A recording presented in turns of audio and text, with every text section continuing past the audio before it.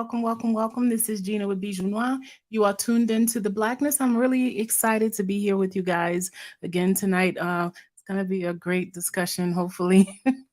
Man, I'm still riding off of Friday's discussion or last Saturday, actually. I know that a lot of you that watch me or were a part of the discussion, you reached out, you said how amazing it was towards the end. Well, to hear Suri say all the things that she said, well, we're back. We're back, hopefully, to have a great discussion with Suri. This for me has really, it's funny because you see, it's like these past 2 years have been like putting together a big puzzle. There's so much that I have learned about myself that I just did not know. And every day it's like I'm opening up more layers of understanding. Some things are good, some things are not so good, and there's like everything else in life, there's the good, the bad, and the ugly. But I'm finding balance in it all, and I'm starting to realize that the truth is much more interesting than the lies that we were told, or the misinformation that was given to us. So that being said, a lot of you that are here tonight are really here to really hear Sori and to hear a lot of what she was teaching us about the Koisan people. Again, this is the beautiful Koisan people are what we're here to talk about. The discussion is going to be with Suri Benji. We were very blessed to have her come through last week. Well, you know what? Let me just show a clip for those of you that weren't here and to give you insight to why. But before we do that, let me just say thank you for everybody that's already here. Share this on your social medias, hit the like button. Let's let YouTube know that we're interested in this discussion tonight. I see there's only maybe 10 people here. I'm going to give more opportunity for people to come in. While I'm doing that, before I go into what was said last week, let's get into a little bit of white man's history. Now, all jokes aside, this is some facts about South Africa. Um, a little bit of insight on what they are saying about the Koisan people, and then we're going to speak to Sori and get some deep dive insight into it. I hope you guys are really interested in um, what we're talking about today. I don't know if you understand, like I did not know this, before this year. Um, to be honest with you, I didn't realize it until I did a deep dive into my ancient ancestry. There was a people called the Koisan people, and actually, when I saw it on my deep ancient ancestry, I had a lot of questions. I didn't know who they were, where they were in Africa. Let me share something with you guys while we're letting some folks come in. So, so let's see here. I don't know what this is doing, but it's strange. Let's get back to it. I'm going to go ahead and share what I've got. Okay, here it is. This is going to be good. Okay, so a lot of you that have been on my channel, you know that I had shared this with you before. It's I'm into DNA testing, y'all. You guys know that I'm really interested in, the makeup of everyone, really, not just us now. I'm deep diving into all kinds of DNA, trying to understand where people came from, why they, why is there, how did the differences happen, and trying to get some understanding in that. It's like when you get into it, you really don't know when to stop. It's really quite interesting. So much knowledge, just understanding how one human being could impact several million later. So that being said, that's what we're looking at right now. You're looking at this would be the most ancient of DNA samples that match me, and basically this is my makeup. What you're looking at is your full civilization breakdown. I got this a couple of months ago and I shared it on the channel, and it was amazing to see. It spoke a lot about some things that I know nothing about. Let me get into it and just show you what I saw. When I first saw this, okay, it said, Gina Benoit, this is your full civilization breakdown. I saw Yoruba. I saw the Bantu. Well, Yoruba was the highest, 47.7%. And then it was the Bantu people, which would be at 7.2%. And then it said Koisan, Koshan people, and I didn't understand. I heard somewhat about the Bantu people. I heard so much I heard a lot about the Yoruba people, but the Koisan people I didn't know anything about until I got this reading. And then Moroccan people, which I believe is Nubia, and then Moors, and it goes on into quite some small segments of European that I'm sure came from slavery. So that being said, my top five would be the Yoruba, the Khoisan, the Bantu, and the Nubian people and the Moors. Okay, so the Khoisan stood out for me. When you click on this, it actually gave you insights of where they found remains that match your DNA, meaning that remains that would be considered ancient DNA that matches your DNA. And I thought this was amazing.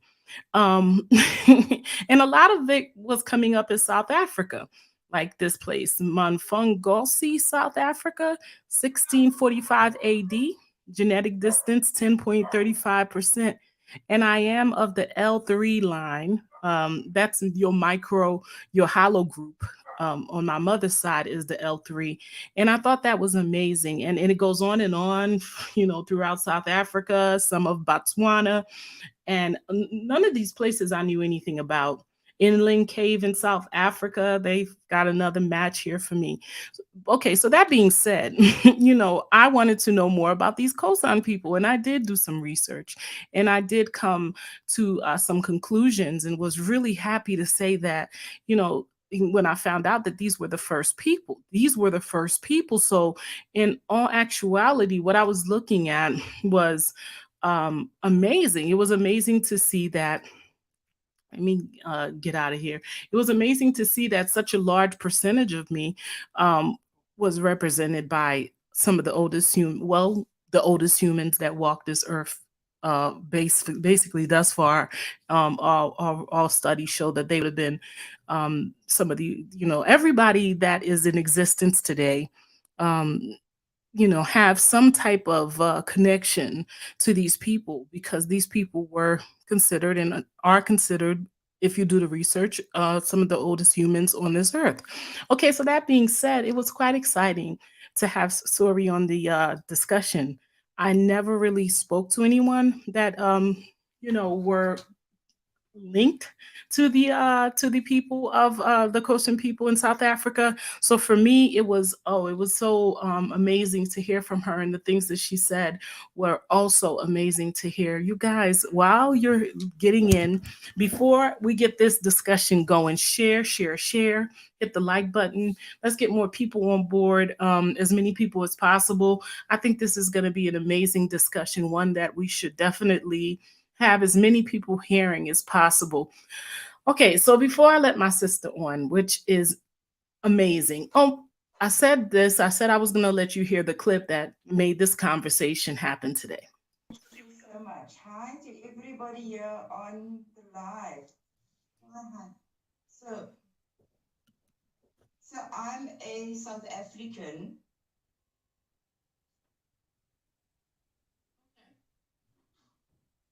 We hear you. Got yes. particularly from the Koisan tribe. And for the longest time, I've heard, yes, and for the longest time,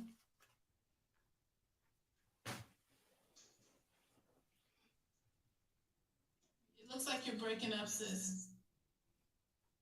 I can hear it's breaking up. I'm just going to say this little part, and I hope you catch it. And this is for all the diaspora up wherever you are.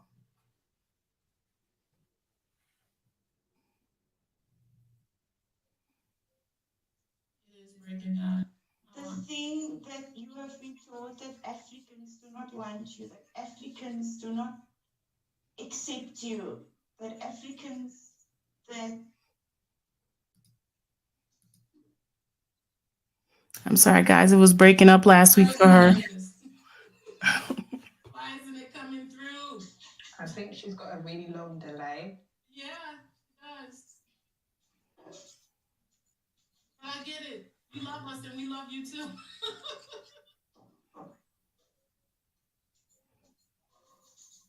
Well, and, I'm Well, okay, she's still trying to talk. We want you to come home. Just come home. It's all been a lie. All the things that they have taught you, wherever you are, have been a lie. Come to Africa. Come learn your culture. Come learn who your nation is. As a matter of fact, if you are not sure where your nation is, come to Africa and find a nation. We have been waiting. We have been trying. We cannot wait any longer. Now is the right time for us to come home. They have been mining Africa from the north to the south, from the east to the west. Mother has been crying. When I talk about mother, I'm talking about the continent. We see what you've been through. We feel your struggle. You were ripped from our arms. You were ripped from our arms. How can they tell you that we do not want you? How can they tell you that you are not loved? How can they tell you that you don't belong? When we, your mothers, that are still here on the continent, that birthed you, are saying you are of us, you belong with us, you need to be here. We need to bring everybody back to Africa so that we can be strong. The reason that they do not want us here, every one of us together, is because they are scared. They saw our power when we were together. They saw the strength we had when we were together. We have history here in Africa of when our ancestors used to fly, and they called it spaceships. They thought we were aliens. We have history here in Africa of when we started doing medicine. The things that they only discovered today. If you go up to Egypt, if you go up to the Gambia, if you go up to Ghana, you will see that these are old practices. They are not new practices. All these things that they are teaching you today is what they stole from your ancestors, from our ancestors. There is a verse in the Bible now. All these books that they stole from us, our ancestral books, and they made it Bibles, and they made it Qur'ans, and they made it Torahs, and they made it into the Hinduism religion. All these things are our stories, and they twisted it. So I'm going to tell you a verse. So that's a part of what happened. It was amazing. It was truly amazing, and I felt her soul. And I know a lot of people, I've seen some of y'all in the comment section, is it never ceases to amaze me, and I guess it's okay. I guess there should always be some questions. I guess questioning things is not a problem. You'll have your opportunity to do so tonight. I also wanted to share one more link before we start our conversation with Suri.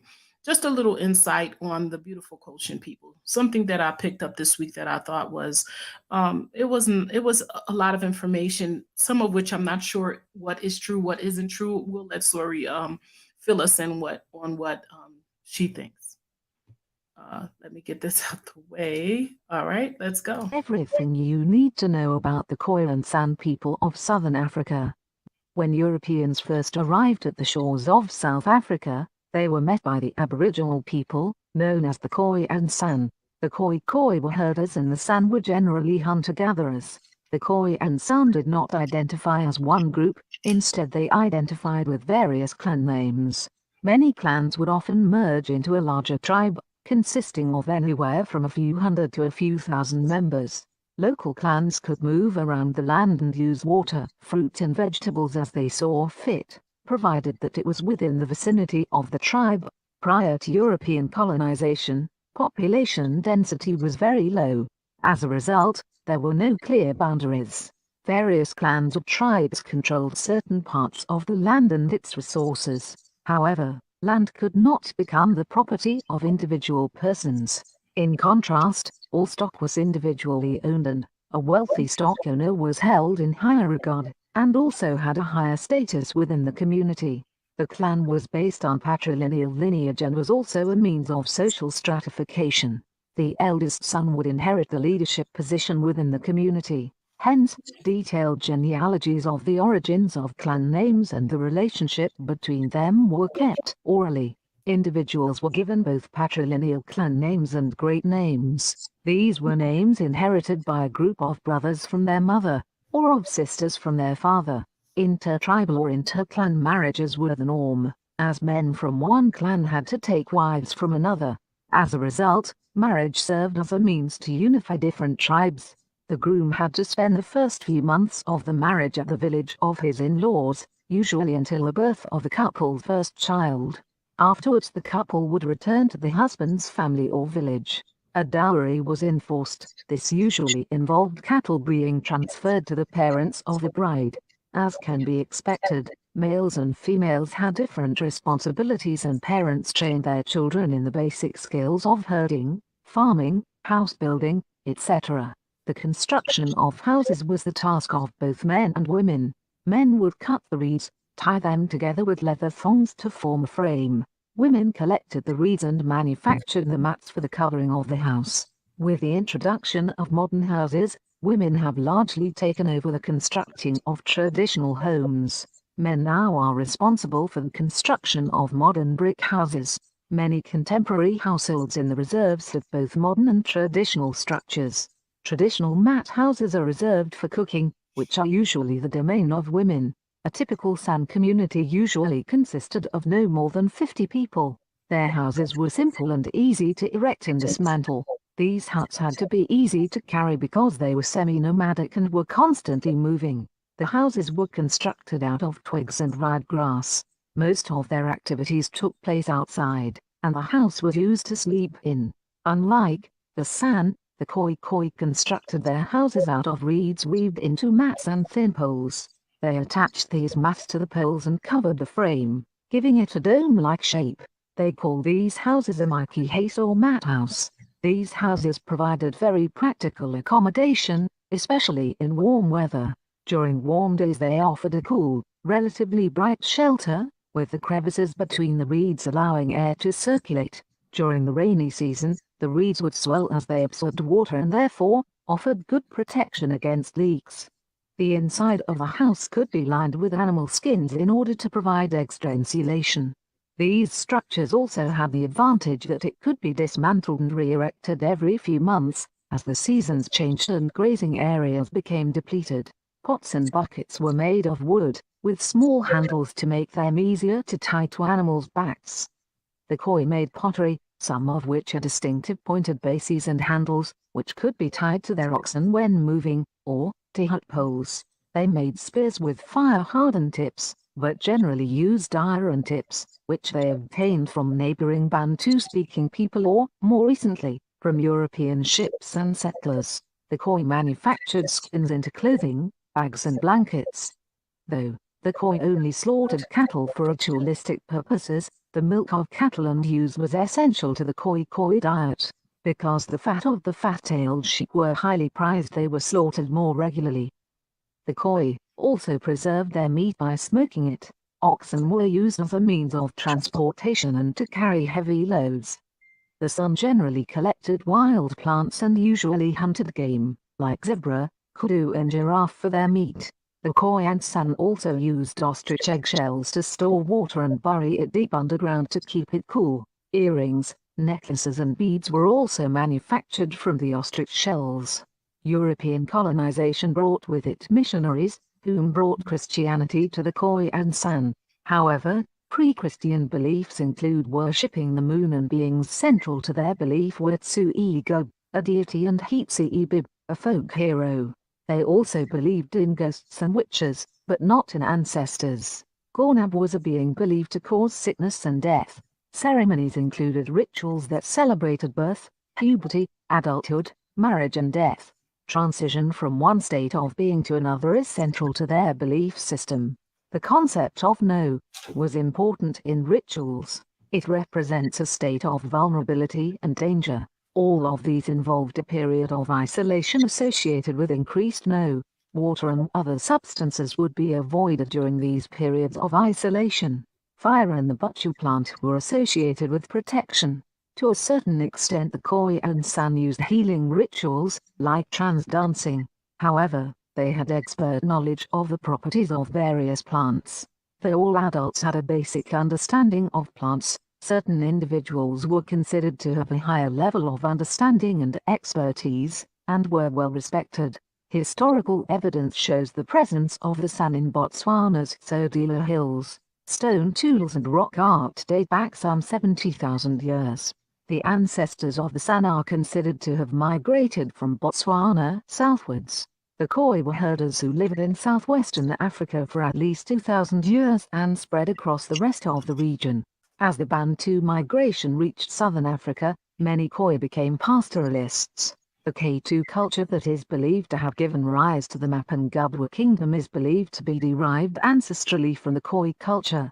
Recent genetic evidence shows that the skeletons found at Mapungubwe Hill are believed to be that of a king and a queen and of Koisan descent. Culturally, the people who lived at Mapungubwe Hill were socially stratified based on wealth and social influence. This was also evident in Khoi culture.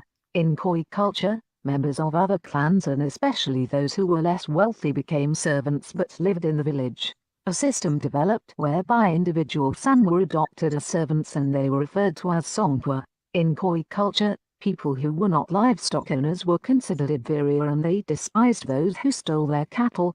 Each village had an authority figure, usually passed down to the eldest son. They were responsible for making decisions, acting as judges and mediators. During colonization, Europeans used many leaders by formally recognizing them as captains or rulers, in order to It seems like they're still using the same game. So they would play us against each other back then. Man, same game. extend their control into Khoi villages. During this time the relations between the San and Khoi became strained. The Khoi often accused the San of stealing their livestock, which sometimes resulted in warfare between the two groups. Furthermore, as land became scarce, a conflict occurred between Dutch and Khoi farmers. Often conflict occurred between the various Khoi tribes. The Khoi offered major resistance. Various tribes would unite against the Europeans, most notably during the Khoi War of Independence, which occurred from 1799 to 1803. The Khoi were also able to garner the support of many different tribal and ethnic groups. They even joined forces with the Bantu Koisan. Their attempt proved unsuccessful as the Europeans made use of rifles.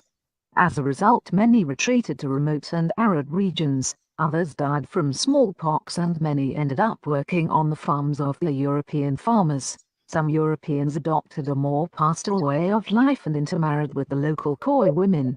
These unions gave rise to a new mixed race group which were called bastards or bastards.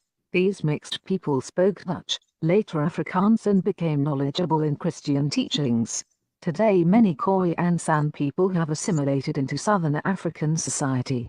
During apartheid they were erroneously classified as colored, because of their lighter skin and being generally Afrikaans speaking. Alcohol abuse and fetal alcohol syndrome has plagued the community, particularly those living and working on farms. This is largely due to the apartheid practice of paying farm workers in wine, known as Did you guys know about that? That there was a practice that they would pay people in wine. So they were destroying them while working them on their farms. They were getting them so drunk that, it was destroying them as a people, and it continues to do so today. I think they did the same thing throughout the world with our people. I find a lot of Afro-Spanish people say the same thing. the DOT system. Irrespective, people who self-identify as Khoi or San can be found in all sectors from government to commerce. There has in recent years been a movement to reclaim their identity. I hope you have enjoyed this video and learning something new about this interesting group of people. Thanks for watching. Okay, so that was a version of what some people say. If you want to know a Khoi, this was supposed to be one of the most recommended videos. But I want to welcome Suri to the discussion now. Suri, I saw you in the comment section. I put the link up. Please use it. Come on board. Let's talk to us. Tell us. Oh, give us as much as you can give us in reference to this. Now, I do see some folks in the comment section questioning. Be very cautious, they say. And I think I'm starting to realize what that is. It's funny because while I was doing my research, there was a lot of, there's so much conversation around the Koisan people. And it seems like there's a split. There's some folks that are saying, hey, these people, there's a group of Khoi people that are calling themselves Koisan, that certain people are saying, no, they're not Koisan because they have admixture. Now that's a big topic for those of us that are diasporans. When you think about the Khoisan people and what we just saw in the end of the discussion, where um, a lot of them were, they were coming over there and they were taking these women as, and having children with them. Um, the diasporan, us, the diasporan, we, the people that were taken away, our ancestors were taken away in the slave ships. We were taken to many places, and if we look at our ancestry, it's got a lot of stuff that we probably are not too happy about because of the way we know that it came into um, our DNA. Is that what happened to the Khoi people? And what do you do with those people that called themselves colored because it was safe to do so, or allowed themselves to be called colored because it was safe to do so because they had the mixture of Khoi and maybe European ancestry? Can I ask you guys something? This is going to be a twofold conversation because I keep seeing it in the comment section, and I see it in other places where it's being represented. It's not even something that I thought about really. I didn't even know about this whole situation where there's a group of people in South Africa that are Koisan, and there's another set that call themselves Koisan, but some folks are calling them colored. It's all confusing. I'm learning so much, and it made me think about us, the diasporan, in our admixture. So I want to welcome Suri to the conversation. Suri, my sister, welcome. I'm so happy that you. Hi, good evening. Good It's evening. evening here in South Africa right now. Good The evening. time is 11:54. Oh my. Okay, so we're not going to keep you long, but No, tell no, me. I do not mind. I'll spend the week with you if I could. Thank you so much. I'm so happy to have you. Really want to pick up where we left off. I know that you see some of the comments in the comment section. Some people are questioning. Okay, so that being said, where would you like to begin? I know people are skeptical. I know people are confused. I know people have a lot of questions about who we are and what we are. And I pray that tonight I can answer those questions with the knowledge that I have.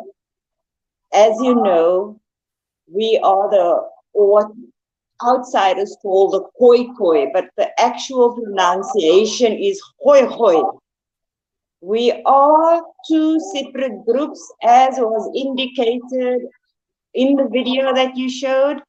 We are Khoi and San. I come particularly from the Khoi tribe. This is on the southern tip of Africa. Mhm. Okay. There's a bit of a lag in the video in my streaming, so I apologize if I just stop talking because I can hear myself. Thank you so much. No, there's no problem. So let me ask you something. Give me a little bit of history. Let's start with the history. I know that there's some contrast with certain people having some questions about the people that were called colored and are now Khoi, and now the ancient Koyans. And I know that there's some stuff there. I don't want to get into that right now. I want to start with the history of it. Can you give us some understanding of, okay, when we talk about the Khoisan people, or the Khoi people being the first people on this earth, does that mean that everyone comes from them? Is that your understanding of it, or when you think of it, would the Khoisan be considered like the Adam of all people on this earth? This is what we believe we are. We do believe that we are the Adam people, the original people. As a matter of fact, there is a calendar called the Adam calendar that is still in the mountains in Mpumalanga. This is in South Africa. I have to break it down all the way to about about 1652 when Jan van Riebeeck arrived on the shores of Cape Town. Oh wow, okay. So around 1652, the Europeans arrived in Cape Town.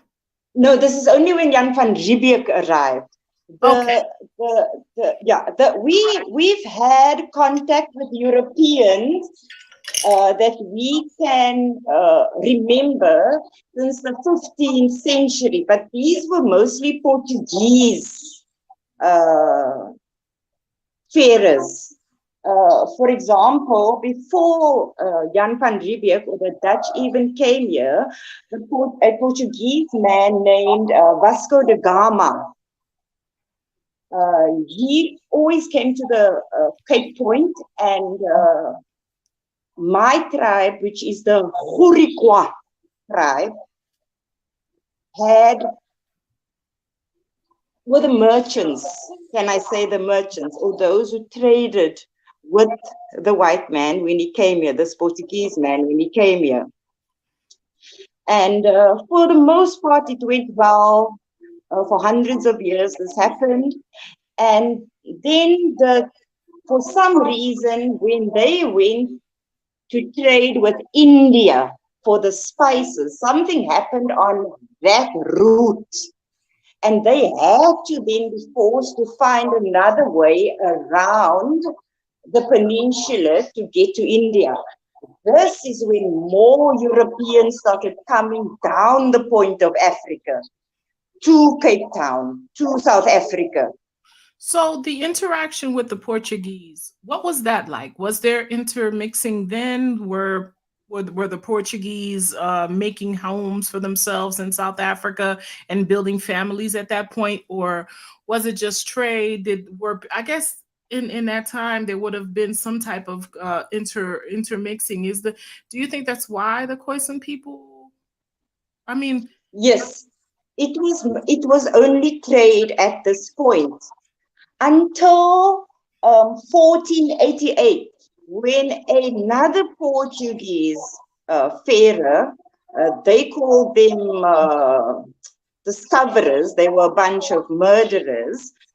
His name was Bartolomeus Dias. He landed in Mossel Bay at the point of Cape Town in 1488. And when he came here, as per norm, our people welcomed him. This is what was relayed to us. They would come, we would have a feast because we understood that they loved meat, and we would give them their fresh water and whatever trading needed to happen, and they would be on their way. This particular fellow, Bartolomeus Dias, then decided to not leave as we expected. He came back onto Mossel Bay, and he was the first one to raid our kraals. A kraal is a space where we keep our cattle. It is a fencing. A kraal is a fence. yeah. He came and stole the livestock and stole water. This was when the first violent encounter happened with the Europeans. It was also when the first Bushman, which is also what we call ourselves, Bushman, was murdered. Oh wow. Okay, so these people came. They came. He ate. You guys treated him. Opened up your doors and you fed him, and he came back. I guess with more people. But now, as we've seen the history, we can see that this is what has happened all over the world. And I was just about to say that. I was about to say this sounds like what happened in America. It sounds like what happened in Haiti. Santo Domingue, they call it Haiti now. It sounds like this is what happened in some of the places in North Africa, where they would just come in, take people. You treat them, you entreat them, welcome them, and then they just come back. The nicer you are to them, the more they just come back and just take everything. And this is what happened in South Africa as well. I never knew that. Yes, this is exactly. When I look at our history, the Khoisan history, it is very similar to what happened to the Native Americans. What they call, I think they call them Indian Americans, they call them.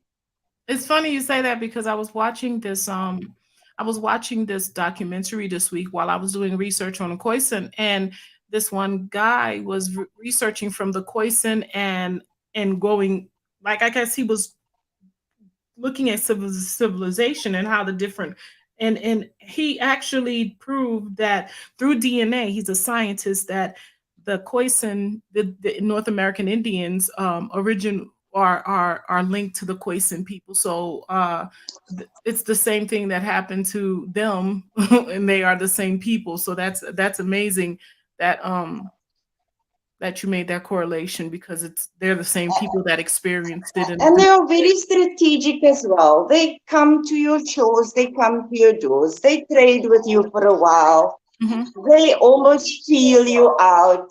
Are you violent? Are you not? Do you have any kind of defense mechanism? Do you not? And when they see, in my opinion, that they can overthrow nations, they go ahead and send in others to come and overthrow. So it's not as if Jan van Riebeeck, who has always been in our history books, were the first European to land on the point of Cape Town. He was not the first. Europeans had been coming here for hundreds of years before him, coming for sheep. What my ancestors, what the Khoi says is, the white man had an insatiable appetite for meat. This is what they noticed, that it didn't matter how much sheep or how much cattle we gave these people, they always came back for more.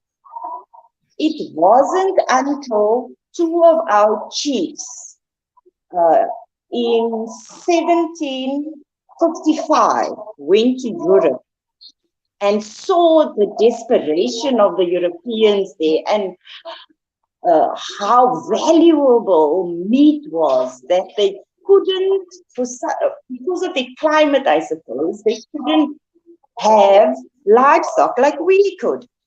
And so when they returned back to us, they said, listen, we've been getting a raw deal here. We need to up the bartering or what they give us. And that didn't sit very well with them as well, as you could imagine, because now I don't think they realized that we were people of knowledge and understanding, and I think that, or maybe they just assumed that they were smarter than most anyone. Yeah. They were just more violent than anybody else. That's the problem that we were faced with. They were more violent than anybody else. I think that assumption is something that's across the board. I think wherever they go, and it's funny because a lot of their children now are making a lot of discoveries, such as, a lot of the things that they thought that, their ancestors invented, or their ancestors created, or were the first to be the first people to be in these spaces. A lot of them are now, like, in shock, like, oh my, and some of them are really going to the all depths to disprove, just like the first humans coming from Africa, or that all people came from Africa. That is something that they are really disputing right now. Well, because of DNA and modern sciences, there's no way to dispute it anymore. But this also leaves another gap open for them to say, well, if the Khoi and the San is the only or the first human beings, and we all come from them, do we not have a claim? This is something that the Khoi, because of this DNA that has now been discovered, that we really are the first, if they can, because they are smart in their conniving.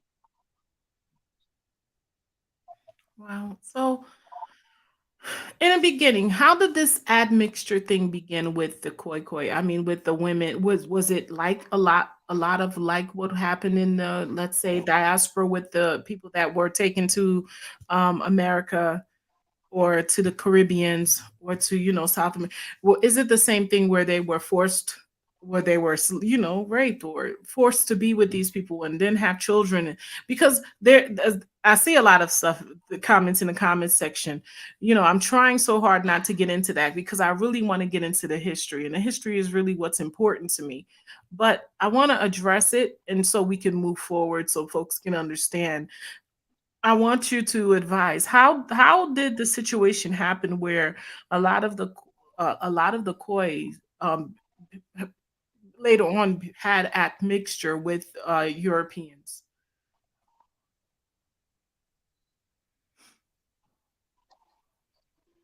This is probably the most for me because I'm a woman. Yeah. I'm a Khoi woman. And this is the most heartbreaking and disturbing of the things that they've done to us. When they took their first census, they discovered that the Khoisan were about 200,000 strong in southern Africa. This was when the first census came out. I don't have the exact date of that census, but it was in the 18 something. In 1879, they said that the Khoi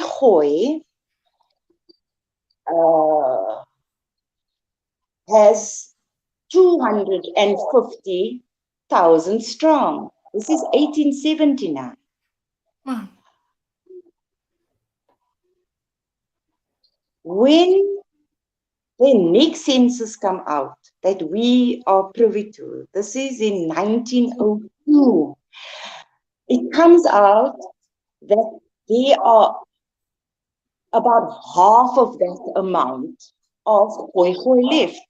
But I would like to go even further back than that. I think I have to say that this name Khoi is not what we called ourselves. Okay. We are called the Hottentot. That is what I am. I am Hottentot. And when the 1902 census came out, they said there are only a few Hottentot left, and the rest are all Griqua. Now, I said to you in the beginning, I come from a tribe named Griqua. Now, the Griqua is what they call the children who were conceived between a white man and a Khoi female. Okay. They do this, I see, in all the nations. They come in, they breed with us, because trust me, this is not a relationship. They breed with us. They then make a subgroup of human beings, as they call them. And then we become what the video said, the previous video you showed is right. They did call those of us who come from these unions bastards or Griqua. When 1912 census comes out, there is no Hottentot in sight. They now said, now all these people are now an admixture of European and Griqua. 250,000 Hottentot just vanished off the face of the earth. How is this possible? They didn't even have those many Europeans. Was how many white men were sleeping with one Khoi woman here? As a matter of fact, Wow. sorry, there is a lag in the video, so I can hear myself. Oh, I'm so sorry. No. You might want to, Just if you have the YouTube on with the SpringYard, you want to close the YouTube and just leave the one that the SpringYard that you're talking from, because that might be. I see. Mute it. I see. Yeah, that happens. This is interesting, and okay. Well, come back, Suri. I want to play a clip because there is a division, and this is a part of what, like Suri said, something that happens. man, it seems like it's systematic. It's really demonic in a way. So you go into an area, you know, I think this happened with the North American Indians. It happened with a lot of others where, you know, you would interbreed with the people, the natives, and then you would pick a group of people, the ones that you interbreed and then had your admixture. You would make them the higher race in that area or that territory, and then cause division. I want those of you that have that have thoughts or opinions on this to come on up. I have a clip from a brother that was speaking on it, and I never knew anything about this. To be honest with you, I'm still so learning about the Koisan people, and it's really interesting to have Suri telling us what she did because, you know, this right here. It's really a reflection of what we went through, really, the diaspora. Those of us, I mean, at the minimum, some of us have 25, I mean, 22, I mean, at least a quarter of our DNA have to be from something else, be it North American Indian or European. Not most of us don't get away without getting some of that admixture. Um, I want to show you some of the things that are dividing South Africans in regards to this discussion. This is a channel that I saw, and I'm only going to play a portion of it because he goes on and on, y'all. Yeah, the issue here I wanted to talk about is the issue of what the so-called colored people in South Africa. Colored people are not, colored people are mixed race people. You're mixed race. Most colored people came from European fathers and native African females who were raped, mostly the Koisan people, the Khoisan females, the Xhosa females, the Zulu females, the Nguni females, most of these females who were actually raped back in those days. There was no sort of like interbreeding, there was no communication, because back in the days it was genocidal. There was a lot of genocide perpetrated towards a lot of black people not only in South Africa, throughout Africa, pretty much. When Europeans came to South Africa, they didn't come to South Africa, no, they were coming to Africa. The rest of Africa was being colonized. You know, like Nigeria, Ghana, almost the rest of Africa. There is no place in Africa where Europeans didn't colonize. So when they colonized Africa, they colonized Africa, every part of Africa. You know what I'm saying? And in 1880 to 1890, they introduced what they call the Berlin Conference, which was the creating of African countries into boundaries. You know, making African countries into boundaries and sharing African countries. But the issue I wanted to talk about was the issue of so-called colored people. Colored people you're not necessarily natives. Colored people are mixed race people. Most of colored people, I would say all colored people in Africa, not just in South Africa alone, colored people in Africa are children of Europeans. Okay, so sorry. Before we go on, I want to welcome you back. Thank you for coming through. Again, I appreciate It's my pleasure. I finally have only one voice. Okay, so that's good. That's good. Okay, so what do you think about what he said? And is there a division in South Africa because of this? There is a division because of this. Okay, let's talk about that. Yes, there's definitely a division. The colored people, I don't like that word colored. We are not colored. Yeah. I am not a product as Trevor Noah. You know Trevor Noah? He's a South African. Yes, I've seen him, yes. Yes. Mm-hmm. His mother is a Bantu. His mother is a Bantu and his father is from Switzerland. Wow, okay. Okay, so you're going to have to come back, sorry. I don't know what happened, but wow, okay, so she was going to get into something about Trevor Noah. As you guys know, he's a comedian. But let this brother go on while she's working that out.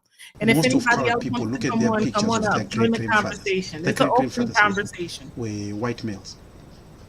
The females were native. Is what I'm saying. So a colored person, pretty much your forefathers are Europeans. Colored people, by nature, they're actually children of Europeans. They're not natives. There was a man who was talking about the so-called, I don't know, in South Africa, this guy who called himself colonial. Is it the Cornelius? Cornelius the Third. There is no Koisan called Cornelius in Africa. This Cornelius there's never been an English name in South Africa. There is no Koisan person with an English name. There is nothing like that. Nelson Mandela. Mandela is a Koisan. You see what I'm saying? Nelson Mandela himself was a Koisan. His surname Mandela. Look at the African people who are native. Zuma, Malema, Mandela. These Koisan, these are native surname. There is nobody there is no Koisan called Cornelius the Third. Cornelius the Third. That man is a son of a European. You know, so don't fool yourself and say and talk about the history that you were there or Koisan people were given the land by God. You're stupid.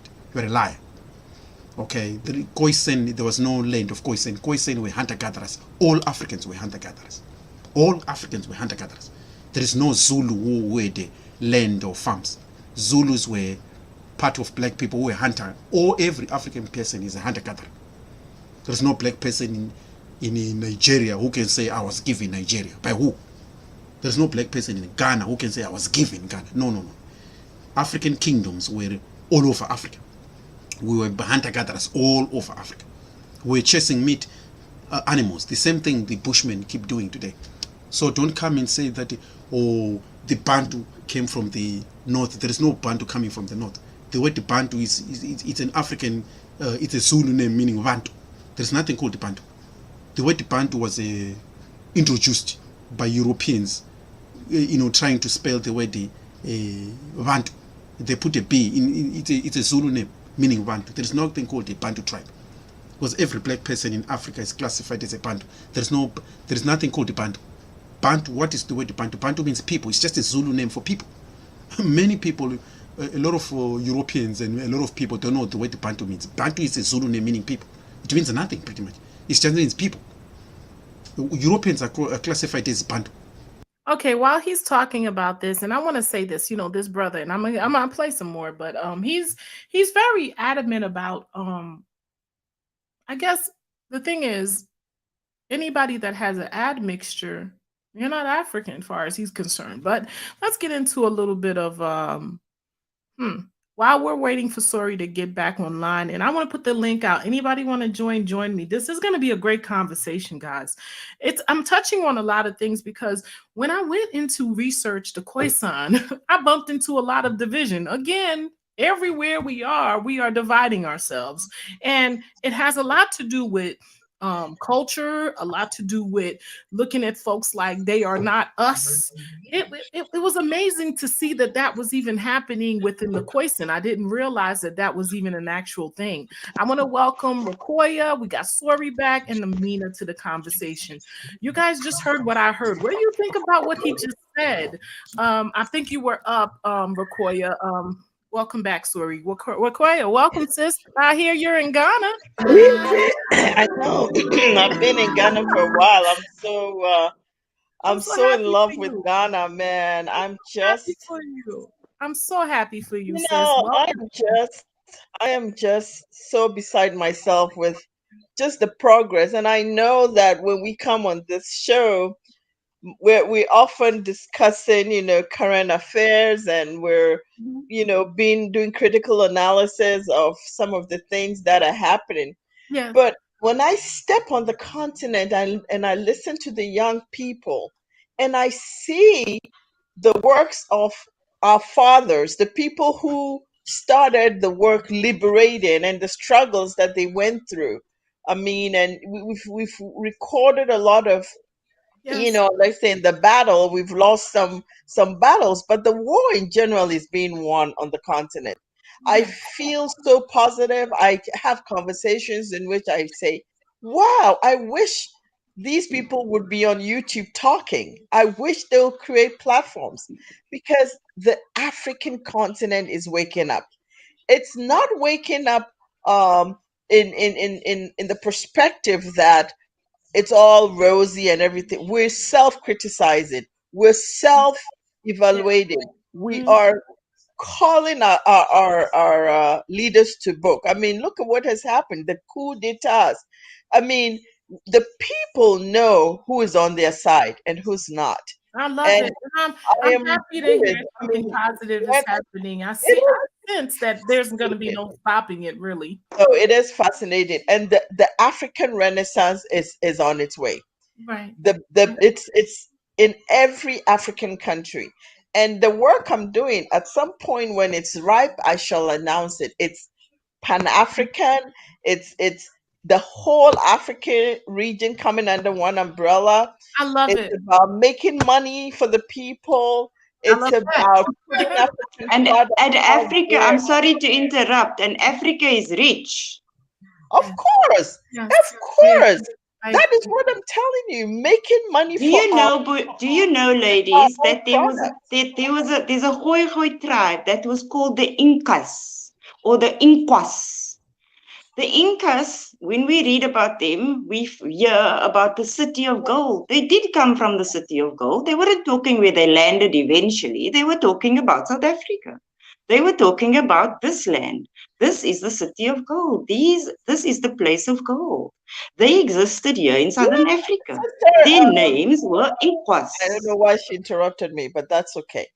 I'm so Um, sorry, so sorry, so sorry, so sorry. One person at a time. Okay. Well, this discussion today, I don't know if you're aware of that, Rakoya, and I'm happy to have you. And I'm happy to hear so many great things are happening. And yes, I cannot wait for you to unfold the amazing things that you're working on. I know it's going to be fabulous because I could tell that you're definitely dedicated to getting this, One Africa thing happening, and I'm really excited about that. But tell me, what do you know about I don't know if you caught the discussion last week. Suri is the main topic today. We were talking to her. We were having a discussion, and she came and man, everybody was crying. Well, I was. yeah. When I'm crying, I'd say everybody's crying. Well, Well, I caught some of her conversation, and I was just kind of listening, and some of the information is new to me as well, but I'm going to pull from just okay. all kinds of information. Not, I'm West African, obviously, Yes.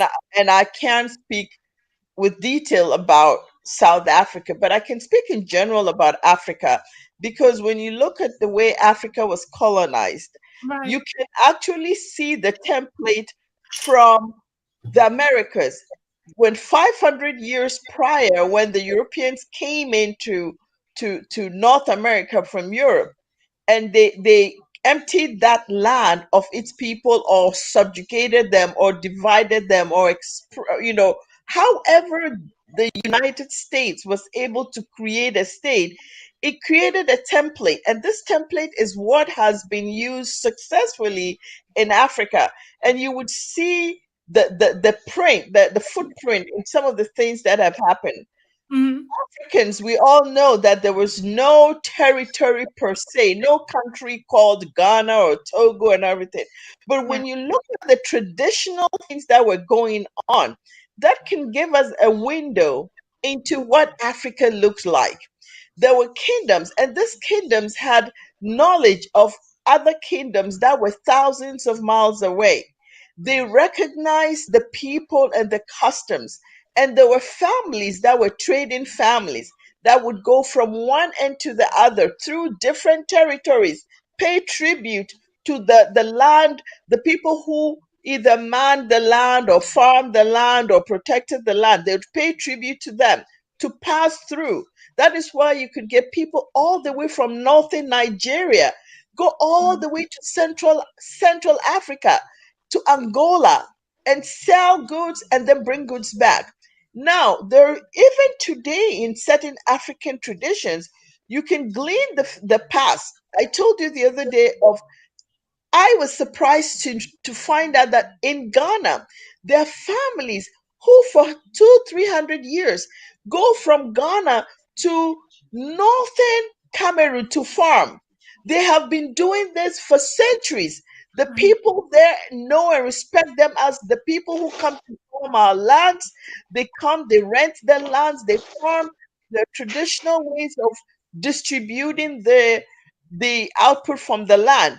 You took 1% of 2% or whatever, depending on the traditions of the people. So when I look at what Suri is telling us about South Africa, I can glean that people in South Africa were people who were moving.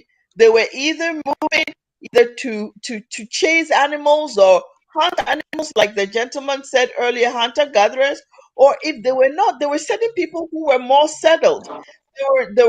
There were cities that had begun to form. I mean, we know Timbuktu and Yeah, and, and Jenny, yeah. and those were 100,000 years And you know, before. a lot of people say that the people that the Nubians, a lot of them were Khoisan, so they moved around. I mean, all the way up to Moved Sudan and around beyond. depending Yeah. on what was going on, and there was no borders. Sometimes the rains didn't come, your people packed up and they went to another place to settle until the rains come, but they never forgot where they came from. So I Yeah. I feel like Africans in general, this notion of attachment to land is really something that is evolving, and it's new. Yeah. Whether people are mixed races, and we all know this is a traditional war antic of Europeans and also in the Middle East. If you look and read, again, it's not that this is not a religious conversation, it's just coming from my extensive reading of material. You see that even in the Bible, or you see even in the Quran, when people went and conquered other people, the Europeans per se, I don't know whether Africans did this. We don't have histories that tell us that. We don't have But what history they that's did was they killed off the men and raped the women. This is what they did. that's it. This is what they did. If they came and it's an active war tactic of northern people, European people. Now, now, So if now, they killed now them, then what did they do? I want you to look, I want you to pay Go ahead. attention to what you said, because this is I think this right here, that right there was an act of war. Now, like you Yes. said, it was an act of war, but we are now looking at the evidence of it because we are so divided, because some people feel like, because some people are admixed, oh, they are not us. And some people that are admixed feel like they are not, African, or they cannot claim themselves as fully African because they have this admixture. And it's really, and it's a really good question. And I'm asking you guys, what do you think about that? Can I jump in here? Sure, definitely. And Rakoya, I've loved you, missed you, and I'm happy to have your voice here today. So please stick Thank around you. for me. Go I ahead. will. Go ahead, Suri. Yes, please. Tell me Just what you think, and what then I'll this what Nina. what the sister said is absolutely right. They've done the same tactics all over, and also we, the Koisan, we were semi-nomadic. I can say that we would travel between seasons. We have 4 seasons in South Africa: summer, winter, fall, and spring. And during summer, the hoi would be at the foot of Table Mountain. And when winter came, we would migrate all the way up to as far as I can speak in kilometers. I'm not familiar with Fine. other Whatever measuring, you're yeah, because we comfortable with is use kilometers. We would travel about 1,000 kilometers to where it's warmer.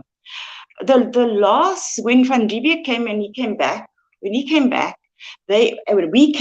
Jan van Riebeeck had then fenced off the areas that we would live in and that our animals would graze in, making it impossible for us to get there. And so we would move to other areas. But coming back to the admixtures, I think they did that to displace people and to confuse us. It is not as if the original or all, I don't even like to say original, it's not even as if everybody is a mixture of something. We can trace our lines back to our mothers and their mothers, and these people were all Khoisan people. And you know what? You know what? And You just said something about chasing, the mother's line, and I see that. I see a lot of times, not even just here, but even in like the North Americas with the Indians. You could trace your mother's line. It's just harder on the father yes, side. myself, just a little bit of information on myself. I am what they call a healer in if I can say, my tribe. We, as you know, as the video that you played before showed, that we don't write a lot of we don't write down we don't have scribes. We believe that information gets shared, passed on through our DNA, and also orally.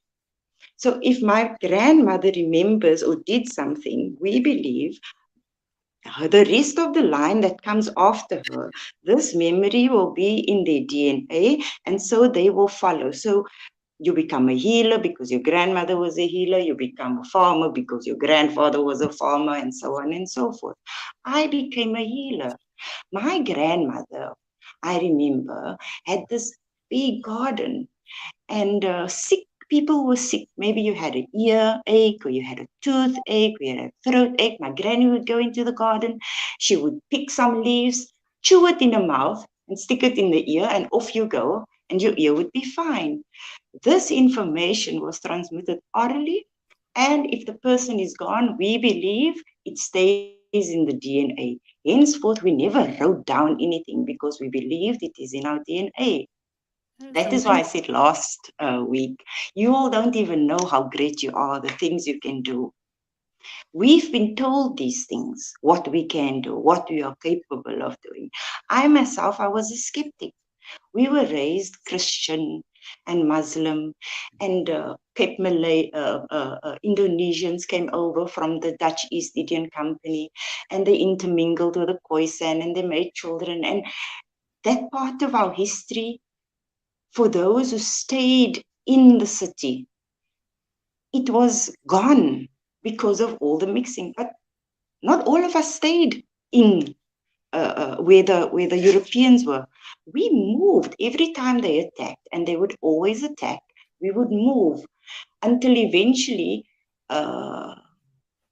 apartheid came around, and Verwoerd said we can live on reservations. Wow. Having said that, too, another thing about what happened to us that is so diabolical. When they would attack our villages, they would steal our cows and our cattle, rape our women, and then come with what we call treaties, or what they call treaties. And we had to sign treaties. We don't follow your laws. What treaties are we signing? Like the sister said, there was no borders. We intermingled. Khoisan, Griqua, Hisaqua, Inca, we all lived on one another's lands. We understood during summer, Horika was here, and during winter, Hisaqua was here, but we all intermixed. So you kind of expected to see the other people, during certain seasons, you welcomed them like family. It's amazing. Because we are family. We knew we were one. The San people, the only difference between the Griqua and the San is more towards Botswana side. They have a darker skin color than us, but our facial features are the same. We are lighter because we were closer. We are here in South Africa. It's warmer. It's cooler this side. Our winters get quite cool. In certain parts of Cape Town, which is Ceres, we get snow. So it can get very cool in South Africa. So we will. This is what science says. This is why we are lighter than our San brothers in Botswana, because it's summer. It's warmer up there. The sun is. We have the saying, Noir, you come to South Africa where the sun doesn't burn your skin. It is warm, but it doesn't. It's. I don't know if you know this, or maybe you know more about it than I do. I'm talking like I just read about this week, and now I think I know more than you. But so they say they migrated. It began in Botswana, and they moved on to different parts. Is that no? correct? That's not no. Okay, no, so that's European history. Okay, so where does it begin, and where does it how does it expand? The Koisan people, where did they begin? We begin in we call it the cradle of mankind. It is up in the Drakensberg. Now, you said that you had Koisan in your DNA, and I smiled. And I looked at you and I said, I can see me in you. We've got the high cheekbones. We have got broader foreheads. Our eyes are a bit pulled out. That is why sometimes, they say we look Asian because our eyes are a bit pulled out. Now, this is not me saying it, but I took a DNA test, and I'm deep diving into ancient DNA now, and this is what I got back. Your full civilization breakdown. Basically, it gives you a breakdown of ancient civilizations or people that they found in ancient civilization that match your DNA. And for whatever reason, Koisan was one of my top three. Yes. Top three, and this particular one, in Inland Cave, came back 60%, which was pretty high. So it's my oldest one. No, that's not true. The one in Botswana is the oldest one, but the one in Inland Cave, South Africa. Do you know where that is? Yes, I know where that is. It's called the Kango Caves. So that is where we believe it all started. Oh wow, and that's amazing. For the longest time, we lived in the caves, and we took our animals into the caves, and this is where we domesticated animals in the caves, so that we were all hunter-gatherers, whether we were Koisan, whether we were the Bantu people. It is funny because it's I'll stop sharing this now. If any of you are interested in this is free. And it's not free, but well, you could set it up for free. It's called my what is it called again, Amina? mytrueancestry.com. Where if you've already taken your DNA test, let's say from 23andMe or Ancestry, you can upload it into mytrueancestry.com. And what they do is they only facilitate ancient DNA, meaning that they take your DNA and they match it up with ancient remains, bodies or bones rather, that they have found in certain parts of the world, and they let you know if you've matched up, and then they give you your breakdown and so much more. There's so much more that goes on here. You get your breakdown and it tells you exactly what your percentages is. So for me, Koisan is 27.1%. Wow. So I thought that was very interesting, and I don't think you were here.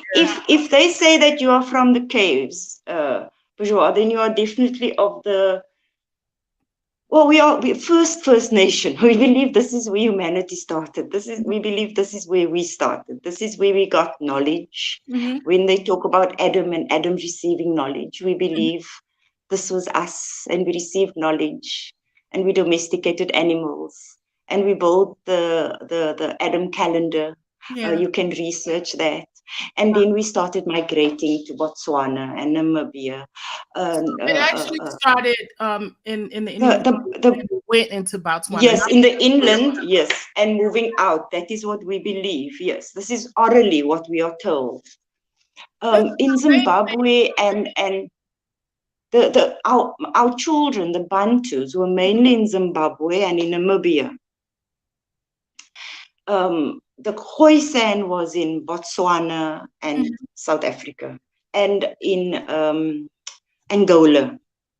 Amazing. The Khoisan was also in Angola. So there must have been some kind of split, because Namibia is before you get Angola. So they must have traveled from Namibia to Angola, but predominantly Namibia, Zimbabwe, they were majority Bantu. And then if you came further south, majority Khoisan. So I have another sister on here that did her deep dive to my ancestry, Amina. Welcome to the conversation. You see what we're talking about today. I think it's amazing so far. And we've got Rakoya, we got Suri. Amina, tell me what you think about what we're talking about today. And did you want to address some of the Koisan in your DNA? Hello, everyone. Welcome, sis. Hi. It's amazing. Yes. I don't think this is happening by choice. I mean by happenstance. I think everything is ordained, and I think everything is coming together, which I love. Mm. And I think this is a pivotal time, and we got to know what to do with what we are being, the gift we're being given right now. Hmm. Because I think this is a gift. Suri coming on. Um, by the way, Suri, how did you hear about Gina's channel? I'm just curious. How did I hear about? Gina's channel. Yeah, that's a good question. I'm I've really. been watching her for a while. Oh Oh, wow. I've been. I watch and I listen, and I'm so glad that our people are waking up and yeah, we're talking to one another. yeah. Finally, right? Finally, finally. Yeah, like Gina, I also discovered Khoisan heritage in my DNA through my Wow. mitochondrial DNA, Yes. and Gina is the one who turned me on to this, all these various genealogical sites. Thank you, Gina. And it's been it's amazing. It's amazing. Mm. Mm. Being the ancient of groups, and people need to also understand the language, the Semitic language of Bantu and Amharic and Amar, well, Amharic and Aramaic. They're ancient languages, so that term Semitic is not synonymous with uh, with European Jews at all. As all Europeans, they steal and rewrite Mm. history. We know this. Mm. We must know this because it is true. And everything that was hidden in darkness is coming to the forefront. It's coming to light. Mm. The white man can't hide the lies anymore. I don't think. I mean, let's talk about the white man. If we say the Khoisan are the first people, right? Yeah, they are. Hear me out. We are. We are, they are the first people on this. Yes, we are. So, did the white man come from us? I mean, because wouldn't that make them? Yes, they did. But when What do we do with that? What do we? Let's unpack that because the other day I was just sitting here, right? And I'm gonna mhm, tell you something. The best documentary I found about the Khoisan was done by a white scientist. He's a mhm, DNA specialist, and he was mapping out. He was mapping out his history. mhm, And by doing so, he ended up having to start in South Africa, realizing that the Khoisan is the root of his history. mhm. Now he don't have it in his DNA, but he kind of backtracked. But And Doctor, history taught. So that being said, in the end mhm, of his documentary, he said, "So we are all Africans." When he said that, that is when I saw true. that white man said that, I kind of paused for a minute, and But I want You to Doctor, see, Gina, ask that's you what I guys. said. I want to ask you guys, what do you think? How do you compartmentalize? How do you pack that? well, Doctor Sheikh Antadio talked about that in his studies Mm-hmm. and the research that he did with carbon radiology. That he where he broke it down about where we come from and where we are in the scope of anthropology, which is the study of man, and where Mm-hmm. we evolved and who evolved into whom and who evolved from that person. And as he describes it through his study, his anthropological studies, his Egyptian studies, because he's also an Egyptologist, or he was, bless his soul. He talked about how the immersion of man and how he evolved and who evolved from that man. Like we Mm-hmm. are the original men and women of the earth. We are. That's not hyperbole. That's fact. It's been proven. Mm-hmm. Scientists have counted and measured it, and we have documented research to conclude to African researchers as well, not just Europeans, have concluded that. So we don't have to believe what the white scientists have said. Our own learned African scholars and scientists and Egyptologists and anthropologists have discovered that to be so. Yeah. They couldn't deny the evidence any longer. It's so how, what do we do with that now, knowing that? It Do means they have right? nothing. Do they have a right to Africa just as much as we do? They No. said that they have our DNA. We never saw that evidence, Gina. As No, far they as don't. I know, as They don't have a right when to it Africa. comes to our oral history, our children went on the continent of Africa. We know they went to North America. There's oral evidence of that. Mhm, We also know of the ones that went to Australia. There's oral evidence of that. mhm. There's no evidence of, I don't know where they came from or what they are, but they are not from us. That is what we say. Okay.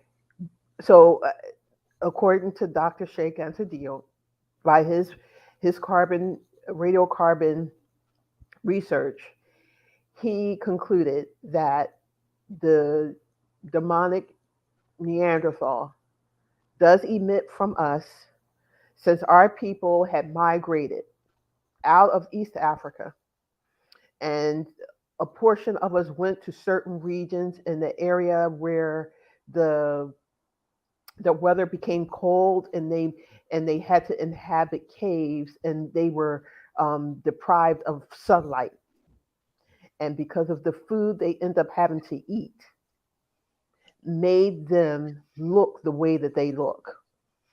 We know as well, those of us who live in the Northeast, that if this weather, which is predominant now, we're coming out of the winter, but I know for personally, as the we go into winter, my coloration changes. My coloration gets lighter. I start to lose some of my beautiful melanin. Wow. But Okay. when the seasons change and temperatures start to warm, my coloration gets more defined. Wow. Same thing Can I ask a question? Can I ask a question? Because I've thought Sure, about this. sure. For those of us that don't know what a Neanderthal, I'm gonna come to you, Suri. I'm sorry. For those of us that don't know what a Neanderthal is, I just want to get this out the way because somebody sent me a message. They were like, "What's a Neanderthal?" Look it up. And and Do you have the internet? let me see if I can I have let I you. have I have 1% Neanderthal in my DNA, Yeah. unfortunately. Unfortunately. And that did not come from relationships with the demonic Neanderthal. It came by way of rape. Let's be clear. Mm, I have Let's be 15 clear. Yeah, I don't really accept it. I yeah. don't own it, but Mm, that's the fact of mm, it. I don't mm. claim it. Let's just be that, just be specific. Well, I let's don't take a claim look. it, These but are this is that's a what a fact. Neanderthal is, y'all. You have your Denisovans and you have your Neanderthal. Anybody that has admixture with Europeans, You have Neanderthal DNA, and I have you it, and have Gina, you you got it too. have you have some type of Neanderthal DNA. And sure, you might have it as well. I'm I sure have Oh you Lord, probably do. please, no. I I don't even know. I'm I have sorry. less than 2%. Mm, I haven't done my Now my I'm gonna tell you guys something. I have people that I am related through ancestry, be it that they're Spanish or Indian. They have somewhat to like 20%. hmm There are some Caucasians that have up to 40 to 60%. Sorry, I have some bad news for you. I'm So sorry. you see this is what you call a Neanderthal, hmm and this is a Denisovan. Same group, same. These are this is One what is more evolved than the what other. caused the difference in the hair. Now, this hmm is not something I'm making up. If you look down, No, it's been it scientifically tells proven. you the things that you get straighter hair. hmm Um, Hair, more hair on your body. there are certain things that they bring into the gene pool. They give you more hair on the body. Your hair is straighter. Yes, and the Um, color of the hair can be a different color. Your and, body hair can be a and, different and color you're as able well. to detect floral fragrances. I don't know why. And you're not afraid of heights. These I'm a little I'm skeptical of deathly that one. afraid of heights. Does that help? no, but you don't have to get all of the things, but No, but there's a lot of things. there's some Yeah. specifics, some There's some benefits within and that then group. there's some downsides, like I don't know diabetes. about benefits, That's Gina, an aspect of but there's some Neanderthal. commonalities. There's some commonalities amongst the Neanderthal that we possess, If you unfortunately. have bone disease, that's another aspect of Arthritis is another. arthritis, diabetes, something else. Mm-hmm. So all of these things Curvature of the be spine, spina inherited. bifida. Yes, and also schizophrenia, bipolarism. Ooh. Well, you live in this toxic system, you will be bipolar after a And while. these are things that they bring into the gene pool. Mm-hmm. So I just have a question based on this history that they migrated from Africa, got to Europe, climate was very cold, and their skin color, their hair color, everything changed. Their brain function is not even the same as ours. No, it isn't. no, it is not. No, it is not.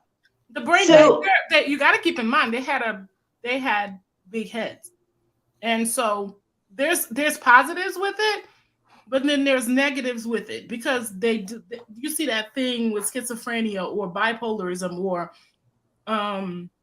certain diseases come from that. Gina, I'm here to find a positive, but Yeah, I'll continue. People might think having long flowing hair That's not is a positive. So that's that hair that looks like that comes from them. It does, but that also means that you can't transmit energy as we do because you don't have the coils we have. Exactly. So But again, how many thousands of years have Africans lived in Europe? I've yet to see one come back white. That's true. That's true. How does that work? Well, For thousands of... But that's true. But if there's been no intermixing, now, believe it or not, I found most people have at least 20, 25, at the most 20. I mean, if you're not recent, if it was during slavery, at the most 25% European DNA. I have between 15 and 17%. Yeah, at the most I've seen 25 for most diasporans. If this is now in other cases, they might have more because this stuff has been recent. A lot of our people, they just kept doing it. But to add to what Suri said, I've discovered through my DNA searchings is that there is some Malaysian, some Taiwanese, Filipino extraction. Now, I've read different studies that said about how the correlation, like the Limba people in South Africa, and how the so-called Asian almond shape, small eye look, that emanates from the Khoisan people, and that Can I interject here? Sure. So the Dutch East Indian Company, when they came here, Jan van Riebeeck and his ilk, when they came here, they started bringing Indonesians from Asia to Cape Town to work as slaves here. Some were migrant workers, some were slaves. They also brought over Indians. Indians were all migrant workers and there wasn't slavery. But they then intermixed with the Khoi, and that is how their DNA got into our Get out mix. of here. I'm not. Read up on the Cape Malays of Cape Town. The Cape Malays of Cape Town. Read up on them. Cape Malays of Cape Town. I was trying to make a coalition. Like, how in the world did that? How did they become immersed with one another? I was trying to figure out the Asian. They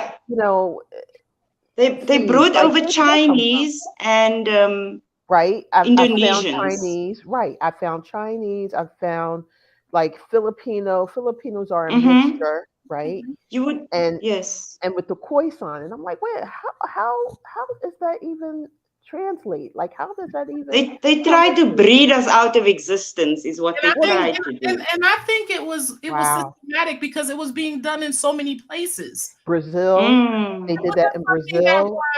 It wasn't something that they just did, let's say, in South America or No, the North Portuguese America, did that in or Brazil they as did well. it in Africa. And it's funny because Wow. even Africans, I have a cousin. I told you guys I linked up with a family member in the Gambia. Mm-hmm. She was born in Africa. All her people were born in Africa. She took a DNA test, and we found out we were related because we were a match. And so that's the great thing about DNA, y'all. I have to tell y'all because and it don't lie. And trust me, we are related because when I see her uncle, he kind of looked like my people. But that being said, she had 0.4% European, and her people and her people's people and her people's people had never left Africa. So because they brought these people into Africa. Wow. The reason our accents, last week somebody asked me why my accent was so different than the Bantus, my children in South Africa. When they came here, they split us apart. We were segregated. Bantus and Khoisan could not marry one another. Bantus and Khoisan could not live together. Also, Bantus and Khoisan could not own land in this country until after apartheid was demolished.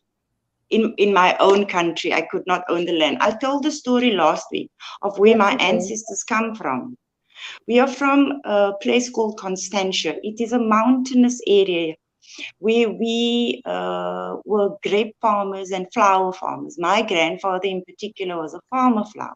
Now, when I looked at the old maps of when the Dutch came here and they made their maps, they named it Wynberg. This is a Dutch word that they also taught us. My first language is Afrikaans, which is a Dutch language. We were not allowed to speak our own language. Same thing in America and throughout the diaspora. And throughout the diaspora. That is right. As a matter of fact, until 10 years ago, there was such a thing as Bushman Yach. Now, Yach a word is meant for hunt. Bushman is me, a bushman. Bushman hunt.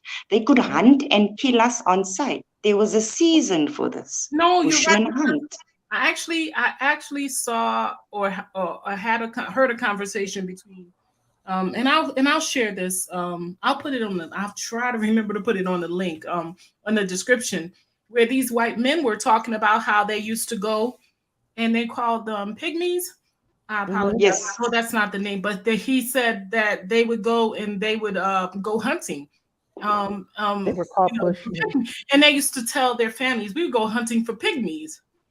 So who's the savage? It's something that they did every other season, and so for this reason. So who's the real savage then? No, they are murderous savages. That is undisputed. That's my point, Suri. They are murderous savages. 10 years ago, no, 12 years ago, a very great healer. His name was Optel is, we got Afrikaans names and Afrikaans surnames, and we had to speak their language. If we were found to speak any other language but the Dutch language, we were shot and killed on sight. Shot and killed. If you were seen walking out at night a certain hour and you were a Koisan, a bushman, you were shot on sight. So we started hiding. Whenever they said to us, you are Hottentot, we would deny it profusely because we know once you have been identified as a Hottentot, you would be killed. Your family would be hunted. This is what they did to us. And so we integrated into these other communities, trying to save ourselves. And now, because we wanted to save ourselves, they don't recognize us. Our children don't recognize us. The Bantus don't recognize us. The diaspora don't recognize us. But we had to survive Gina, up till 10 years ago, 12 years ago, Optel was the last one that we know of that was shot on the reservation. Optel had so much knowledge. We pass our knowledge orally, like I said, and we believe through our DNA. Optel was one of the people who knew so much about our plants. Gina, the way they have destroyed our natural plants. I come from Constantia, like I said. I go up 4 times a year to pray there, what you call meditate. I do that there. I also go and I get what you would perceive as downloads, what we call downloads, to say, pick that I'm just plant. learning Because about that. there's, I'm yeah. just learning, yeah. And So they have now made we cannot enter those areas anymore. They have restricted us from even going and getting our medicines and going to our places of worship. They said that we never believed in a God when they got here. they're Absolute lying. rubbish.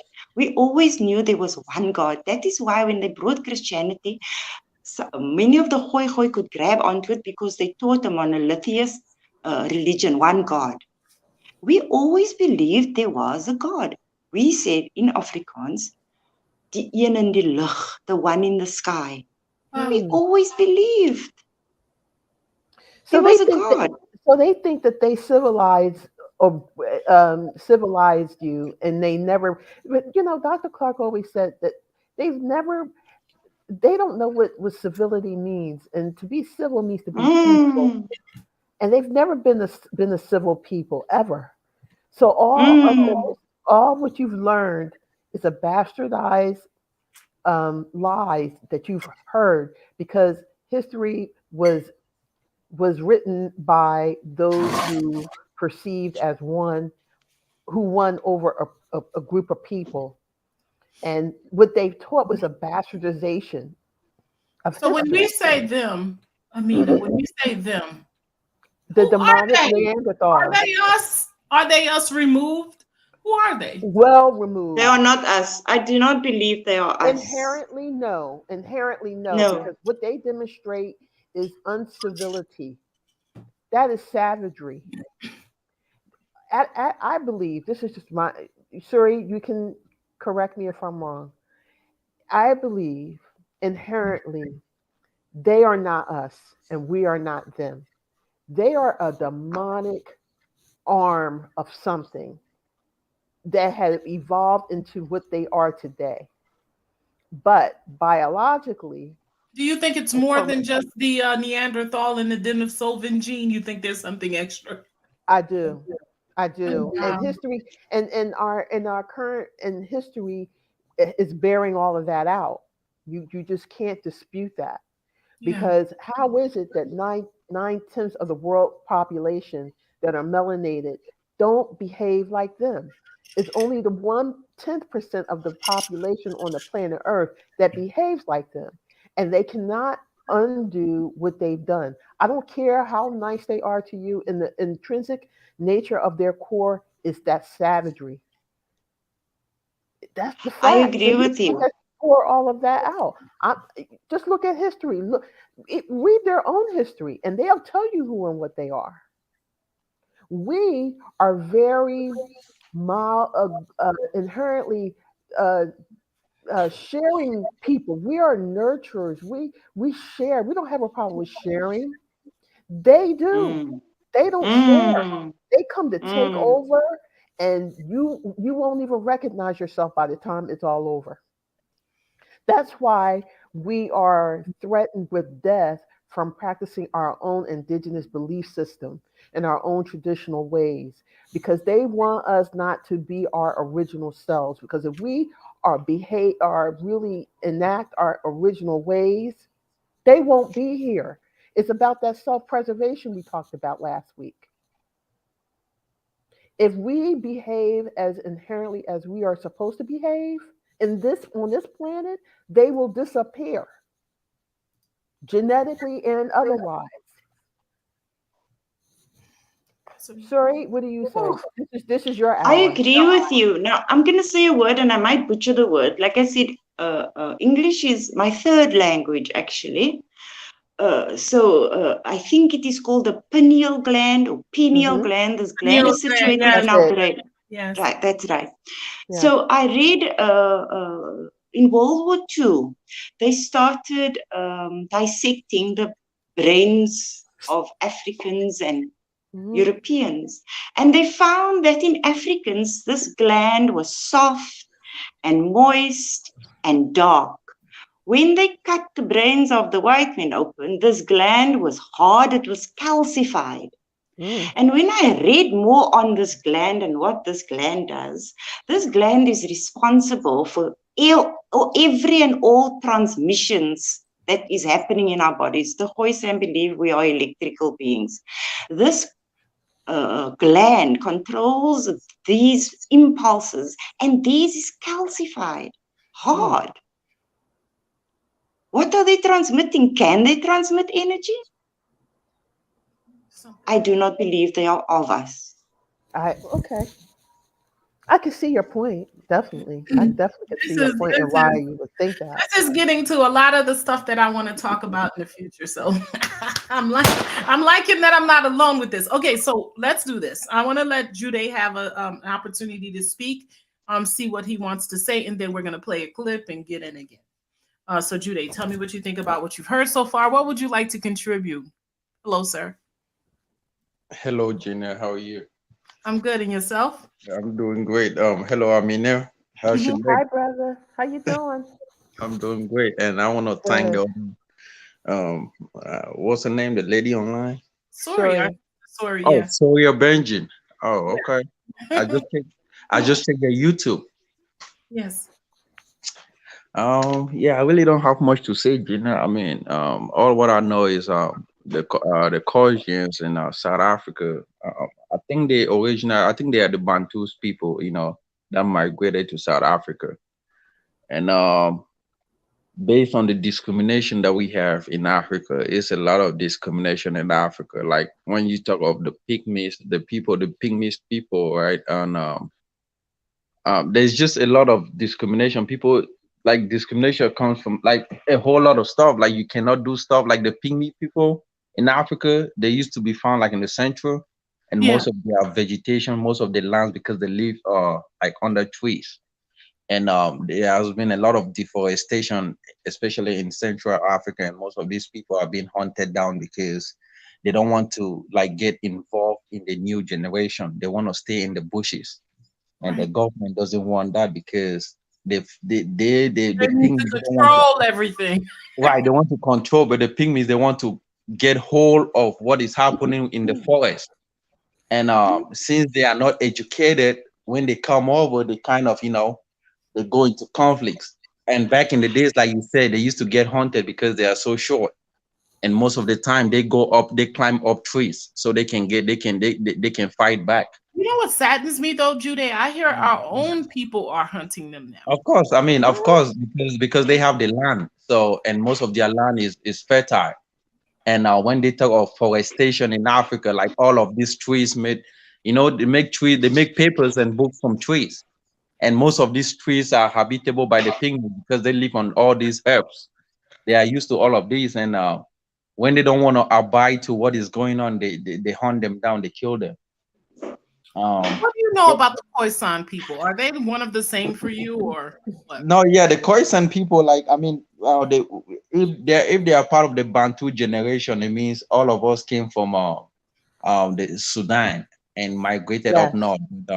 That's what it is. But sometimes they might have a different history, right? Because history is hand down tradition. Sometimes they might think they came from another part of Africa or from different Or part. if you ask someone in Botswana, they might say it began here.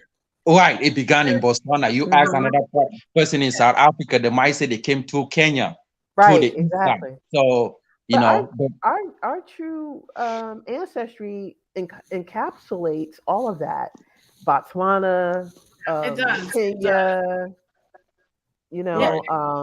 South And Africa, yeah, Central Cameroon, right, Nigeria, the Yoruba, and so many the Moors, and right. so many other Mali. And those of you that don't know what she's talking about, again, I'm going to tell you, if you have done your DNA testing, go into mytrueancestry.com, download your stuff into it. You might have to pay a little upgrade just so you could get more information. But if you click on Koisan, my 27.1% Koisan, if you click on that, it tells you, like you see Botswana here, you see South Africa. These are all people that I share genetics with. How much is your Gina, percent Gina, of can I? Khoisan? Go ahead. I'm sorry. One person. I didn't get that. I didn't get either of you. What? Ooh, Amina, what were you saying? Or sorry. What is your percentage of Khoisan? My percentage of Khoisan is 27.1. Okay. Okay. Yeah, and the Bantu is let me see, and it goes with what what's the name? What Suri was saying. She said how they kind of mixed. Yeah, Right. The Bantu is 17.2. Oh, wow. And Yoruba is my most recent and highest. Right, mine is then, too. And then you have the root, the what is that? That would be your the people that were in the Sudan area. What were they? The Nubia people. The Nubian. Right. Yeah, the Makurian. Makurian. Yeah, those are Nubia. And it that's Nubia. It tells you your percentage of Moor. Yeah, the Guanches. Yeah, so the Caliphate Moors. So yeah, Caliphate. Yeah. But one thing I noticed that if you dig into Bantu, it talks about the Koisan as well. It talks about it, but as when the Bantu people were expanding, the degradation was getting lighter. So it was the like if you go to like some part, they call people semi-Bantu because they have moved into another kind of, they have mixed with a whole lot of different people, right? And after the mix, the Bantu kind of degrade. It keeps degrading, and some of these people, they don't speak Bantu languages no more because they have adopted another languages that suits them. So I have a question for you, Jude. Right. So are most of the people from East Africa and over to West Central and West Africa, are their original language Bantu? Because Bantu is an ancient Semitic language, right? Like Amharic and Aramaic. Right. I don't think they were called Bantu though. But they weren't called Bantu. Is just like you can just say like Bantu is a whole, like it's a whole, it is a conglomerate of a whole lot of different tribes. Okay, right? It's an amalgamation of all these ancient languages. Yeah, you're right. I wanted to guys show you something, and then we could go to Suri because I know she had something she wanted to say. But you see, within the Koisan, you see in Cameroon they found the Koisan person. Right. We have tribes that speak the same languages. In South Africa, there's a Koisan person, and they were able to link it up as Koisan because they're going based on what genetics, I guess, that the oldest genetics, the smallest percentages or the most oldest percentages within the Koisan people today. Wow. So they're able to figure out, okay, so these ancient remains, these people go back thousands of years. Mm-hmm. They're able to find the bones, y'all, and link them up with you, telling you, hey, these people right here, and some of them are related because I think one of them, they had like maybe 10 people in the, they found in one burial.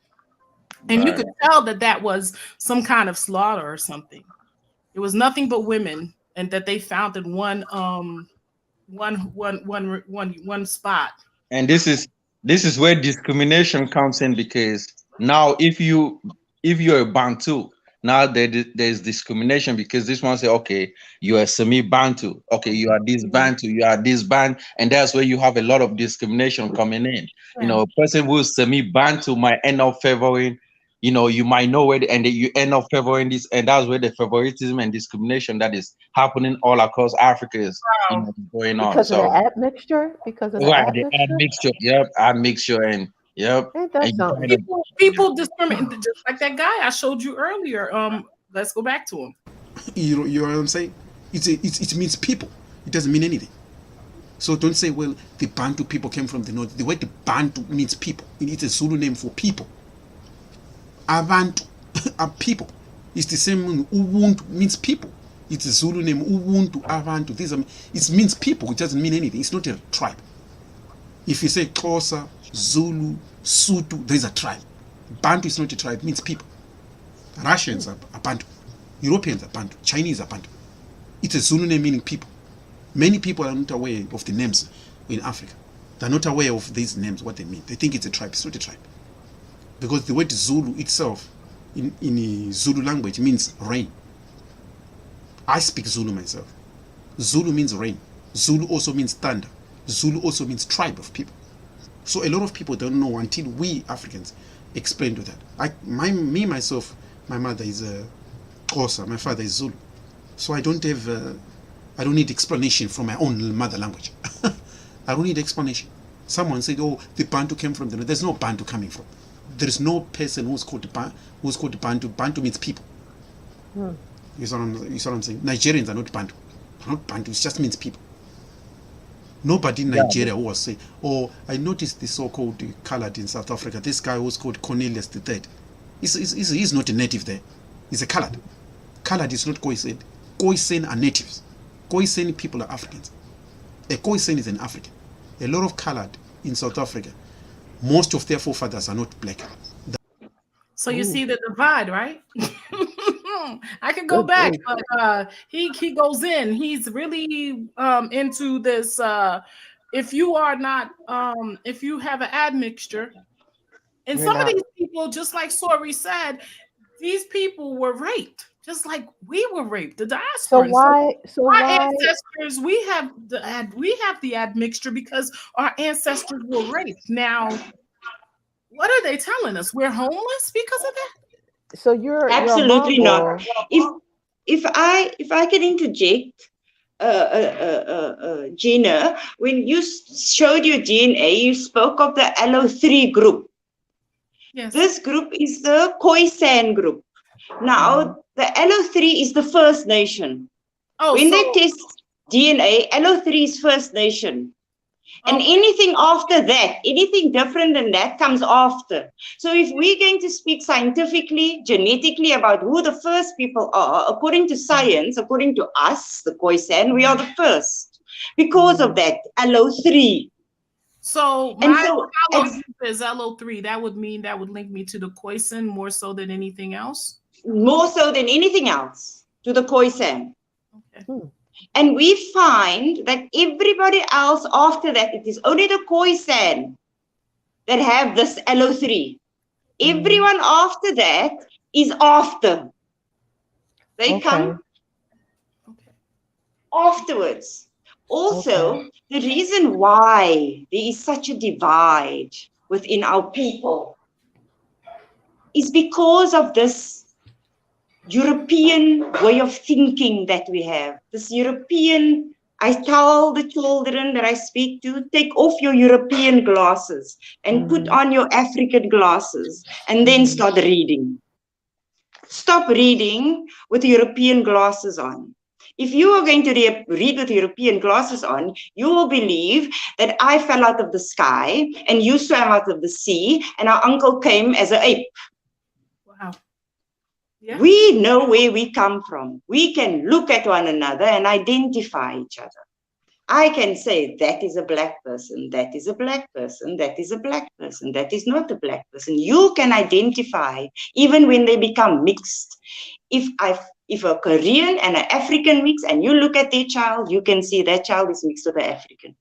And our features show through and through. But the problem is we have adopted European laws, European way of thinking, European way of dressing, European way of trading.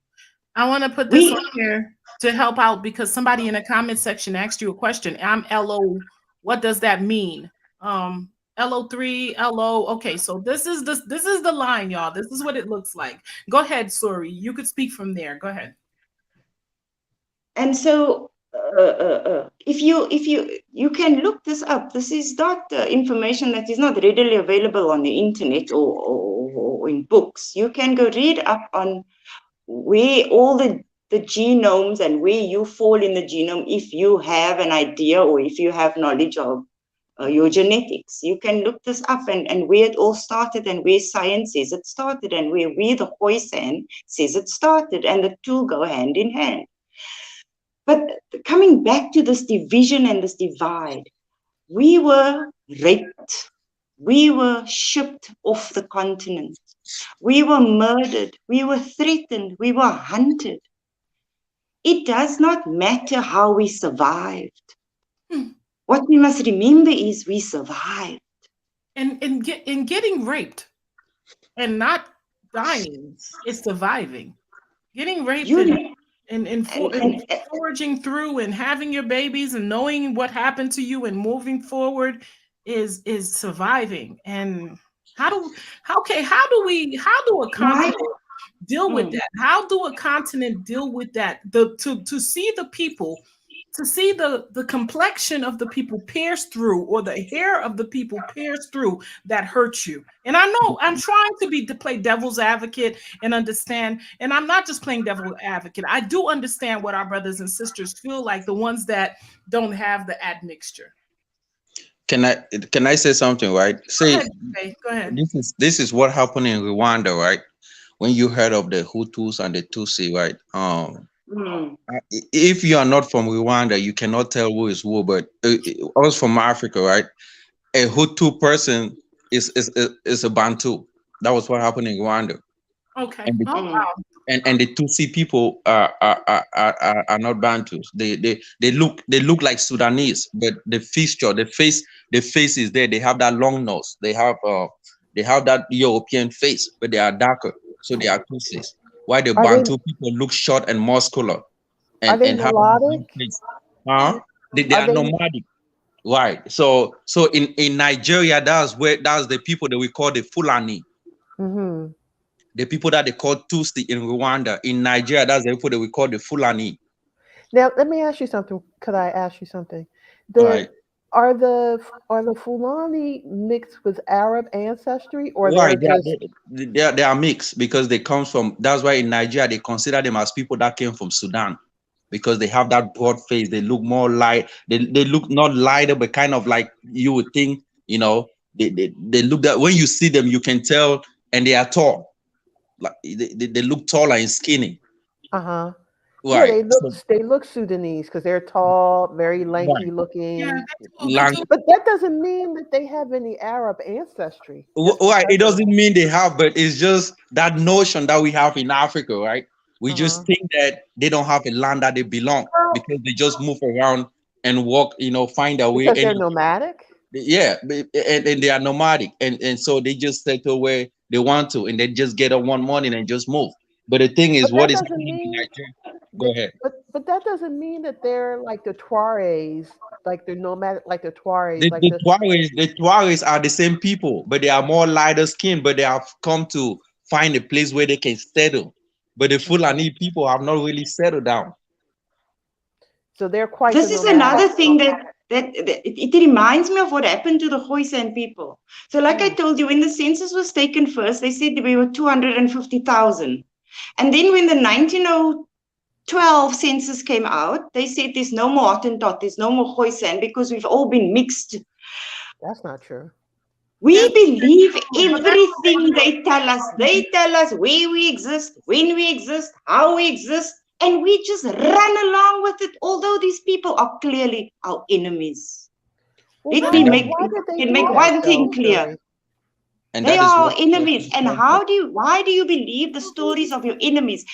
If I am a Khoisan, and we believe that I am the first to inhabit this continent of Africa, and I say my children are the Bantus, that means you inherit my land, which makes Africa your land, our land.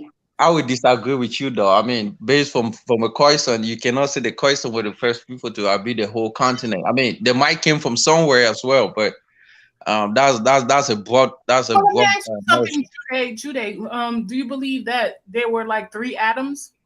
I mean, Africa is so broad, right? You cannot say they were the first inhabitants in the Well, whole I mean, do continent. you think? I mean, we're talking about creation. If we're talking about creation, do you think that? I don't know if you're Christian. I don't know if you're Muslim. I don't know, but if you believe, do you believe that it started like people were just created in different places, or do you believe that there was just one group of people, one group or one man? I believe that people came from Adam and Eve, and I'm a Christian. I mean So that where do you that's what think the Adam Bible and says. Eve? That's what I was trying to get to. If you believe that, then you got to believe that there was only one place that they started from. Right, and the one place I don't think is not South Africa though. It might not. I You think know. it's East Africa. Now my ancient DNA says, and I hate to do this because this is where I don't know much about it, because to be honest with you, I'm not as I don't know what you received as far as education on the continent.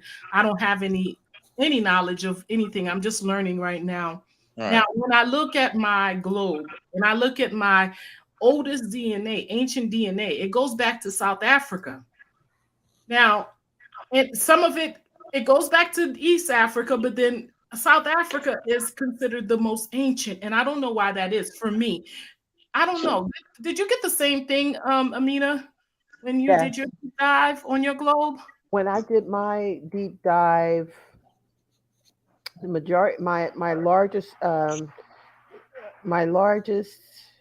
deep dive is the Khoisan, Me which too. is Me which is too. 40 And then Bantu is next. Khoisan, Yoruba, and then Bantu peoples.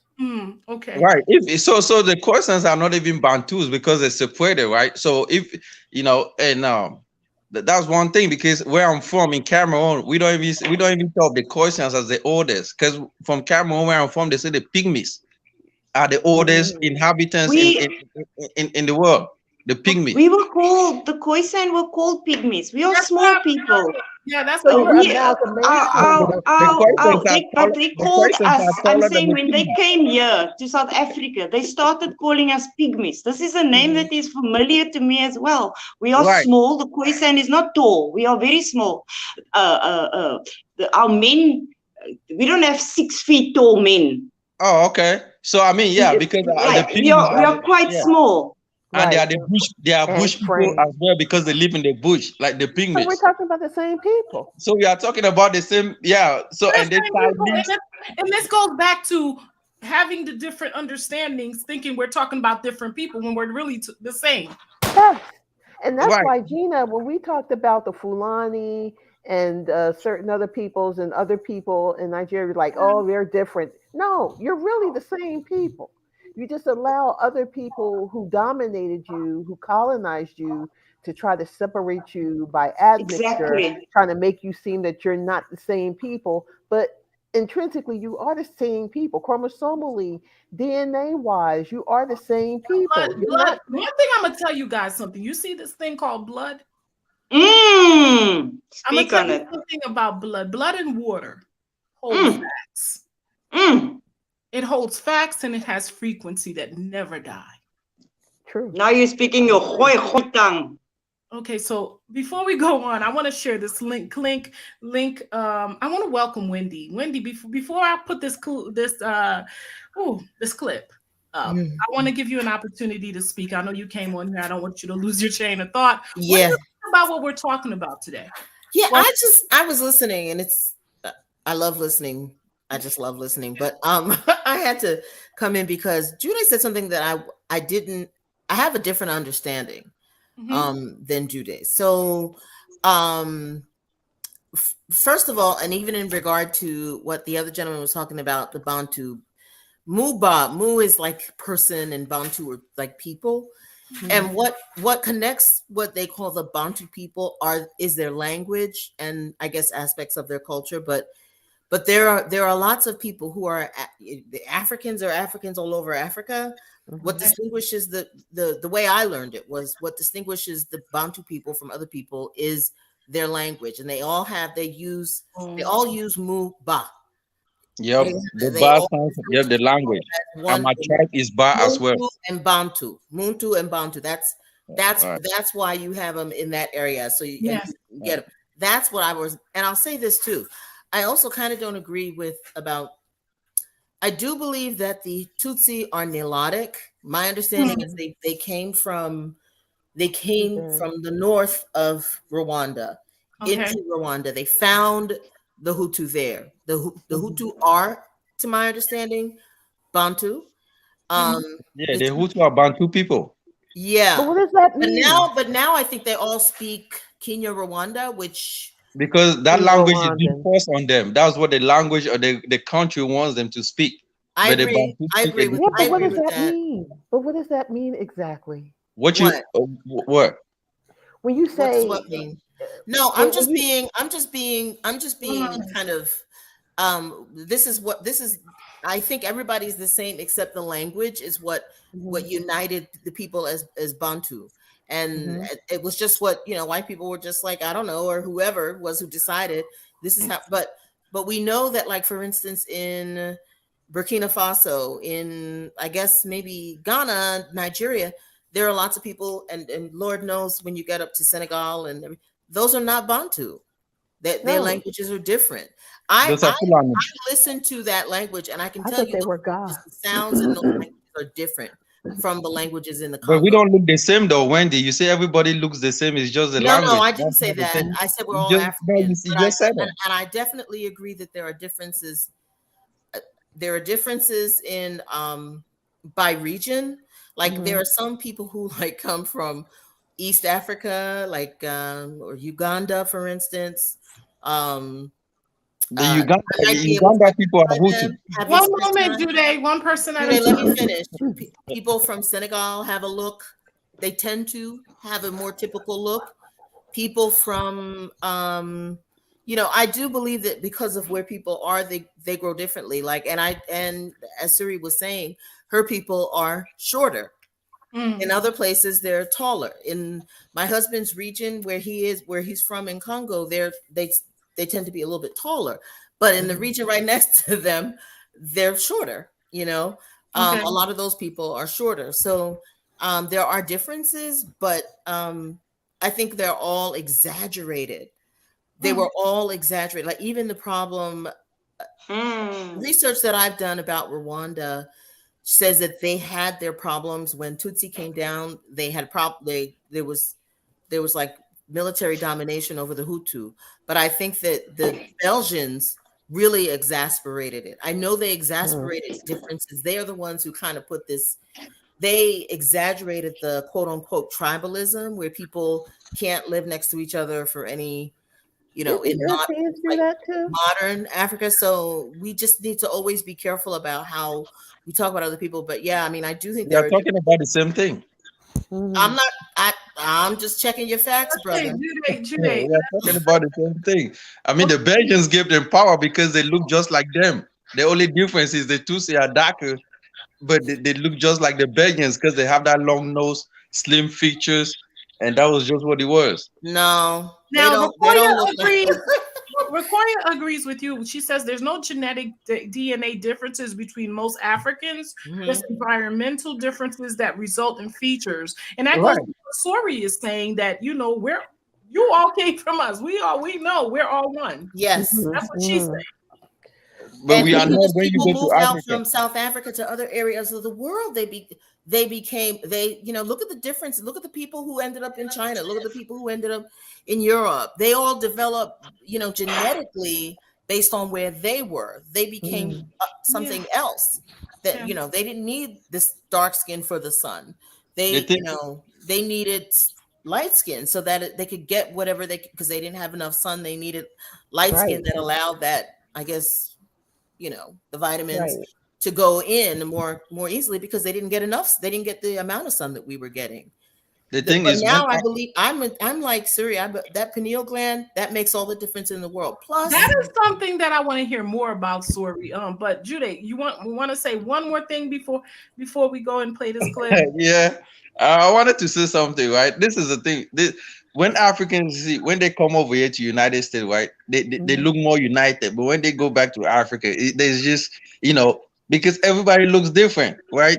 That's why you see there's trouble in any part of like every country has a problem. Even as we speak in Senegal, there's a problem going on between the people, the Fulani people, and the people that live in the Sagamons, the people in the south of Senegal. They look different. But if you ask why is the war going on, most of the people in the southern part are running into Gambia because they want to separate from Senegal. Yeah. Because those who own power tend to discriminate against the people that don't have power, and that's the same thing that is happening in Rwanda today. If you go to Rwanda, the Vision for people, nothing, because we all came from one people. right? But they don't look at it that way, sadly. Right. It's just the continent is. You go to South Africa, it's the same thing. The Koians are being separated from the other people, and it's just happening even in Kenya. You had fightings that used to go on in Kenya because the people that live in the other part of the country look like Somalians, and they call them Fulanis, and they are just fighting the other people that speak. I mean, it's just and it's gonna keep happening.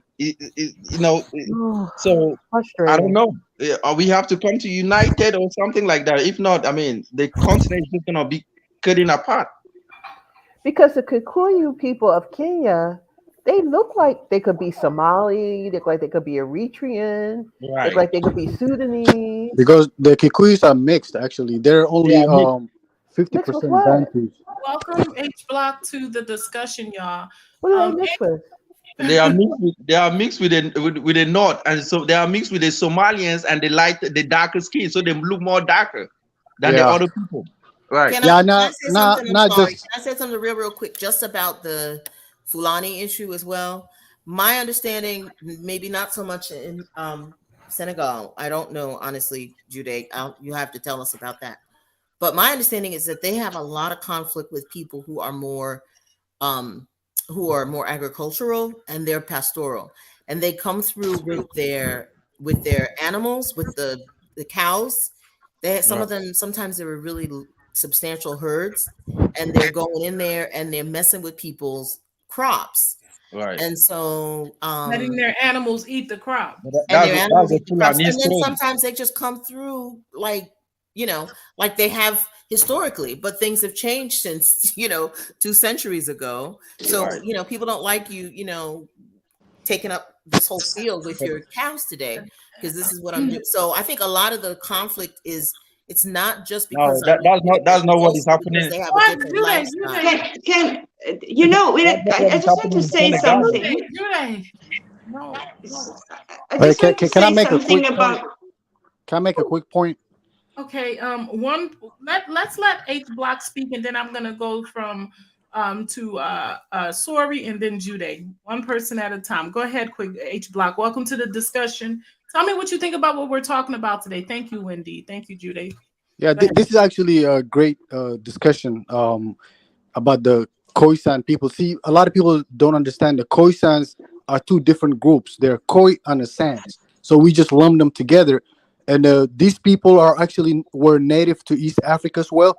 And a lot of the Bantus, through the Bantu expansion, a lot of them, the Bantus and the Kushites pushed down to Southern Africa.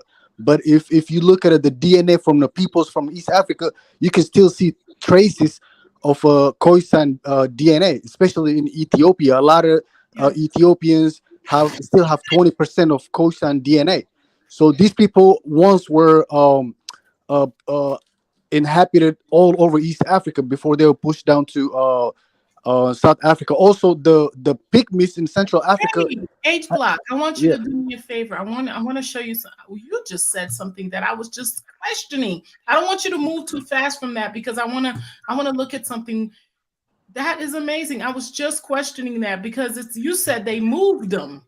Yeah, they did. Africa. Yeah. To South Africa.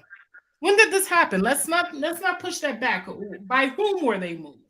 I mean, like we don't know exactly. This is just theories and speculation based on the DNA evidence. We don't know exactly who moved them, but we know they were once inhabited all over East Africa because they show up all the groups in East Africa, the DNA from all these groups from East Africa.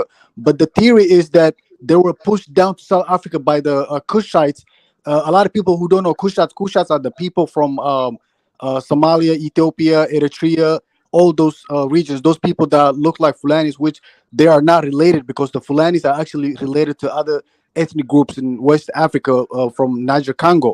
So when my brother from Cameroon, when he said the Fulanis are the same people as the Tutsis, that's not correct at all. Tutsis have completely different genetic makeup. Tutsis are Bantu, the Hutu are Bantu, and the Tutsis are from the Horn of Africa. So they have a lot of Cushitic and the Nilotic DNA. But they, at this point, they're so much mixed up with the Bantu. They're in this, like they're basically the same people now.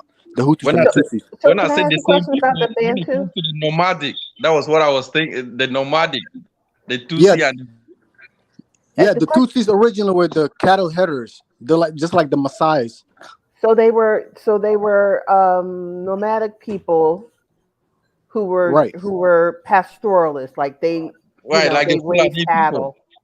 Yeah, but they were also part of the kingdom that ruled that area in the Great Lakes region over in Uganda, Rwanda, Burundi, all that area. So the Tutsis, they might migrated from East Africa, but they Mhm. have been there for a long time, over a Thousands of thousand years. years. Yeah. Okay. Can I say So are something? they the same? They're not the same people, or they are the same people? Who Tutsi and the who?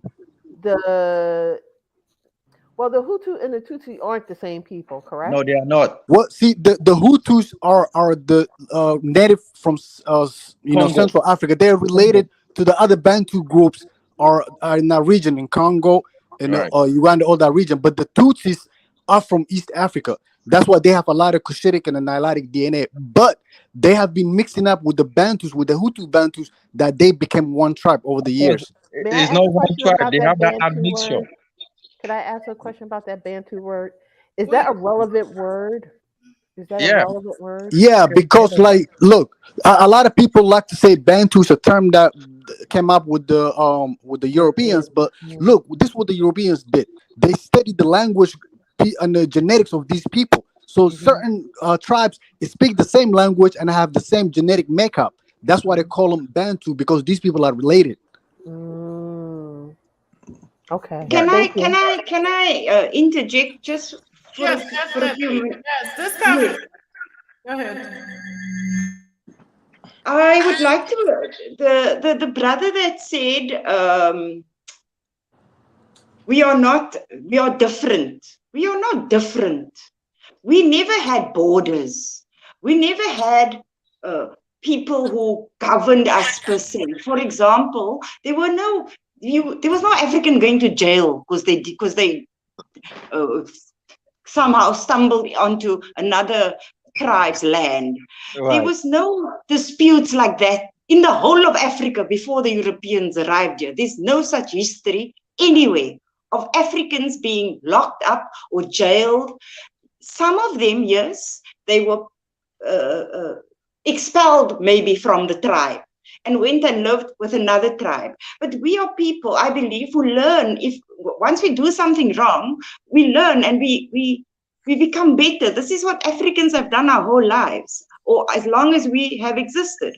Now, when we talk about the Bantus, Gina, you said you watched a documentary on a white man who tested the DNA. He was the first guy.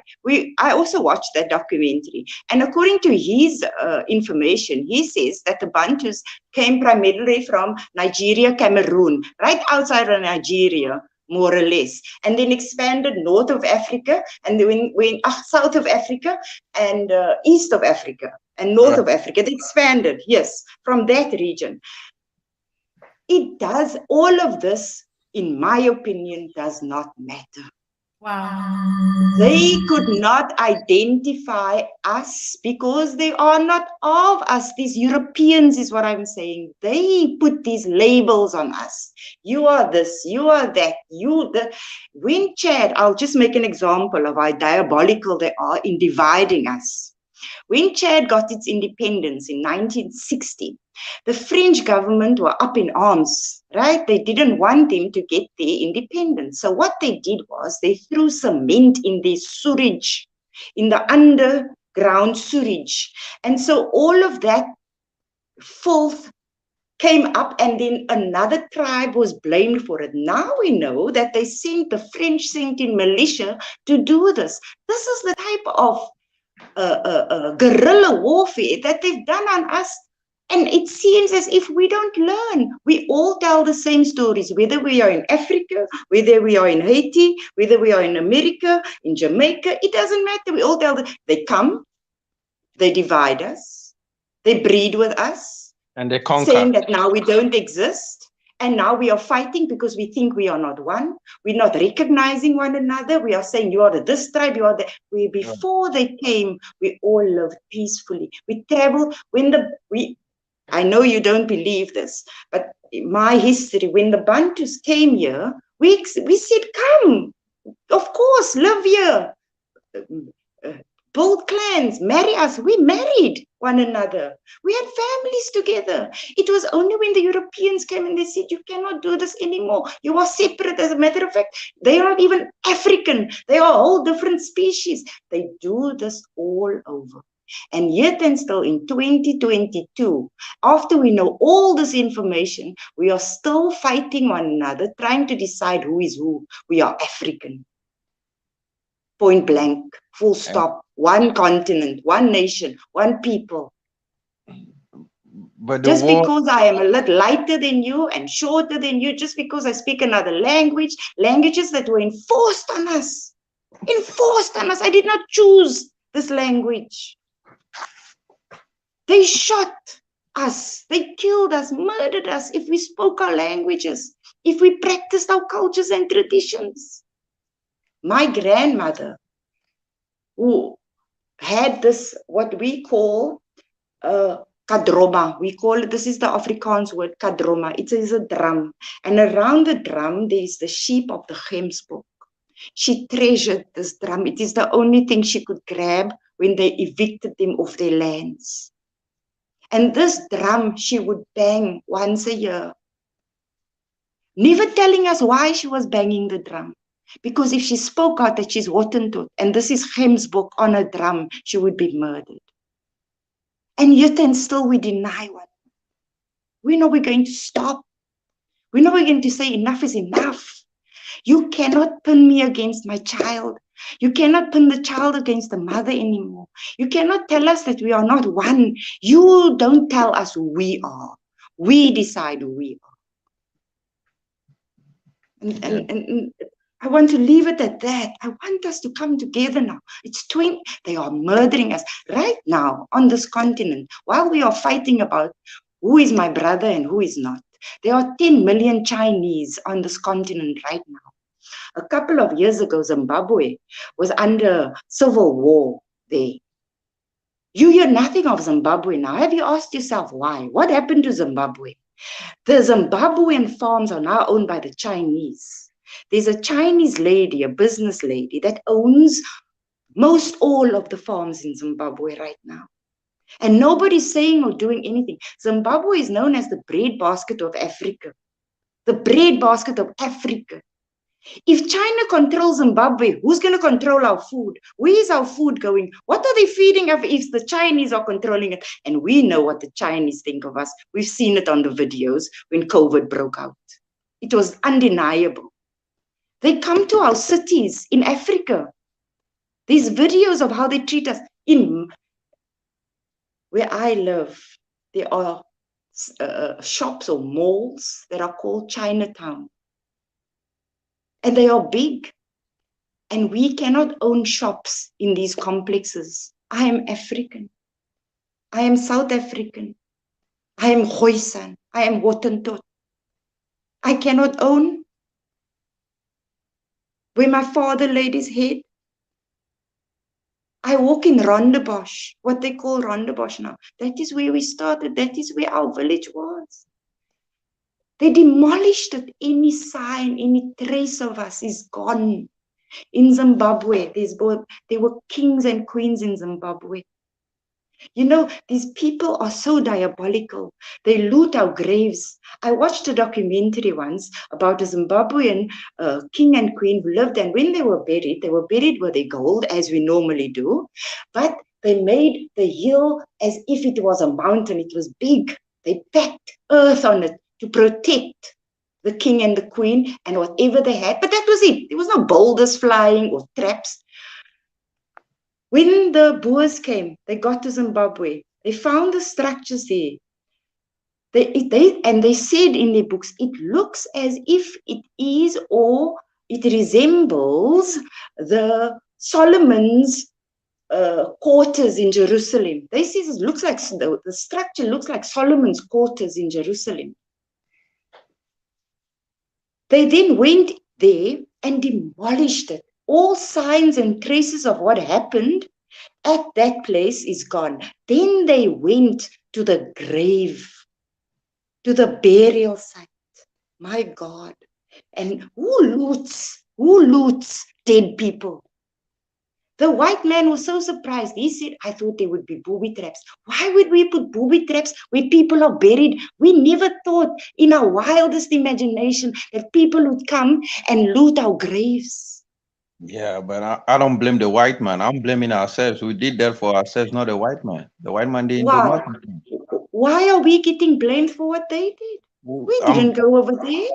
White, but I'm blaming ourselves for not. Ever since the white man left, what have we done? I mean, they kept us Why? together. They not left, brother. My son. They have not left my son. They are here in the millions. In the millions, they are here. I mean, they own. Do you know Anglo-Plat? Anglo-Plat is an American company.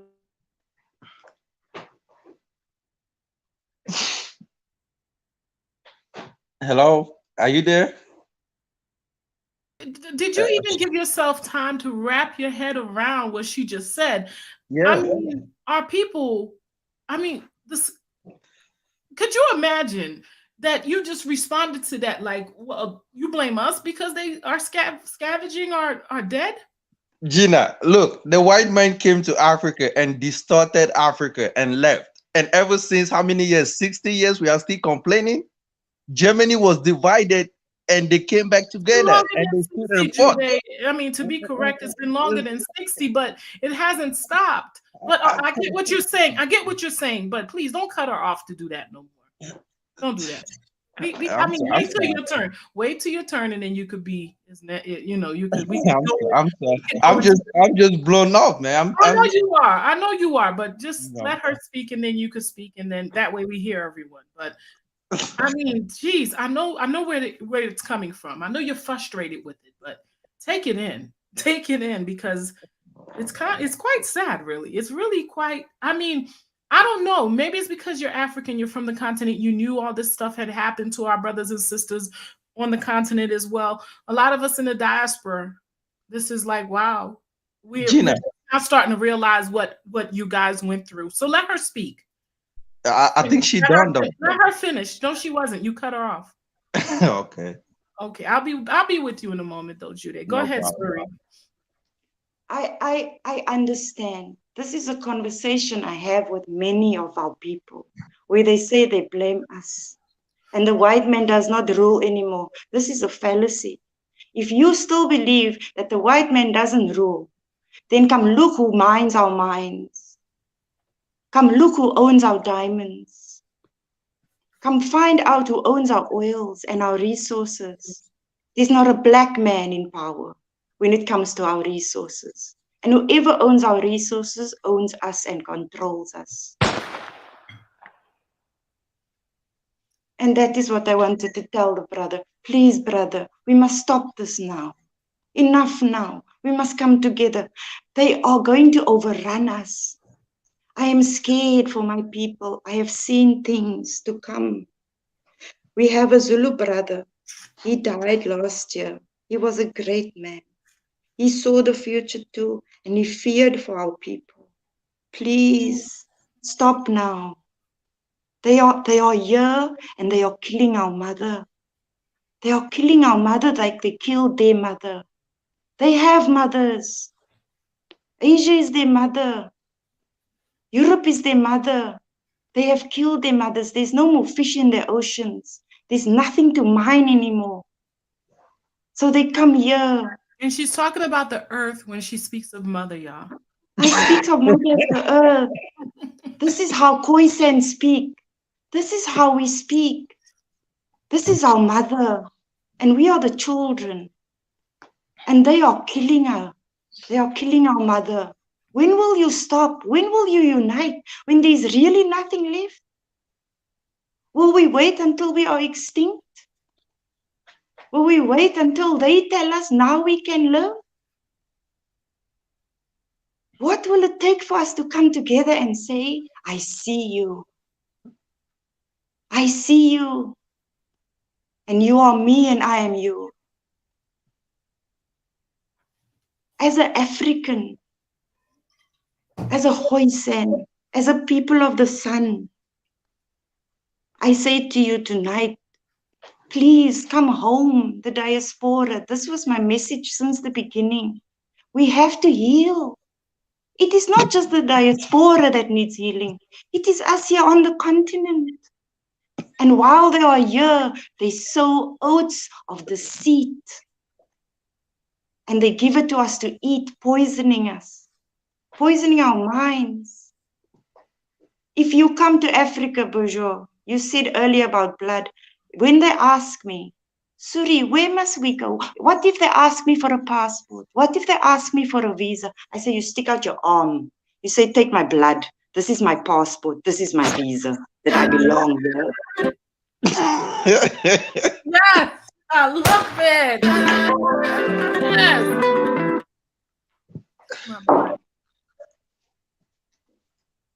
I hope and I pray that in my lifetime, I see my countrymen, my people, my children as one, living like we used. We must expel everything of these, their laws, their culture, their...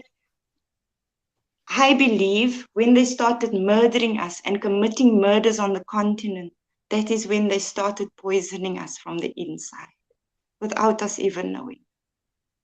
When our forefathers bled on the land and we grew vegetables on the land, we ate that pain, we ate that suffering. I believe this is how Khoisan think. Yes, we are ancient people, and yes, we might sound backwards to some people, but we are not. We understand what is happening. We just choose to live this way. We choose to be a nation of healers and a nation of seers and a nation of knowledge seekers. Not that we wish to do anything with it, that we leave to our children. You guys, it is amazing to me when I see what you guys have done with the knowledge. I always tell them, why do you think you survived so long? You learned that from me.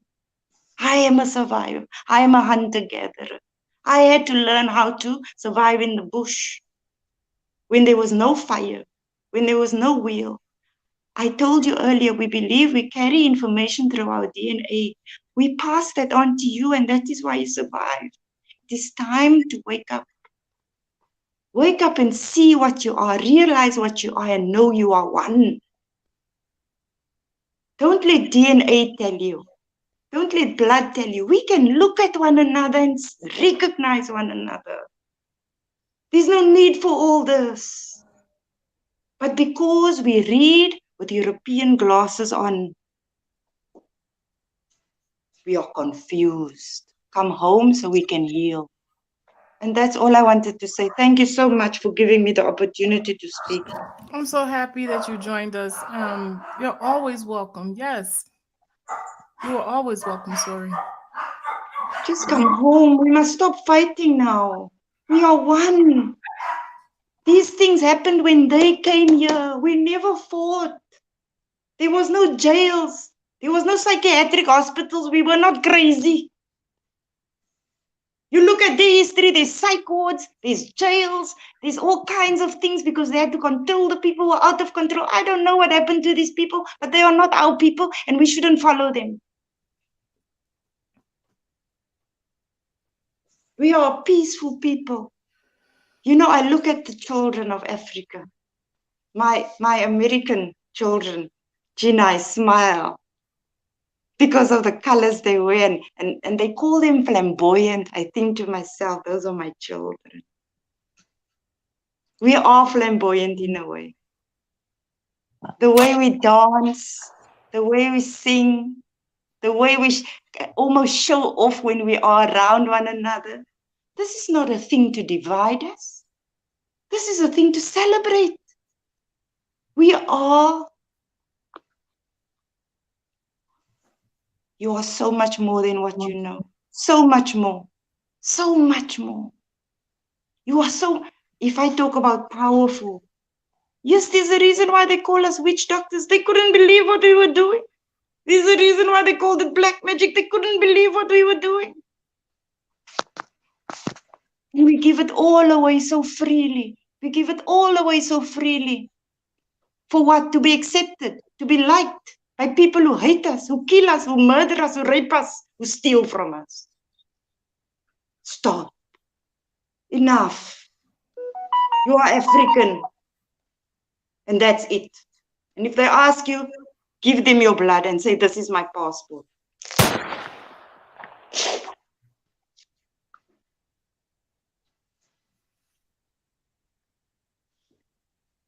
When Sarki Bartman came home, many has heard of Sarki Bartman. She was a Koisan woman who was stolen from our shores and paraded in Europe. Our curves. I cringe. Oh God, when I think about it. And when we brought her home, we wrote a poem for her. So before the show closes, Ginny, if you would permit me to read the poem. Because we need to welcome you all home. I want to rub you with the fat of the gemsbok, like my grandmother and her grandmother and her grandmother rubbed her with the fat of the gemsbok. I want to give you water from the river. I want to pull a root out of the ground and say, eat from mother's food. These are the things that I want, dear God. But my people fight. My people blame us. How can you blame us? They hunted us. They murdered us. They stole you away from us. And yet and still, we want to blame one another, finding differences. Oh, it breaks my heart. Because you are all my children and you are fighting one another. You are not seeing one another. Come home so you can heal. Come home. See us.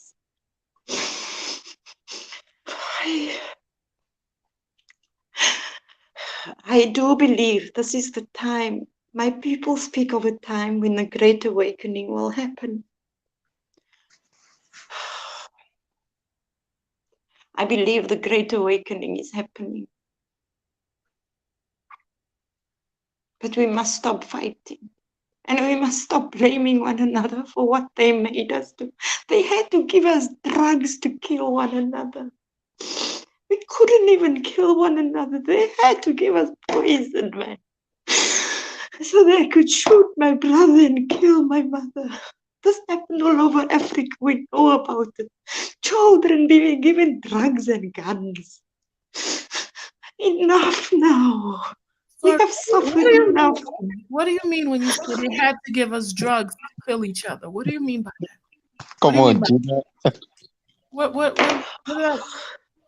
Maybe the other, I hear my brother hears what I'm talking about. I cannot speak right now. Maybe my brother can elaborate. If you know, if you don't, I will speak.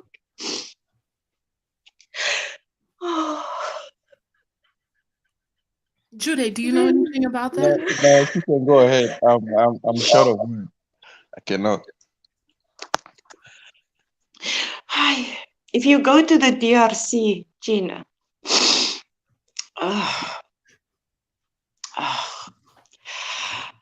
there was a civil war that broke up in the DRC. I was just thinking the same thing. The crack epidemic, they did the same thing here. Go ahead. I'm sorry. Yes. And so I don't know what the drug is called in other countries, but in our country we call it mandrax. It's a white tablet. It is made from the cocaine plant. Oh shit. These tablets were handed out to children to take. And then the next thing what was given was a gun. And they did the same in the Khoi community. Mandrax, what we call mandrax, this drug from the poppy seed or the poppy plant, was rife in the Khoi community as well. This and alcohol. They gave us no chance to get out of it. We had, in the communities, there were people who went to the houses and said, please, when these drugs come into the communities, do not take them. How did they get into the community when we couldn't get out of the community? Who went and fetched it? Who brought it into the communities when we couldn't leave?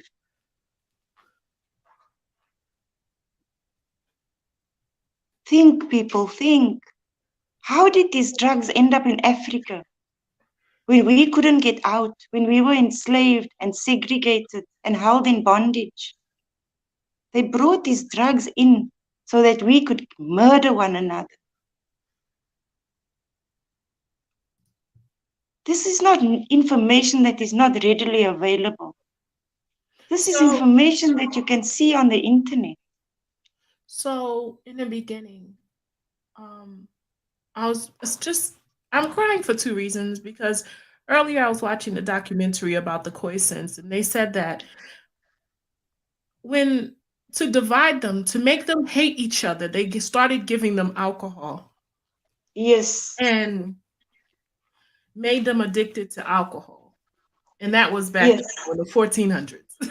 Yes, when Jan van Riebeeck arrived, within 50 years, we had a very strong economy, if we can speak about economy in that terms.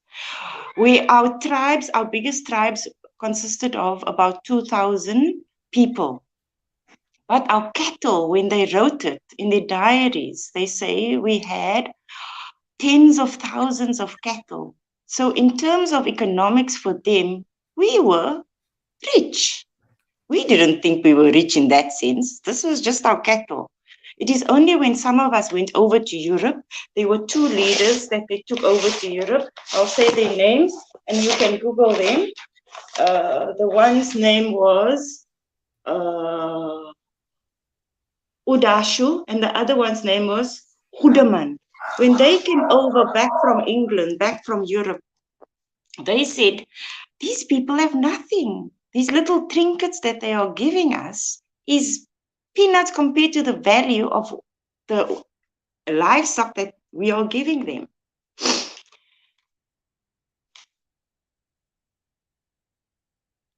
In 50 years after Jan van Riebeeck arrived, we had nothing.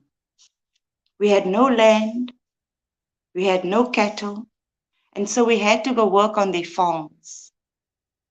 And they paid us with alcohol, Gina. Up until today, I can video record our farm workers and how they walk.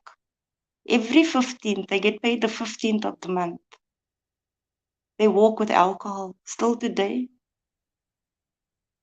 It is not a thing of the past. They haven't moved, brother. They haven't gone away, brother.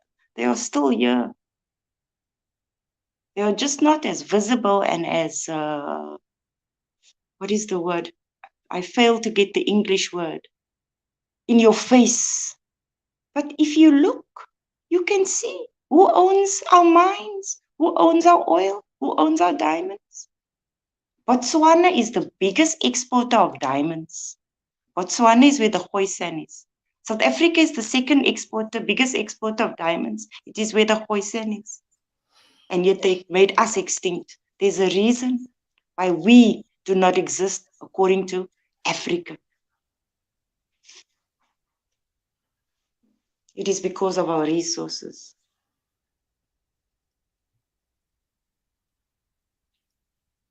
We must open our eyes. You went through the same things. Our people went through the same things that we went through. And I believe that. Haven't been told. Half the story has not been told, y'all. Gina, I live in what is considered a reserve. And 2 kilometers down the road from me, there are white farms where my people are working. And I have to still look at this and accept this. And I ask them, why are you still here? What are you doing here? Where must we go, they say. Nobody wants us. They don't even believe we are African.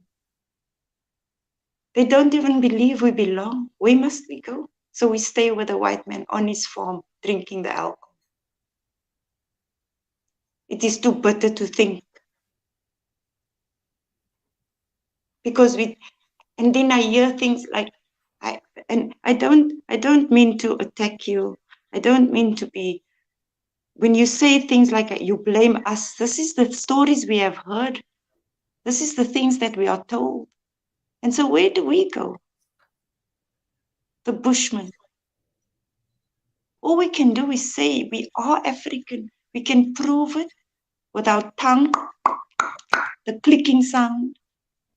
We click.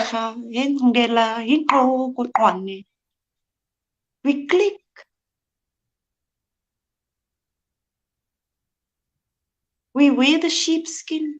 We wear the gemsbok skin. Our hair, our noses. I am not Trevor Noah. I am Khoi. I am Hottentot. I am African. Do not deny me. If you deny me, you deny your mother. And a people without a mother is always searching. Do you not realize? They've made you orphans. They've told you you don't have a mother. And so you are always, come home.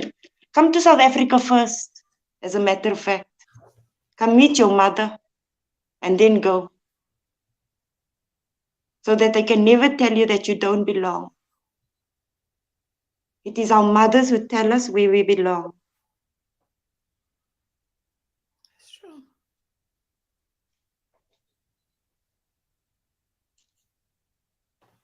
Oh, guys, there's a lot to do.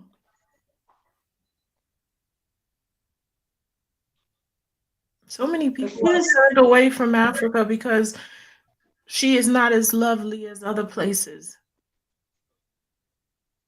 Gina, let me interject. Gina, sorry. Let me just, I wanted to say this. If there's a port, fishing, naval base. Mhm.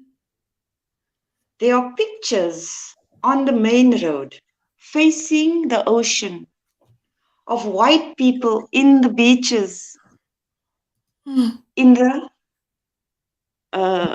late 1800s, early 1900s.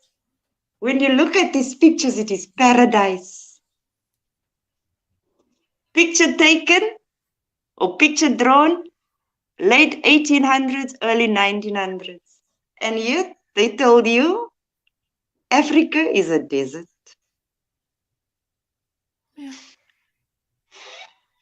They gave you the desert and came to paradise. Africa is paradise. God put Adam here in paradise. We are still here.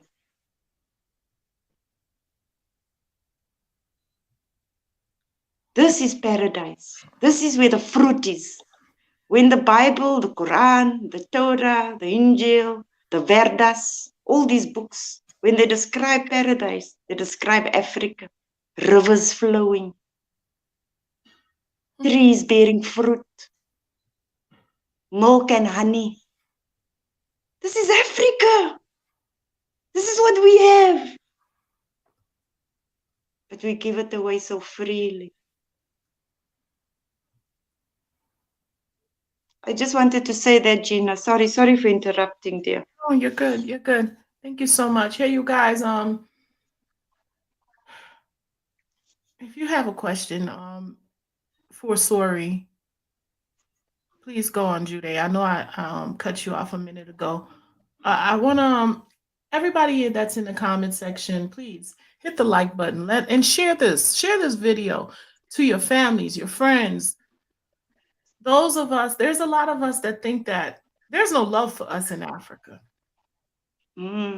People have I mean, in these last couple of months have made it, there's been a lot of diaspora wars, and people need to hear some of what our people went through on the continent, because they, we play such, it's not we play, we are such the victim everywhere we are. And I think it's time for us to stop feeling sorry for ourselves and do what we need to do for ourselves. Amandla. We've all been through it. Some of the things I'm hearing about South Africa, I'm learning about Namibia, Botswana, did not know. And there's probably more stories out there that we do not know. Please understand that we are one. In the end of the day, if we could just see the fact that we are one, we can accomplish so much. Jude, go ahead. Before I play this clip, tell me what you wanted to say. I just wanted to come back to you. You're on mute, Jude.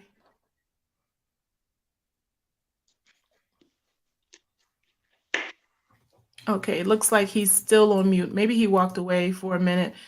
I'm going to play this clip just so we can have an understanding of why we're here again. We're talking about the Khoisan people, the original people on this planet. A lot of people have done the research, and it's concluded that the Koisan, which we are now realizing makes up of two different people, are the original people. But let's get in. Hello and welcome to History Boffin's first video in its South Africa playlist. This is aimed at GCSE, A-Level and IB diploma programme students, as well as anybody who's interested in learning more about this fascinating topic. Most history courses on South Africa tend to focus on the apartheid era, from 1948 to 1994, but we're going to be looking at the historical background to this system and the opposition to it. We start by considering the indigenous populations of South Africa. As Leonard Thompson rightly states, Southern Africa was not uninhabited when conquered by whites, and its population was not some metaphorical tabula rasa, a group without society and culture just waiting for the white colonizers to bring them civilization. In fact, Thompson argues it was the strong political, social and cultural systems in place amongst the Bantu-speaking peoples of South Africa that led to such hatred of the new order imposed by the Afrikaners and the British in the 18th, 19th and 20th centuries. The indigenous peoples of Southern Africa can, somewhat simplistically, be divided into two groups. In Southwest Africa was a group now known as the Koisan. These people were descended from the earliest inhabitants of the region and were described as short, wiry and brown-skinned. The Koisan people were in turn made up of two groups differentiated by their way of life. The San maintained a hunter-gatherer approach, living off the land and moving around and being less concerned with material wealth. The Khoi had developed into pastoralists, still living nomadically but taking herds of animals with them for food and clothing. To the southeast of the continent lived a rapidly growing group collectively known as the Bantu-speaking people. The word Bantu refers to the common linguistic root that these people shared, which originated further north in Central Africa. Over time, these taller, more muscular and darker-skinned Africans had moved south, but this was not some mass migration, but rather sporadic movements of smaller groups of people. The Bantu were farmers, and rather than move around, they settled in one area, leading to a strong tribal system. Each tribe, which could be as small as 1,000, although some numbered over 50,000, was led by a chief. What was remarkable, however, was that chiefs held power to an extent through the will of the people. At tribal meetings, chiefs listened to members of the tribe and could even find themselves criticised by them. This led to a somewhat patriarchal rather than despotic system becoming the norm. Violence between tribes was limited to cattle raids and to small set-piece battles until the 19th century, while moving between tribes was very common due to the shared linguistic and cultural roots, and also encouraged because chiefs regarded their own power as intrinsically linked to the number of both cattle and people under his control. In fact, mixing was not just limited to the Bantu-speaking people, and where they met, Khoisan and Bantu also formed relations. While there was tension, in particular due to San killing the domestic animals of the Bantu-speaking people, there was also trade and patronage. It became common for the San to hunt game for both themselves and for their local Khoi or Bantu-speaking overseers, in return for milk, iron tools, or even copper jewellery. Furthermore, Koisan were welcomed into Bantu tribes, and this process intensified after white annexation of territory in the southwest of Africa. So much so that Koisan genes actually constitute a significant amount of those possessed by black South Africans today. What ensured this stricter delineation of territories, Koisan in the west and Bantu in the east, was the geography and climate of the region. The west had significant dry areas, particularly the Kalahari and Namib deserts, which did not really support farming. The east, however, was wetter and more luscious, and therefore there was no real desire on the part of the Bantu-speaking people to encroach too far west into the territory occupied for centuries by the Koisan. And thus, when white Europeans started the colonisation of southern Africa in 1652, they were not stepping into uninhabited territory, nor did they encounter an uncultured people. The concept of a tabula rasa, a blank canvas on which to imprint European culture, developed out of the sense of superiority that Europeans brought with them, and their ignorance or disdain for anything that was non-European, non-Christian, and in their eyes non-civilised. The record of Reverend John Campbell, who visited Dithakong, also known as Litaku, in 1822, demonstrates how Europeans witnessed African society, economy, and culture, and then subsequently belittled it. Campbell noted the copper and iron that was possessed by the tribe as jewellery and as tools, and then surmised that it must have come from Portuguese traders in Mozambique, failing to recognise the indigenous capacity for metalcraft and the extensive trade that took place between tribes. He also compared the tribal tradition of passing down customs and history verbally versus the European use of words, and saw little value in the former. While a sympathetic account, even Campbell, a man of God, was unable to see beyond his own prejudices and acknowledge the richness of life he witnessed while staying at Dithakong. The Europeans developed a myth of African tabula rasa to justify their colonising work. The South Africa playlist fits in nicely with all three curricula that History Boffin has had experience with. There are the 4, 6 and 10 mark questions from paper.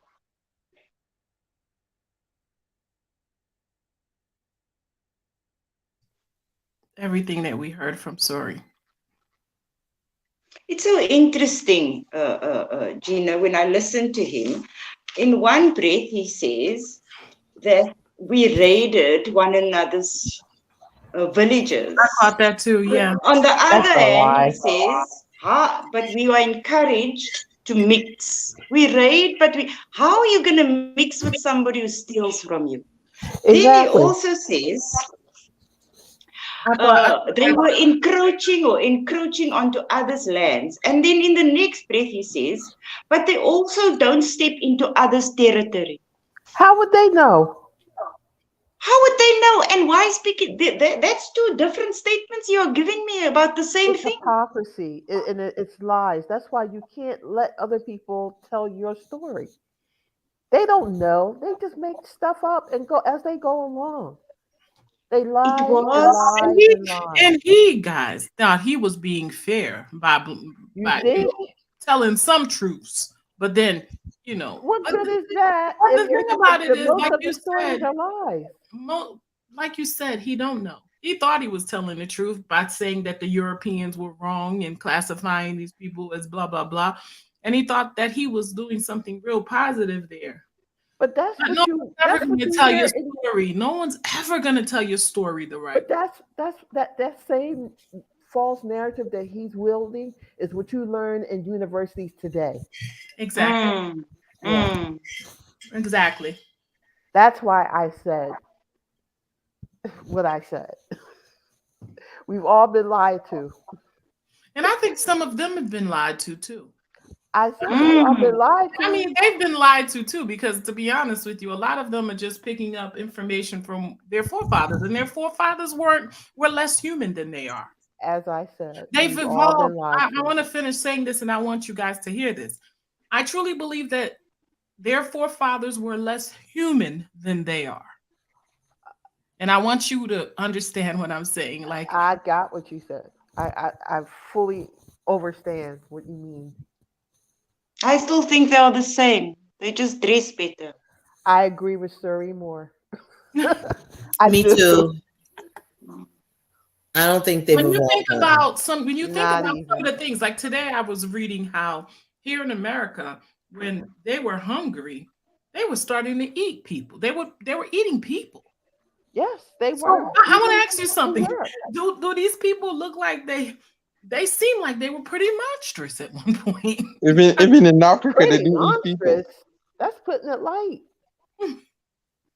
I mean, That's putting it very lightly. You're being very kind, Gina. You're and I being know very that they kind. said that they have cannibals in Africa too, but Oh no. Prove Oh it. no, there's no cannibals Prove in it. Africa. I don't know where Prove this it. came from, but there are, I've not heard of Prove any it. nation which encourages cannibalism.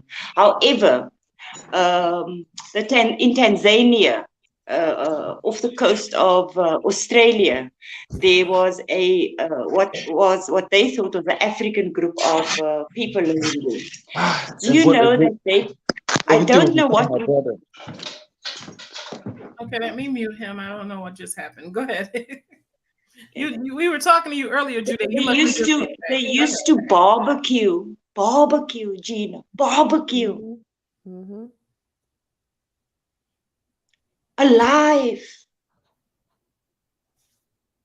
These human beings were alive. Yeah, they did that. And we call it a spit drive, meaning they took a spear, drove it through the human being while the human being was alive, Mm-hmm. hung them over a fire, How and savage is watched. that? So when you What think are of you? when you think of Jeffrey Dahmer, Mm, you know who Jeffrey Dahmer is. yes. Yes, I've. Okay, so let that thought just move through your psyche. As I always say, who are the real savages? Suri, they used to do lynchings in America No, they still do. publicly and invite Yes. people. They still lynch, but they would bring their children out to come and look, and then they would burn people's bodies and chop it up, or remove pieces as souvenirs to be sent home, and they would make postcards out of this. And who does that? And yeah, I mean, and so this is not a behavior that was just like in Australia. It's all over. This is a learned behavior. This is something that they learned. They hunted us. They called it. There was a hunting season for Bushmen. A hunting season for human beings. How do you look? How, as a human being, do you look into another human being's eyes and murder him? In cold blood. I think that just happened last month in Pennsylvania. A young Jamaican thought he was going on a hunting trip. He ended up being the one hunted. And they ended oh my up God. saying, yes, and there were no charges brought, because the 6 people who shot him, including somebody who shot him in the butt, they did it in self-defense. It's not self-defense. Oh my God. That was modern day lynching. This is why they don't want you to know what their history truth. That's why this is why they don't want their children to hear their history, because it's not really their history, it's their behavior. And that's not even critical race theory. You know what I'm saying? About knowing about who these deviants are. That's not even critical Mm. race You know theory. what? I'm sitting here listening to you guys, and everything you're saying is true. But I really hate when we spend so much time on them.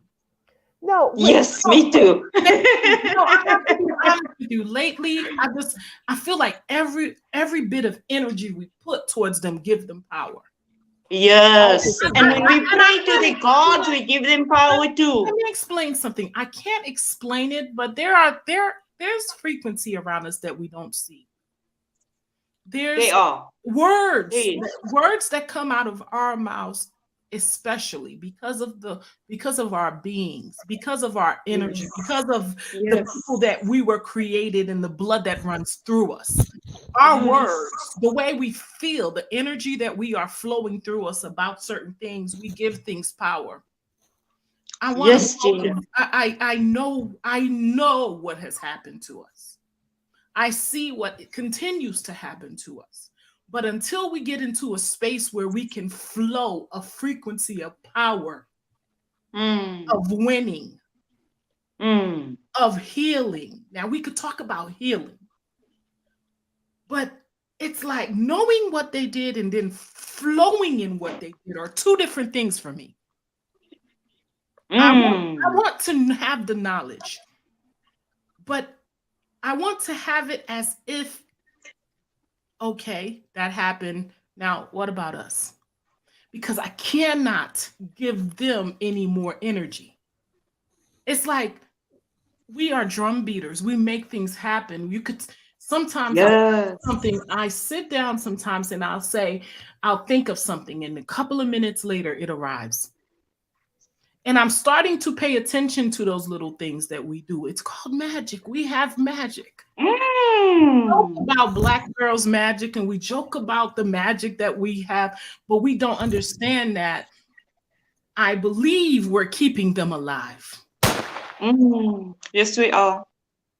I believe we're keeping a certain energy alive in this world because we tend to we give passion to it because it means it hurt. This thing that happened to us on continent, off continent, it hurt. Mm.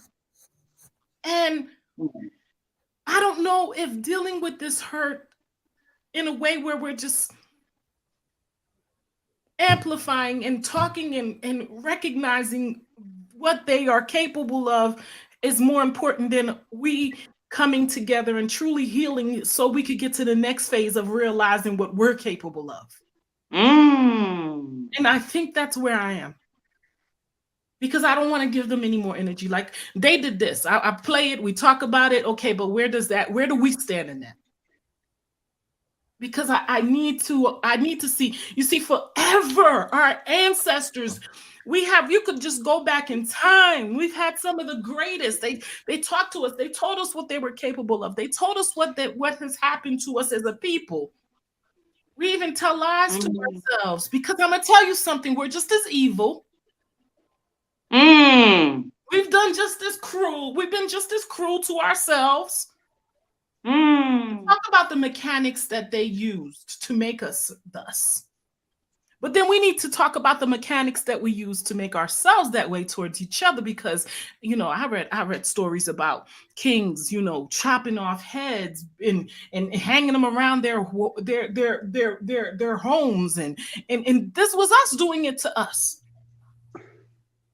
We have to acknowledge, I don't know if what happened to us, the frequency that found its way to us because we were not in line with the frequency we were supposed to be in the first place. Maybe we weren't peaceful at that time. Maybe we were too busy fighting over land. The land was given to us, not for us to be used by that land. And you're used by something when it controls you, when it empowers, when you are empowered by it, instead of us being the owners and the people, that no, we were willing to kill for land, and that was wrong. And that's what I'm trying to leap forward past the pain because we can't really. I don't know if you guys have ever been in an abusive relationship. If you've ever been in an abusive relationship, and I have, you can't really leave until you're over it. Yeah. And I need us to be over it. Mm-hmm. And I don't know I how need that, us to be over it. I don't Agree. know what that looks like to some of y'all, but for me, it doesn't mean I'm going to ignore what's happening. It means that I have to understand that if I give it power, then it continues. There's something called, okay, I said something earlier and I'm going to get into it. Blood and water. It's been scientifically proven that they have frequency and energy. And if you talk to a plant every day, that plant will talk back to you. Yes, Gina. If you ignore that plant, it will die. Push. If you have a glass of water, and before you drink this water, you say, "This is a beautiful cup of water. I'm so blessed to have this water." It's been scientifically proven that water carries energy, a frequency that when you intake it, it does something different to you than if you drink the same water, but you just sat it and it becomes flat. It's been proven, y'all. Same thing with blood, and word has the same level of frequency and power, even more so. And it from different beings, word have different powers.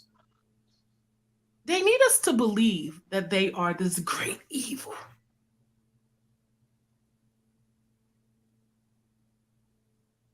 They need us, because with that belief etched in our heads, in our hearts, in the back of our minds, it does, even though it's unconsciously, it implants a certain amount of fear that stops you from being able to move forward.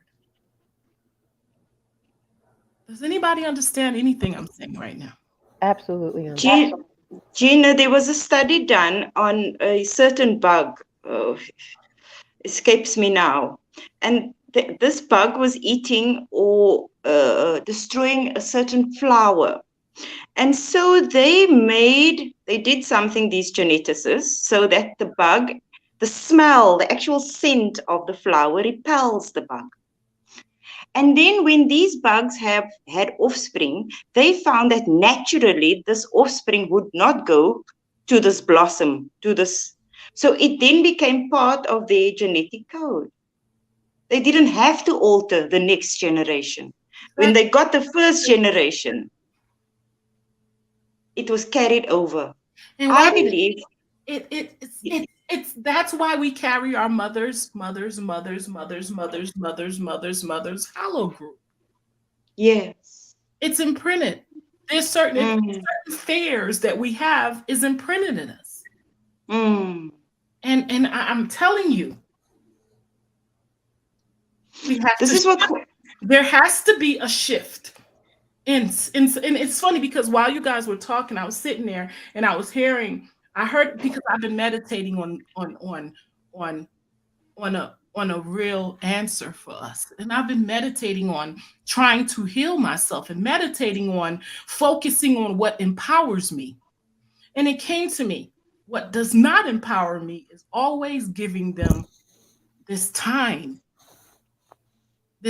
And it's not about talking about or not noticing the things that are happening around you. It's this energy that you put into it has to stop. We have to find a way to disconnect our power from them. Agree. I agree 100%. We pray to their gods. We revere their gods. I walk into my family member's Christian house, and I think it was either Chris Rock or one of the stand-up comedians in America that said, they look at this painting of this white man that hangs at the highest point in their house, and they bow down to it every day, not realizing that every time they bow down, they give power. to this white man. So everything he does and everything he says to us is right. It becomes holy even. It becomes godly. This is the power we've given these people. So I agree with you. It is our energy fueling them. I believe, this is what I believe happened, Gina. Just going back to how did we interact? I believe we became curious, Africans. You said we became curious, yes. Okay. We have oral stories. Like I tell you, we have oral stories. Orally, we believe that the Bantus, who we believe are our children, did not want to live the nomadic life with us anymore. And so they ventured out into Africa.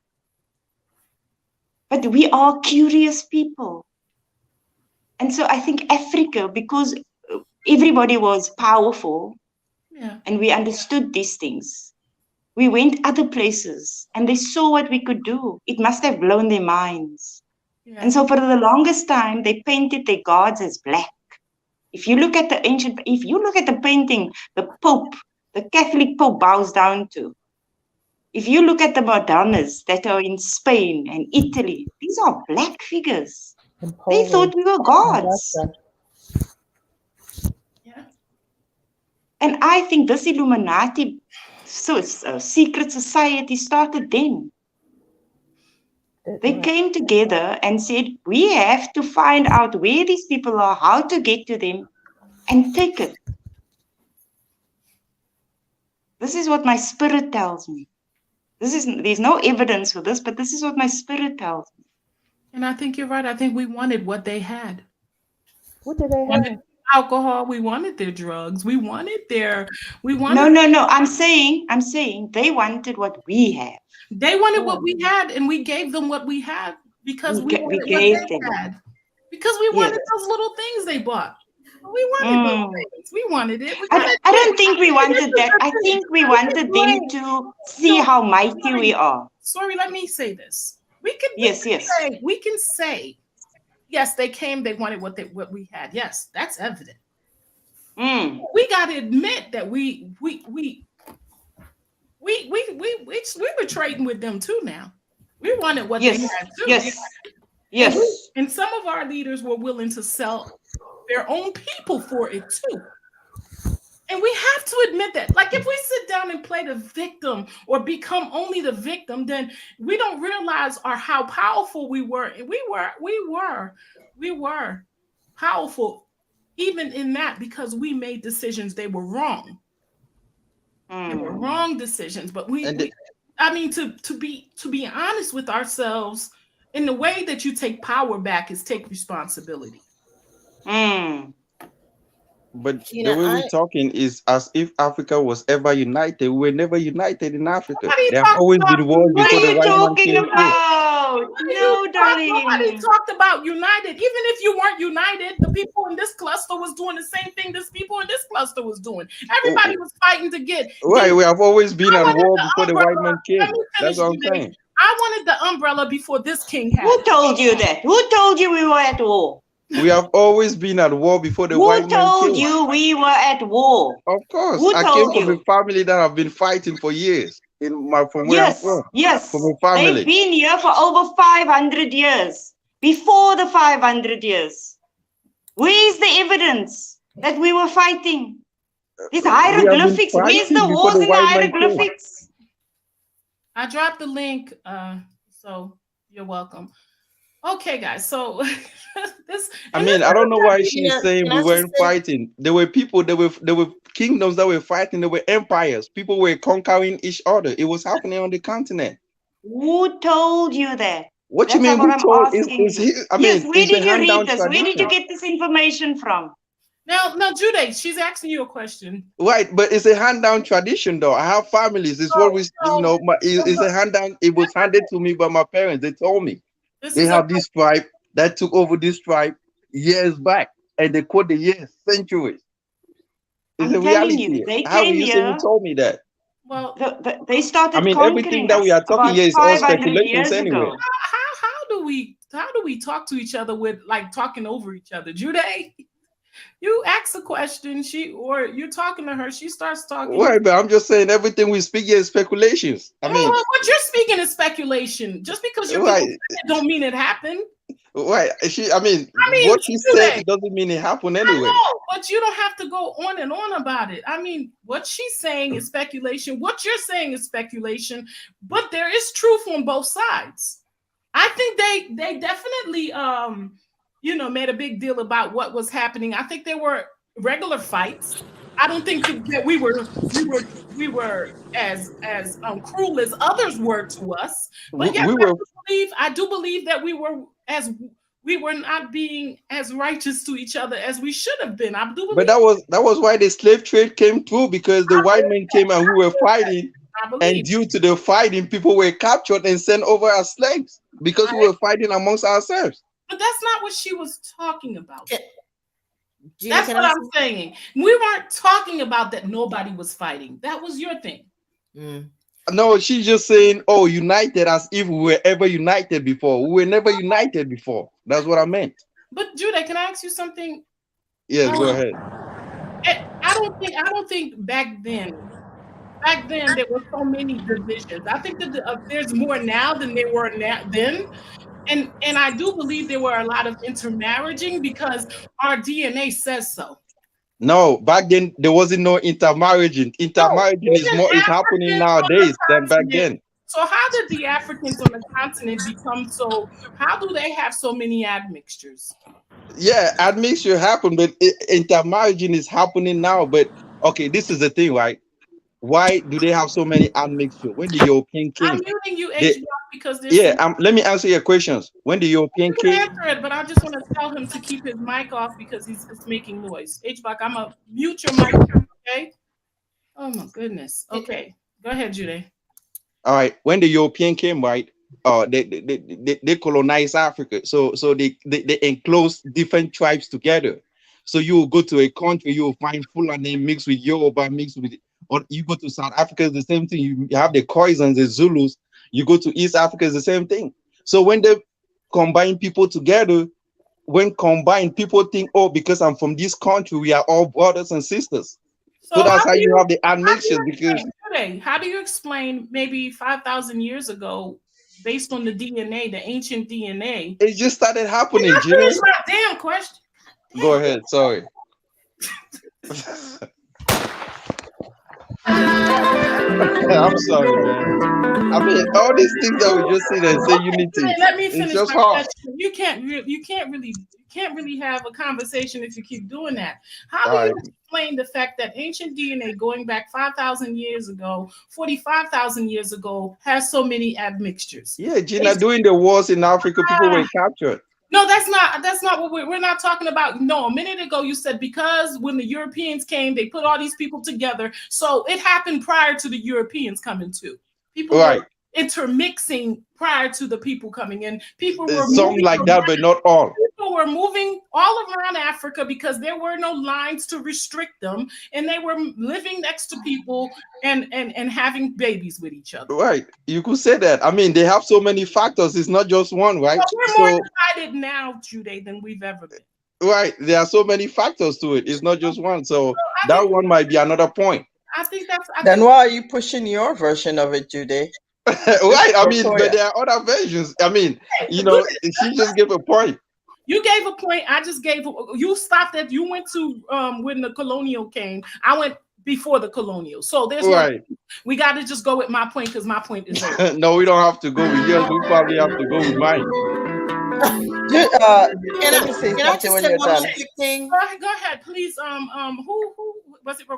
I just want to say a quick thing. I'm not going to say for a long time. I know I'm going to leave it, Rokoya. I really want to hear what Rokoya has to say. Okay. Can I just say? But yeah, I'm just thinking about what you said before about giving them our energy, and I've been there, and that's like one of the reasons why I'm working on my relocation, right? Because, but at the same time, Gina, I don't know how to come down on that issue, simply because from what I see, it seems as though we have a hard time keeping something front and center. it's like Dr. John Henry Clark said, we don't have any friends, but we seem to always be looking for friends. And we seem to always want to believe someone is a friend, someone is going to do. So we get to the point where, they're not so bad. They're, it was their parents who did it. They're not so bad. We grew up together. And the problem is that unlike I just want to other understand people, what you just said. You said come down from that issue. I want to understand that before you go into the next thought. What do you mean by come down from that issue? Well, I mean,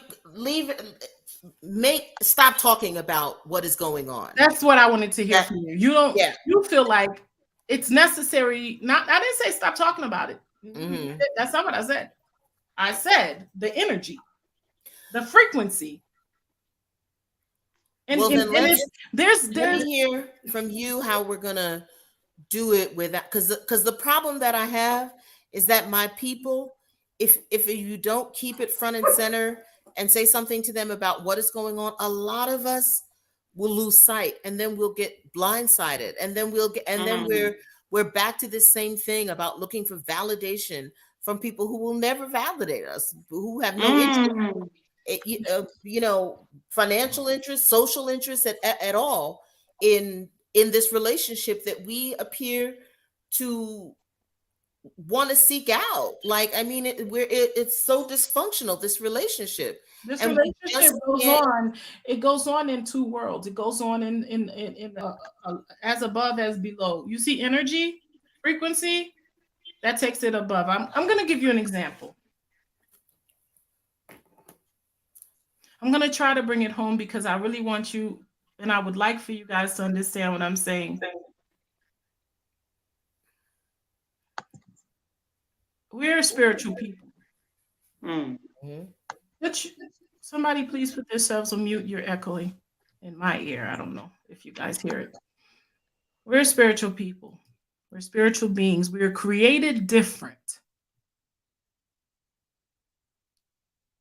And there's a reason why we can't cause harm as much as, we cannot harm others as much as we harm ourselves. And I'm starting to realize that we are incapable of certain things, but we're more capable at other things. And let me try to break this down. I think there's a reason why they cannot profit unless they are around us, because we think that the benefits that they are getting is from the land, from the oil, from the oceans, no, it's us. Wherever we are is going to flourish. It's in us. That thing, that magic, that power, it is in us. Understanding that there is something in us that is powerful, understand that if we put that power towards thoughts of them, okay, let me tell you something. When I hear us talking about what they have done, and they've done so much, y'all. It's like we're you don't see it, but there's a energy being pushed out that's giving power to them and making them this thing to be feared. And it's how you speak on it and how you not let it affect you. I'm gonna give you some examples. Anger is energy, y'all. It's frequency. Frustration is their energy, is frequency. Hurt, oh, that's like a lot of frequency and energy. When somebody's hurting, crying, we have to find a way to speak on certain things without beating the drum of it. I don't know if I could. Beating the drum of it is what happens within yourself while you're talking about that thing. It's not admitting certain things about yourself, meaning that we're sitting here saying what they've done. We need to look at what we allowed. Because we have no power in what they've done, but we do have power in what was allowed. And for me, I've done this. I've been practicing it. I've been meditating on it because I know that even if I go back to the continent, when I go back to the continent, that is, that again, that's me trying to speak power.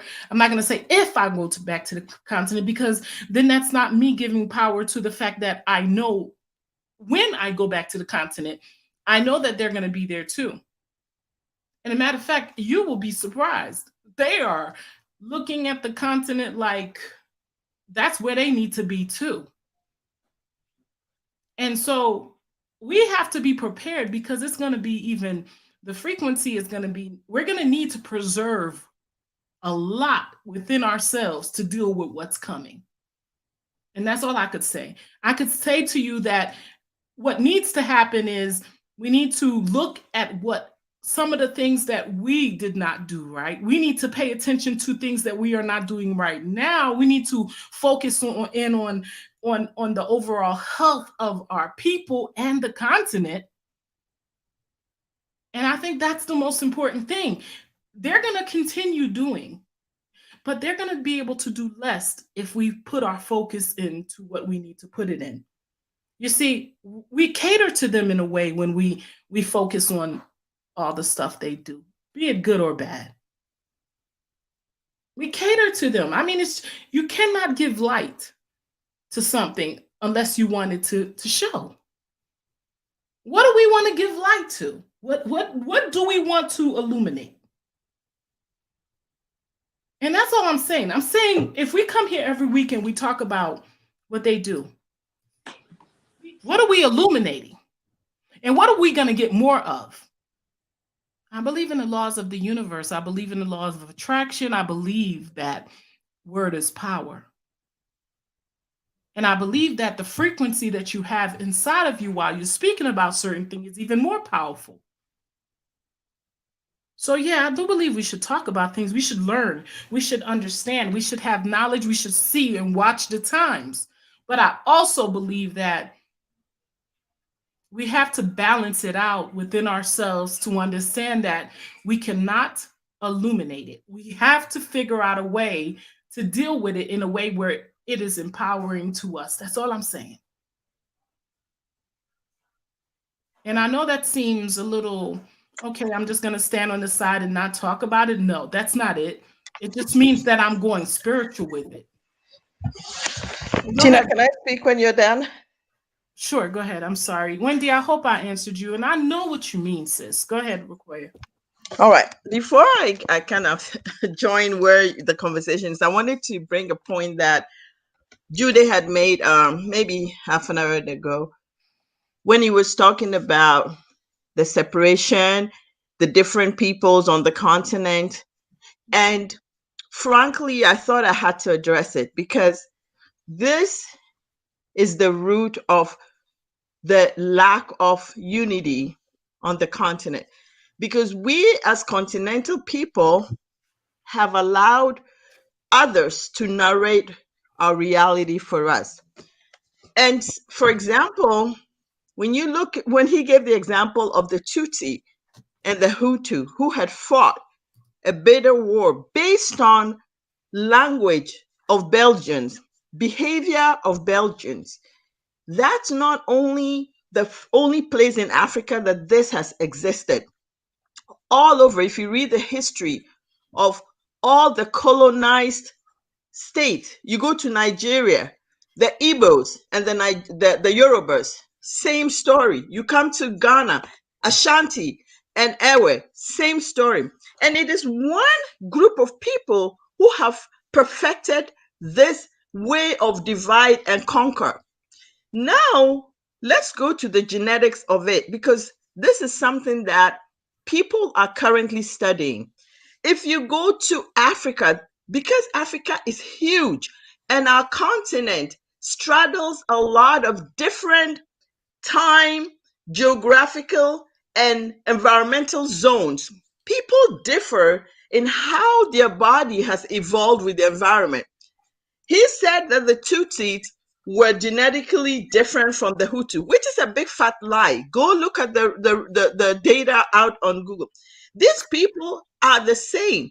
They're genetically the same. But one group, and you'd see the same among the Maasai. You look at the Sudanese, who are as dark as midnight. These people are tall, they are lanky, they have features that tend to be aquiline. And it has been related to people's diet. The Africans who were pastoralists, who ate a lot of meat over these and high protein content over the evolutionary track, became the leaner ones. So you look at a Maasai who is dark, who has features. Is he going to tell me that the Maasai are now a different genetic group than the Kikuyu?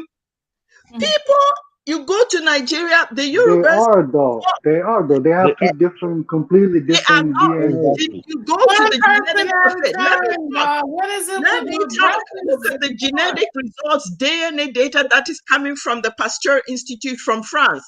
They're telling you that Africans, the deviations between African tribes are minuscule. Igbos and Yorubas, you'll be surprised. Igbos are light skinned. I lived in Nigeria for many years. They're light skinned, but you can't tell DNA an Igbo from a Nigeria within it's a minute fraction which can tell the people are the same. They share about 99.9% of DNA. So you see that it's one ancestral movement that causes this break, and it could be a recessive mutation in one group that is carried along. So when we look at the science and interpret the science, you see that all these soul divisions that Africans have embraced, because we were told that for hundreds of years by people who needed that kind of separation in order to tell one person you are better than this, or you look better than this, or you were a slave and all that. Yes, I'm not saying that we were living in an idealistic environment.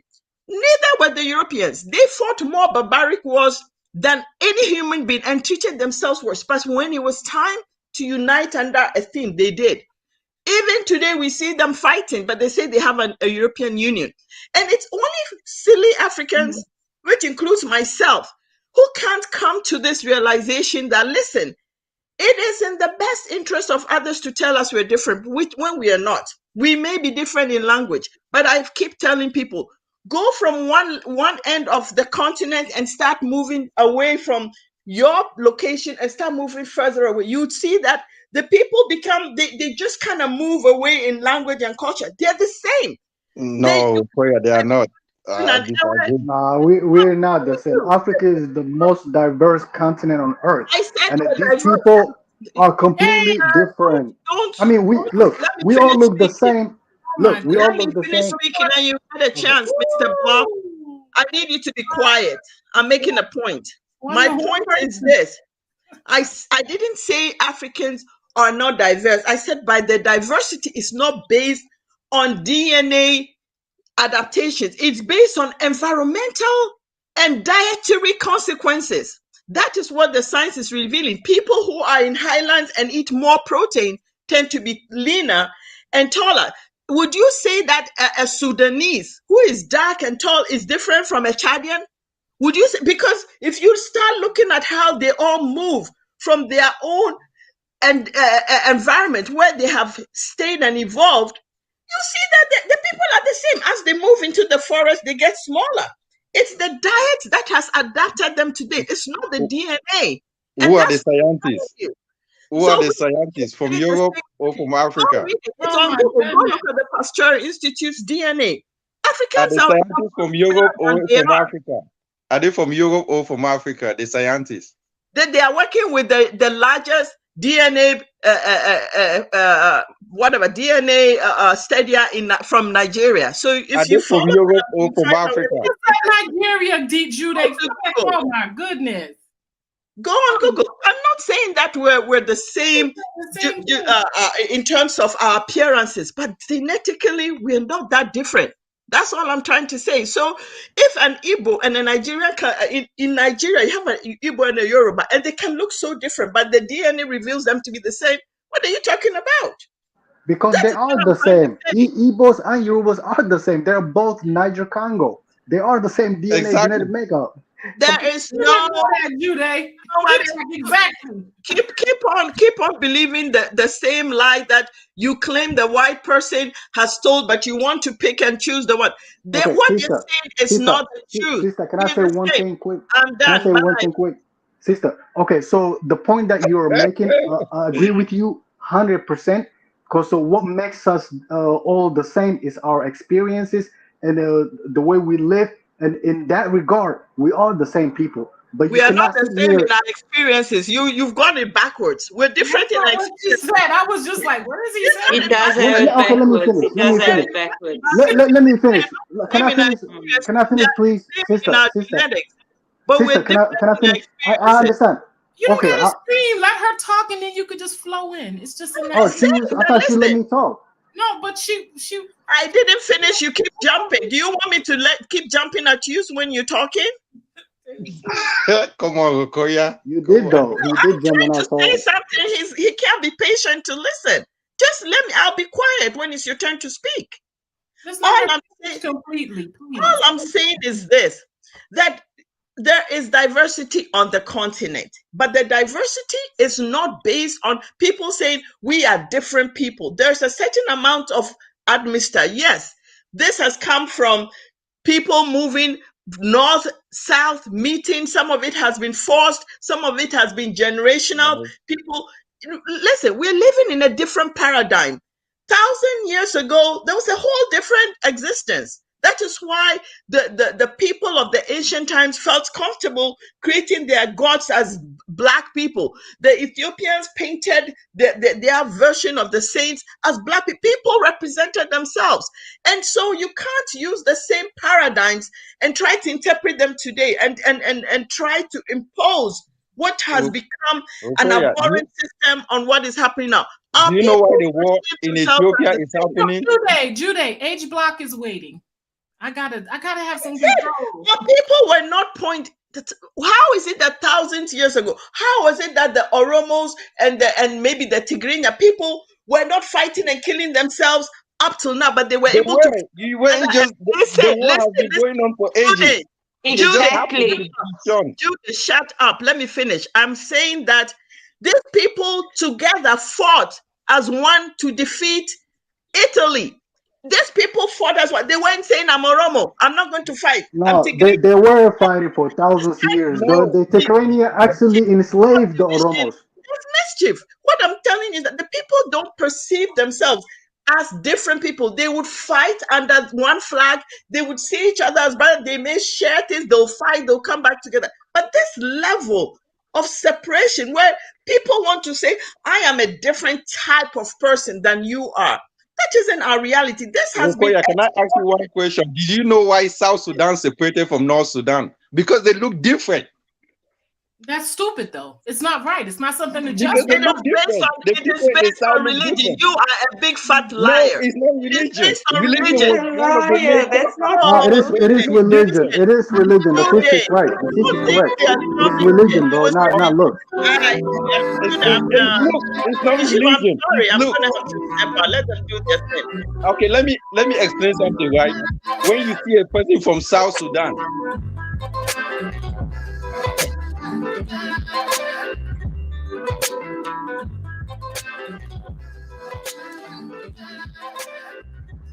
All right, can I talk now? let me leave. It's okay. I just need y'all to really understand that y'all look ridiculous right now. I mean, just the woman speaking, both brothers just can't even. I mean, regardless of how long she's been talking, won't even let her speak. She's screaming, trying to speak over y'all. It's just so disrespectful. For one, I don't know much about African culture. You're showing no respect for elder or a woman. Oh, wait, that's not African. For two, whatever you're gonna say, it's not gonna run away. You could just, I mean, we do have the ability to keep a thought and just wait and then respond. We're so used to, you see what this is what I'm talking about. Now, in reference to this fighting thing, I'm not surprised at all that we were fighting. I mean, brothers fight, sisters fight. It's not a big thing. But yeah, to make it seem like we're a whole different species of humans. I mean, because that's really what y'all pushing. Y'all pushing that there were different species of humans. That these people were different. What makes people different is the fact that I could be born in a house, and this house has 3 brothers. One brother go east, west, and then another one goes north. They all decide to have different religions. They all decide that, you know, based on where they're living, they eat different things because of what they have access to. Based on these belief systems or cultures that they've decided that they're gonna, you know, base themselves on, they become different over time. But aren't they still brothers? Didn't they all come from one mother? That's what I'm trying to understand. I know I'm not the smartest person in the room here, but I would assume that they would still be brothers. Even if they chose to, because I have children and one might live in this state, the other one may live in that state. They might all have different color cars, but aren't they still brothers? No, it's happening in America. There are no borders. That's why They are brothers. It doesn't matter if you, within your mind, divide yourself. You're still brothers. It doesn't matter that you decide I'm not going to have no love for my brother. He's still your brother. And that's what we're saying. That's it. Can I make a quick point? Because I have to go in a little bit. Go ahead. All right. So what the sister was saying, that we're all the same people, we're all Africans. I do agree with her on that regard. But we genetically, we're not the same people. We're diverse. Just like in Europe, they're also diverse. The Celtics and the Slavs, even though they're both white, they don't have the same genetic makeup. They're completely 2 different people. You're talking You know what I about mean? genetics, right? Huh? You're talking about genetics. Let's simplify it for everybody. Yeah. I'm talking about genetics. Let's stop. Let's look at the root. Let's look at this. This is, if we're talking about genetics, we're going to talk about hollow groups, right? Right. Yeah. Okay. So what do you think you're looking? Look at what we're looking at right now. Yeah. So this basically just saying we're all humans, which I agree. What this is saying is we come from that one root. Exactly. We're all humans. So All humans are one. So what I'm saying is there's many branches, but there's one root. What keeps us alive? Is it the branches or is it the root? What is deep? When you look at this, it's okay. This is really it right here. This is everything. This is every creation in this world. You have the Neanderthals, the Denisovans, you have the Homo sapiens. We're all Homo sapiens, right? Right. There's a root, and then there's branches. So what you're telling me is that we're the branches. We're just gonna ignore the fact that we're all connected to the same root. Is that what we're doing?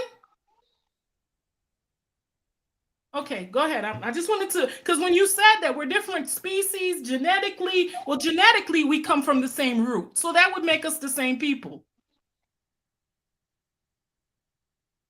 I mean, if you're using that logic, we're the same people as white people too. I mean, it's not logic, it's facts. These are facts. This is it. The branches come from the same root. Do you disagree with that? But that means white people also the same people as us. All humans are the same. We already talked about that, H Block. Weren't you here earlier?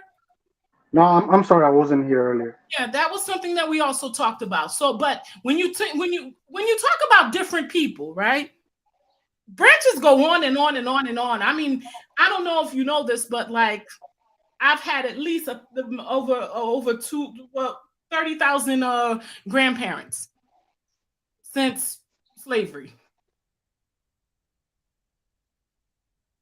So, do they not go back to a root?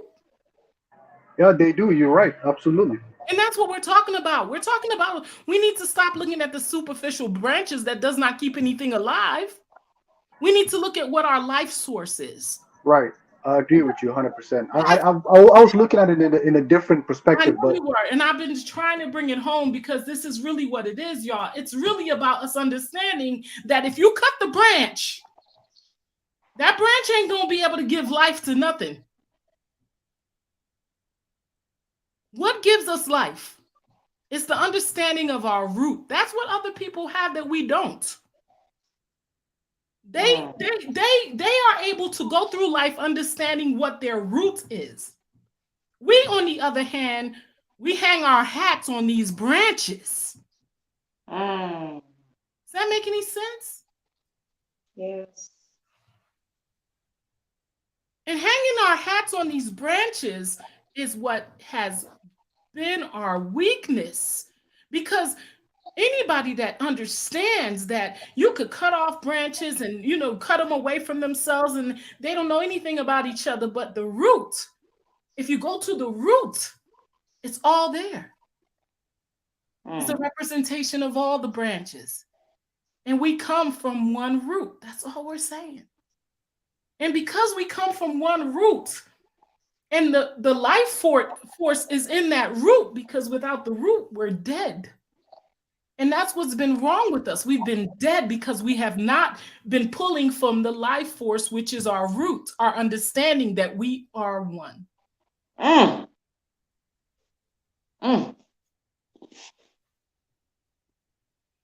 if we keep finding reasons to be different, we're never going to be able to get to the root of the matter.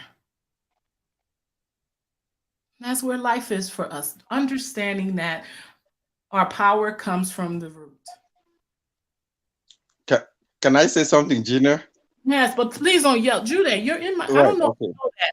But you see this? You're in my ear, so please don't yell it. Just say Right. it. Right. I was talking to a Sudanese, right? A person from South Sudan. So I asked him, why did you guys separate it? I asked him if it was religion. He said it was not religion. He said if you look darker in the north, and when South Sudan gained independence, when you look darker in the north, they send you back. They carry you and send you back to South, because they assume that when South Sudan had independence, all of the darker people that look darker supposed to be in the South. They assume that they are not. They are from the South. So everybody that look darker in North Sudan, what it is Sudan right now, that looks darker, where they keep sending them back to South Sudan. Even though the Muslim. That Go goes ahead. back. That goes back to that us believing in those branches again. You see, because guess what? That's one thing that the dividers know to do well. They go into places, and we talked about this in Suri, and I believe Rakoya and Wendy. A lot of people have talked about this, where they go into different places and they plant their seed, and with their seed, they start a new branch. Right. And that's what I'm just trying to say. And this new branch, they tell this new branch, you're not like them. You're more like us. You're beautiful like us. Look at your skin. It's different than theirs. And I'm gonna tell you something. We do it in our household now. I don't, but I know that up until now, we still have some people that treat our light-skinned babies better than we treat our dark. Exactly. It's just something, and this right here has a lot to do with the fact that we're looking at branches and not looking at the root. Because if we were looking at the root of it, we would understand that, you know, this mother gave birth to a bunch of beautiful babies, and they may not look alike, but they're all beautiful. But I wish Gokoya could understand that. What if you look at a Tutsi is typically different from a Bantu, and Gokoya said no, they look the same. I didn't say that, Jude. You have to be quiet and listen. You have this way of just, but you know, you're budging in with your thinking, and you're not listening to what I'm saying. What I said, and is simply this: the differences that you see in African groups has nothing to do with the DNA or the science. They are the same people. It is response to environmental and dietary changes in the people. A Hutu and a Tutsi look different, but it is when you look at their DNA, they are not different people. It is the Europeans that have created this artificial difference. Hundreds of years ago, the Tutsi was a social class. It was people who attained a certain level of ownership of cows. They were pastoral people. A Hutu 100 years ago could become a Tutsi if he owned enough cows. Go and read the history of Rwanda. This is something that I have spent time I reading. understand. Okay, I So understand. what I'm In telling you Africa, is we don't this. have that DNA to test people around. You know, we don't have They and DNA. the people are different. You see, we are narrating the same stories that somebody else tells us. We don't go to our people and go beyond the relationship with the white people. Because the Tutsi 150 years ago was not saying, I am better than the Hutu, or I'm different. They understood within that society that it was a class thing. A Hutu was not pastoral, but the way their society was built was on cow ownership. You see that the Tutsis were farmers. They were more on the plateau. The Hutus. The The Hutus Tutsis were were farmers, while the owners. Tutsi were I changed it. pastoral, That's nomadic. what I said. I made a mistake and I corrected myself. I said the Tutsis were pastoral, the Hutus were farmers. And actually, a Hutu could become a Tutsi if he moved and became more pastoral and owned No, cows. no, So it no, was an no, no, go read no, it. I'm no, telling you. no, That no. I don't prove me disagree. wrong. Don't say no. You don't know it. So go do research. This is research I've done. And if you want to, I'll give you the literature No, private. You it's to go it's like saying an evil person can become a Fulani just because he took a nomadic job. It makes no sense. I don't like this type of childish kind of debating because I don't have time for this. I'm here to teach. I'm here to share what I have learned and to support it with literature. You're going to be jumping over the place. I don't want to do this. Okay?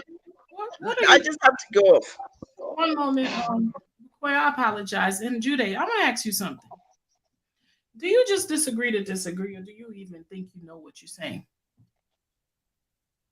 Because to be No, honest, you disagree a lot, and I know a lot of times you just do it because, hey, this is your opinion or things that have been passed down. But some of the things that have been passed down to you, do you go back and do the research? Because I'm starting to think that a lot of times we just go based on what people tell us, and we need to really we have to dig and do our own homework. In this life, you only have one life, and this one life that you have, you can't just hang up like I said, your hat on somebody else's understanding of something. You have to go and, yes, prove all things, even the things that were passed down to you. Okay, let's give you an example. A lot of our people now are really deep into Christianity, right? And not just any Christianity, blonde hair, blue-eyed Christianity. Some of us are into Islam, deep. And it's funny because if you go back, if we could go back maybe 500 years, our ancestors were being slaughtered by Islam, forced into religion. If we weren't able to go back and be witnesses, I mean, just see what they were enduring to become these things. And now some of these people, their children, it's life to them. It's light to them. This is it. They are Islamic, they are Christian, and we all understand, and because we understand history, and even these people are telling their own history, that a lot of this was forced upon people. But now their children, 500 years or 400 years or maybe even 300 years removed, they will kill you over that religion. Their parents were being killed to get into it, and now they are willing to kill you over it. Isn't that something? Isn't that something? So when you think of it from that perspective, you owe it to yourself to prove all things. You owe it to yourself to find the truth.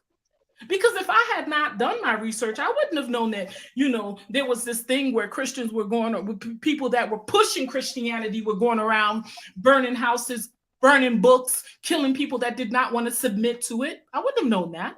I wouldn't have known that the same thing happened with Islam.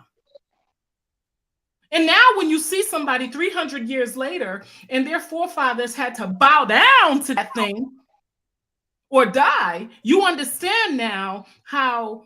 And you see how fervent their children have become into this religion, as if They don't know the history, and it's because they don't. They just doing whatever their parents told them to do. And I'm gonna tell you something. If I was a mother and I thought my child could be killed if they didn't bow down to something, I'm gonna make them bow down to it. And then you'll make your kids bow down to it, and they'll go on. And maybe eventually a truth will become a lie, or a lie will become a truth. Ooh.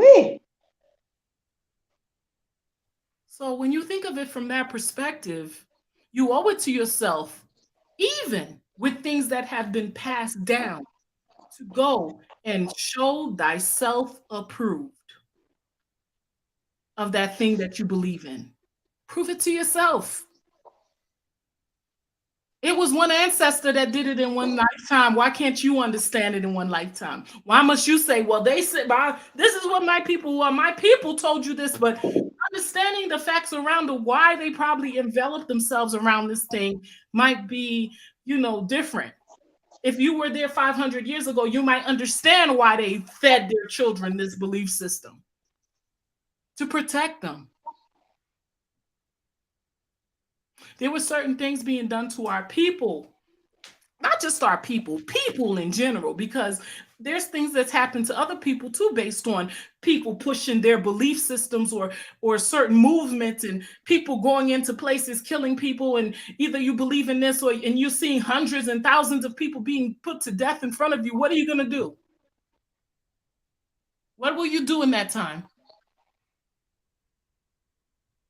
I know what some of us did just 500 years ago. We started just selling our people just so we can, survive. We were doing it. We were caught up in a train just to try to. I remember we heard that story where the man sold his wife. It became fashionable. It became, people take advantage of certain things, and eventually the lie become the truth. But even they are telling their story about how they pushed Christianity and how Islam was spread. How do we ignore that and just continue holding on to something that was pushed on us? You know why? Because tradition, culture, and all those great things that makes us different. And those are some of the biggest reasons we're different, because of some of the things that we were forced to become.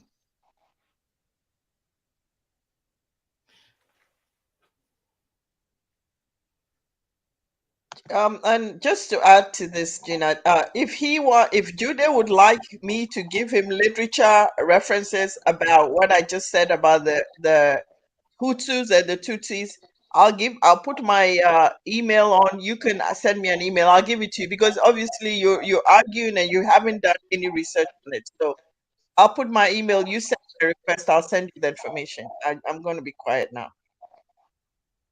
Can I just say something, Gina, to the young man? This is not from somebody else. This is my story. I told it earlier. I said my grandmother in our house that we grew up in had this drum, and this drum was covered by a gemsbok skin. And once a year, my grandmother would take the drum out and start beating the drum. Never told us why she beat the drum. It was not part of our religion.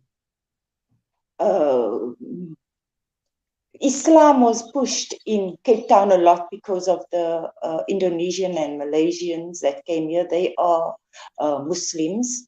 They believed it. They integrated. And so a lot of us just went to that path, following Islam. When I was young and somebody called me a Hottentot, I was taught to deny it profusely. Wow. Because if they knew that I was Hottentot, I could be killed. And so I said, no, I'm not Hottentot, I'm colored. If somebody saw me and said to me, you Griqua, I was taught to firmly deny it. Not because it is not what I am. It is because my life is in danger now. I say I am Griqua. If I ask one of my cousins, who is my first cousin? I know some of them. I speak to them. I tell them, But we are Griqua. I show them the evidence. I tell them, don't you remember what grandmother did? Do you remember the herb she had? And how she talked to the plants? And how she healed people? Where does that come from? We were taught to deny it because our lives were in danger. As little as 10 years ago, I said earlier, we were still hunted. Bushman hunt. I could not be who I was. Even if I knew who I was, I had to deny it. And so we taught our children that for survival. Yeah. I have to now teach my nieces and my nephews we look African. But somehow they believe they are Indonesian and Malaysian and Indian. We were even taught their languages. But there were certain things that our ancestors kept. You will always find it. A trinket of your grandmother, a memory of her doing something. But we did it out of survival. Now, another thing. I have a daughter. And she came home with a textbook. Now, I read through these textbooks. I encourage everybody who has children to read through your children's textbooks to find out what they are teaching them. 2 years ago, she came home with a textbook that says, Europeans came to Africa to help us against Arab enslavement. They are saying that they came here to save us from Arab enslavement, yet they enslaved us. What nonsense is this? It took us 3 weeks, a group of us. You have to keep from crying, man. You And this isn't, I'm not talking 50 years ago, 2 years ago, my daughter's textbook in this country, South Africa, teaching my black child that the white man came to save her from Arab enslavement. Just my like dear, that. You cannot trust what they history teach you. History is changed, and that's how it's been happening. And so, how could you And not? if we did not protest that time, we protested against it. Who wrote this? Why is it in the textbooks? If people like us don't exist who challenge these things, how children would believe this? In 50 years, they would tell their children, no, the white man came to save us from Arab enslavement because they learned it in a textbook. And why would the school lie to them? We need to pay close attention to who's teaching what to us. Even ourselves, we need to speak to ask them, where did you hear that? Who told you that? Our elders, because I'm going to tell you, some of our elders only repeat what they've heard, and some of them only repeat what they've heard. And I'm going to tell you something I truly believe, and it's funny because I was talking to somebody in Haiti, and they said something to the effect that because of the lifespan of the slave, a lot of the belief systems or traditions that were passed down by children themselves, not knowing, or by people that had half truths.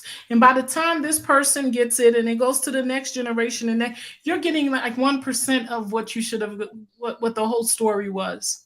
You're only getting 1%. By the time it gets to the end of the line to you. And that's why I say it's important for you not to just hang your whole being on that thing. And until you have a responsibility on this earth to dig it up yourself and find out what it is. And maybe you can leave better, you could leave better blueprints for the next generation. I mean, if we stuck to culture, we would still be slaves. If we were to still believe in what they told us, we would still be colonized in some instance. If we never somebody didn't scream and say, okay, but there's more. And there's never not more, y'all. Don't stop at a certain point thinking you got all the answers. Dig. And do it in a way where you're not looking down on each other. Understanding that we have all fall short, and we have all dropped the ball, we have all fought and divided ourselves and caused others to come in and be able to come in our ears and turn us away from each other. We've done that. So we fall for some of the tricks that have been played on us. And I truly believe that there needs to be, like, they need us, our consent. And I don't understand why that is, but I feel like with everything that they have done, they would get some type of consent. And they would find the weakest of us and they would get that consent. Yes. And I need y'all to understand something. Everybody's not gonna become good people. There's not good people in all people. But we have to turn the tide on how we see ourselves and stop hanging our whole beings to these things that divide us. I mean, we have more energy going towards division than unity, and that's a problem for us as a people. And everyone recognizes it. Everyone on this earth, even the animals, recognize it. We put more energy on what we think divides us. We'll sit here and go, we're different. We know, no, the hell you're not. One branch. I mean, many branches, but God damn it, if I cut off these branches, they will not come back to life. But you see this root? You could cut off the branches and there'll still be life coming out. And there's a reason for that. And that's the important stuff. Those things that we've built for ourselves differently to make ourselves different, those things that we've attached to ourselves to see differences, those things are not strength. They are not strengths for us. They are weaknesses. Our strength is understanding that united we stand, divided we fall. And that's where I'm at with that, y'all. And this whole thing with learning about that brother that I had shared earlier that was saying that because this way, he said something. He said these coloreds, or these people that call themselves Khoisans that are colored, they are children of white men with Koisan women. They are not Khoisan, they are white. And then I said, to my heart, I started thinking, I was like, so what is that saying about women? So these children are the children of those women, so they're no longer your children?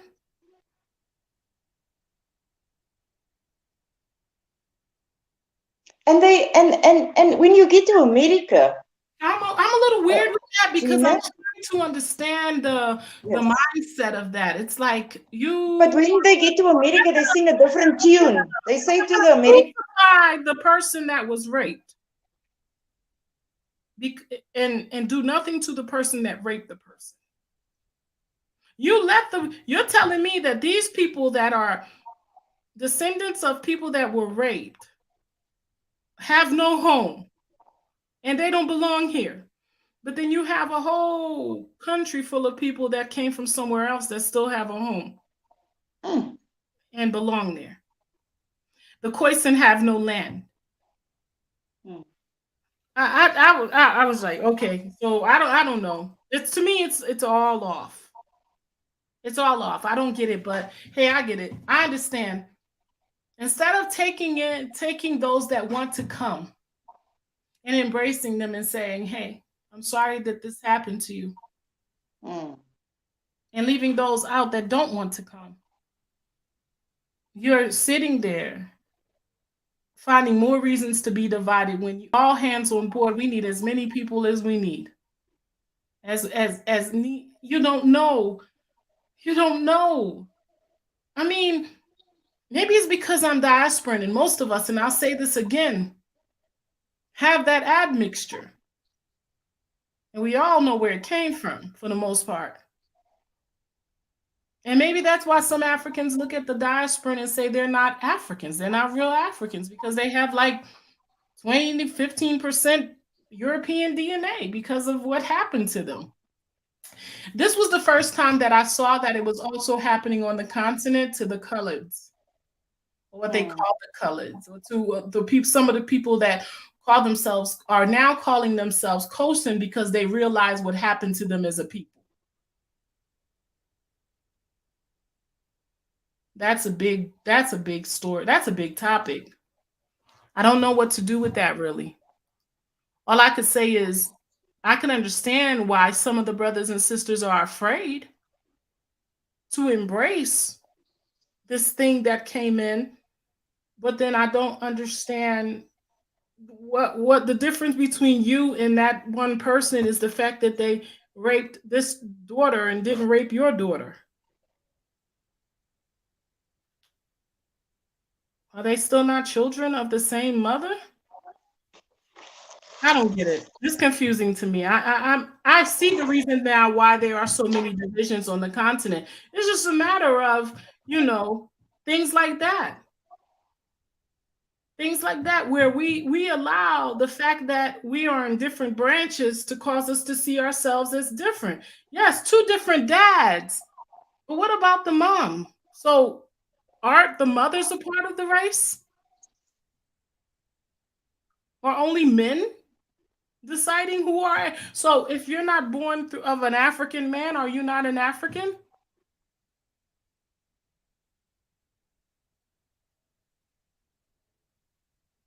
That's a big. If you're not born of an African man, are you not an African? Do you have to be born of an African man to be an African? Can you be born of an African woman to be an African?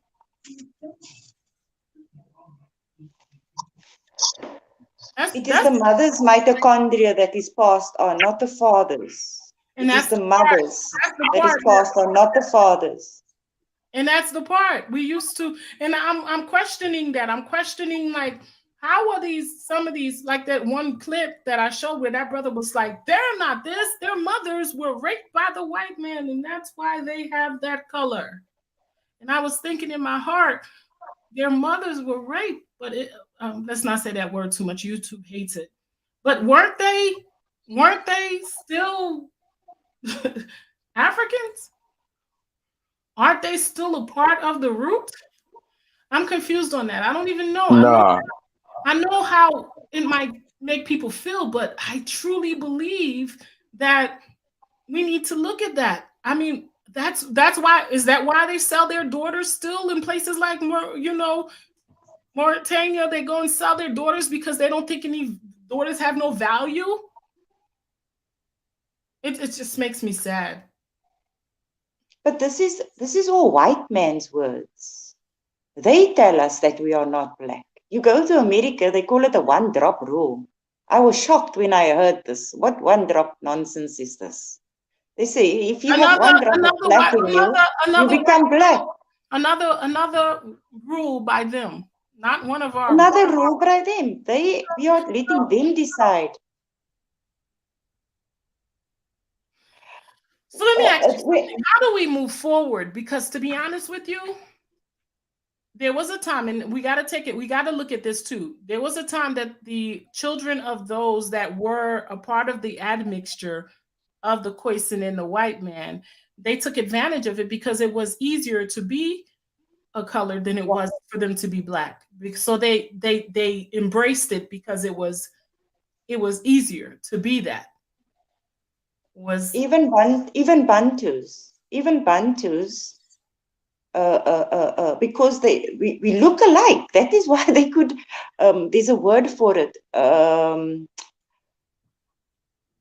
Gosh, I can't remember the word. But they then changed their names. For example, we got Afrikaans names like Grootboom, Dutch words, Waterkant. So somebody who's a Bantu would have a surname like Dlamini, and they would change it to Damon. And then they would become colored because the coloreds had a little more right than the Bantus. For example, we could work in industrial areas where they couldn't even do that. They only had to do work as servants in homes or sheep herders or petrol station attendants. Even today, it's still the case. But they changed their names and they changed their what we say race, but they are now coloreds. But when you talk to them, they can tell you, no, but if we go back, my village is in Transkei. If your village is in Transkei, that means you are Bantu. So why are you a Grootboom? You were Grootboom because you wanted better work. You wanted better opportunities. Even if it was minute, minuscule, it was better than what you had. Some Khoisan, when they did have children with white men, when they got raped, would then migrate and become white, but you'd never see that Khoi child again. My mother used to tell us stories of this, where the farmer raped a light-skinned Khoisan lady, and the child comes out looking more Caucasian, or could pass, we call it passing. They could pass as white. And they would go into white communities and you would never hear or see from them again. They couldn't say that they were a child of such a rape. Well, you see, you can't use the word, but such an event. So let me ask you guys something, and I'm going to ask this to people that are not. I know, Suri, I hear you, and I understand where you're coming from. Anybody on here on the panel want to tell me, how do you feel about that? How do you feel about some of those children coming back saying, I realize now that I am this, and they are embracing their African? What do you do with that?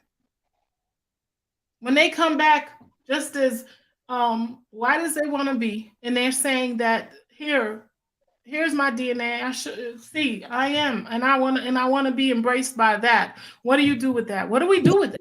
What are you gonna do, Gina? You're gonna take them in, right? That was my question. You asking me the same question. But the thing is, right? I mean, I mean, even in what America, can we do? What do we do with it? right? I mean, we still have that same problem in America as well, you know. And I asked the same question last time. If you have a brother that looks different from you, what will you do? In Africa, they are accepting people that looks the same, but in some part of Africa, it's not. That's why in some part of Africa, the albinos are still being killed because people that have admixture, right? This is the thing. They assume that they don't have the same power like the people that doesn't have admixture. Take for instance, if you go into a family and you have an admixture, somebody that have a kid with a white man, and that would be a problem being a successor to that family because they will assume he doesn't know how to go with things, and they will accept him just like a brother, but he wouldn't take no responsibilities doing stuff around because I mean that's just what it is. From where I'm from, that's just what it is. You know, I they mean, will assume he doesn't. does it affect you in a way where you look at it like when you look at this person, you see their fathers, you see the people that was suppressing you. No, not at all. Not at all. Like I mean, that's why from where I'm from, like our women, they don't allow like women to marry out of like their comfort zone because you want to keep that circle enclosed. Now, if you go ahead and carry somebody from outside and bring to the family, that doesn't look like you as a problem because they assume, and sometimes if that child was born in Africa, that child might be sacrificed somewhere else. But if he's gone, then comes back to community, it's hard to accept. In some cultures, they just take him like Well, that. if you're saying in some places in Africa they might sacrifice that child, it's not safe. But I mean, it's just what I it mean, is. anybody else want to speak on this? Junior takes me to the most. I'm thinking sacrificial now. Come on now. Come on, Junior. I just want to say that when you are mixed, most of the time, very few come out looking Caucasian. We come out looking some type of melanin. All right. And so it is easy for us to identify one another. Again, even if we are mixed, we can Right. identify one another. But sometimes Now, you guys have they if have this a soft spot for the other race. the Europeans, they don't care. We see it in Ukraine right now with the war going on. They are saying no men can get on the train, right? Only women and children. They let every other European nation, they did not ask, are you Russian, are you Slovakian, are you British, are you Portuguese? They did not ask. They recognize one another and let them on the train. And said to everybody else, no, you can't. And I feel that is what we must do. If we can't recognize you, like, for example, Michael Jackson's So you're children. saying if they look like, we should go by what they look like. That's the only thing we can do right now. They do it. Everybody agree with that on the panel? Anybody disagrees, or what's your opinions? Agree, disagree? Rakoya, Wendy, we have Miss Dontor coming in. Tell me what you guys think on that. I mean, because that's deep right there. When we talk about everybody being African, when we look at that root, some of them are part of that root, and some of their ancestors may have, they might have gone a couple of generations without going back to Black. What do you do with that when they come back home? I have something to say on that, Gina. Okay, yes, go ahead, sis. Welcome. Thank you. So, I had spoken earlier in the chat that my grandmother fell victim to their barbaric, evil tactics. And so she had a different son. And he left, probably, I'm assuming after high school, he left the South and went and lived his different life. He came back for retirement, and he's probably the third oldest.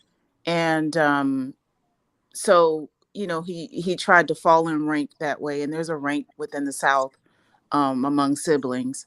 And for the most part, I would say the majority of us accepted him back, but not all of his siblings did, because he truly moved, kind of disassociated himself. Right. Exactly. For the most part, he's back into the fold. And I myself understand. I had to sit back one day and imagine what it would have been like for him to probably not be accepted from either side, or from either race within the society there at that time. So it's probably too light to be Black, too Black to be white. So it was more so, it was easier to just shift over. Yes. Having to be that and have to fight with the in-house and the outhouse stuff. Exactly. Absolutely. And that's what is happening in Africa. Yeah, it's an interesting phenomenon. He's never been, in the few occasions that I met him before he came back, he's never been a settled person.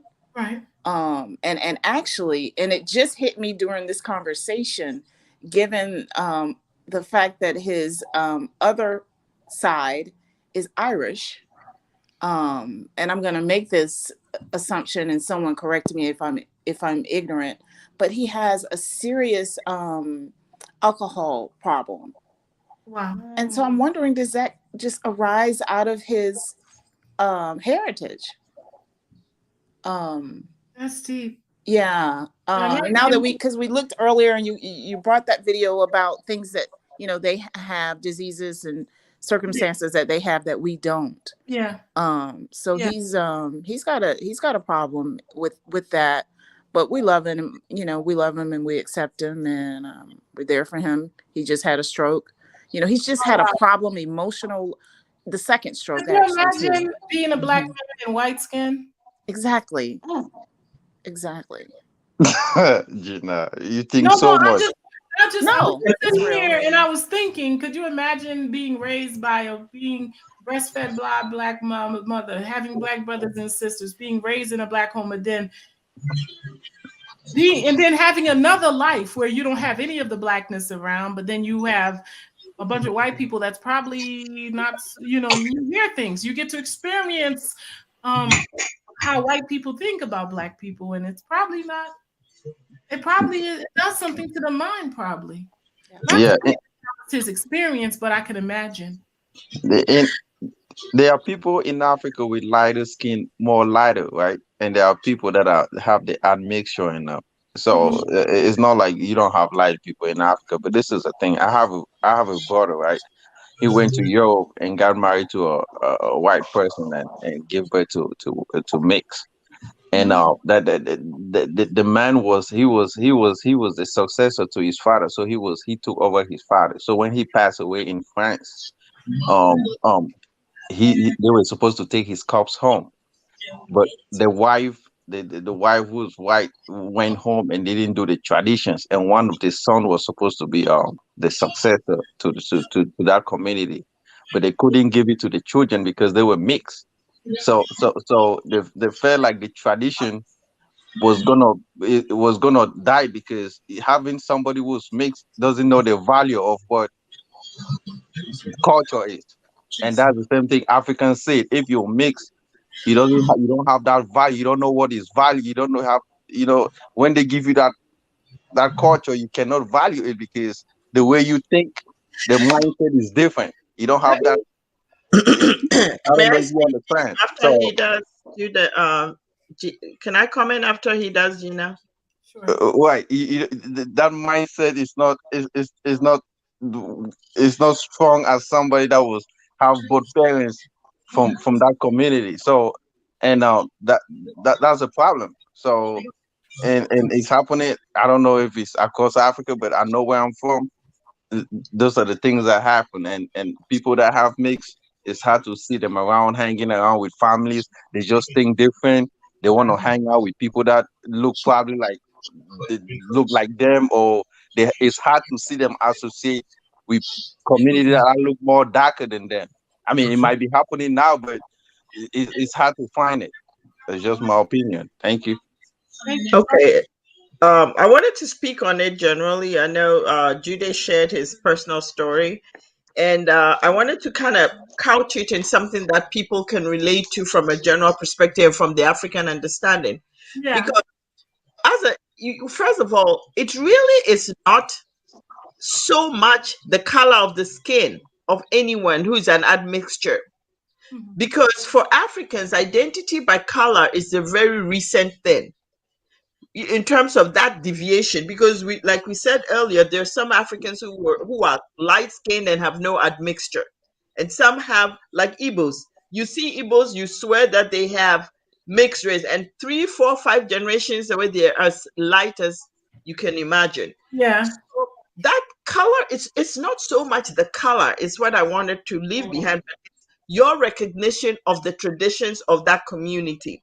Right. You will find that among Africans, and this is just, I'm speaking from West Africa, if your mother is of a particular tribe or ethnic nation, if you identify with your mother's people and you identify with their traditions, if they are matriarchal, the heritage will pass through you, because people think that, like, remember I said earlier that among us Africans, we believe that the mother gives the blood, the father gives the spirit of a child. This Wow. is what Yeah. we believe in our traditions, pre-Christianity, pre-Islam. Mhm. So when a child is born, that is why there are rituals that are done from the perspective of the father, who is the spirit giver, and the mother, who is the blood giver, right? I don't say they are right or wrong. This is who we were as people. And I can almost say that the more I research is the more that I realize that our people had deep knowledge.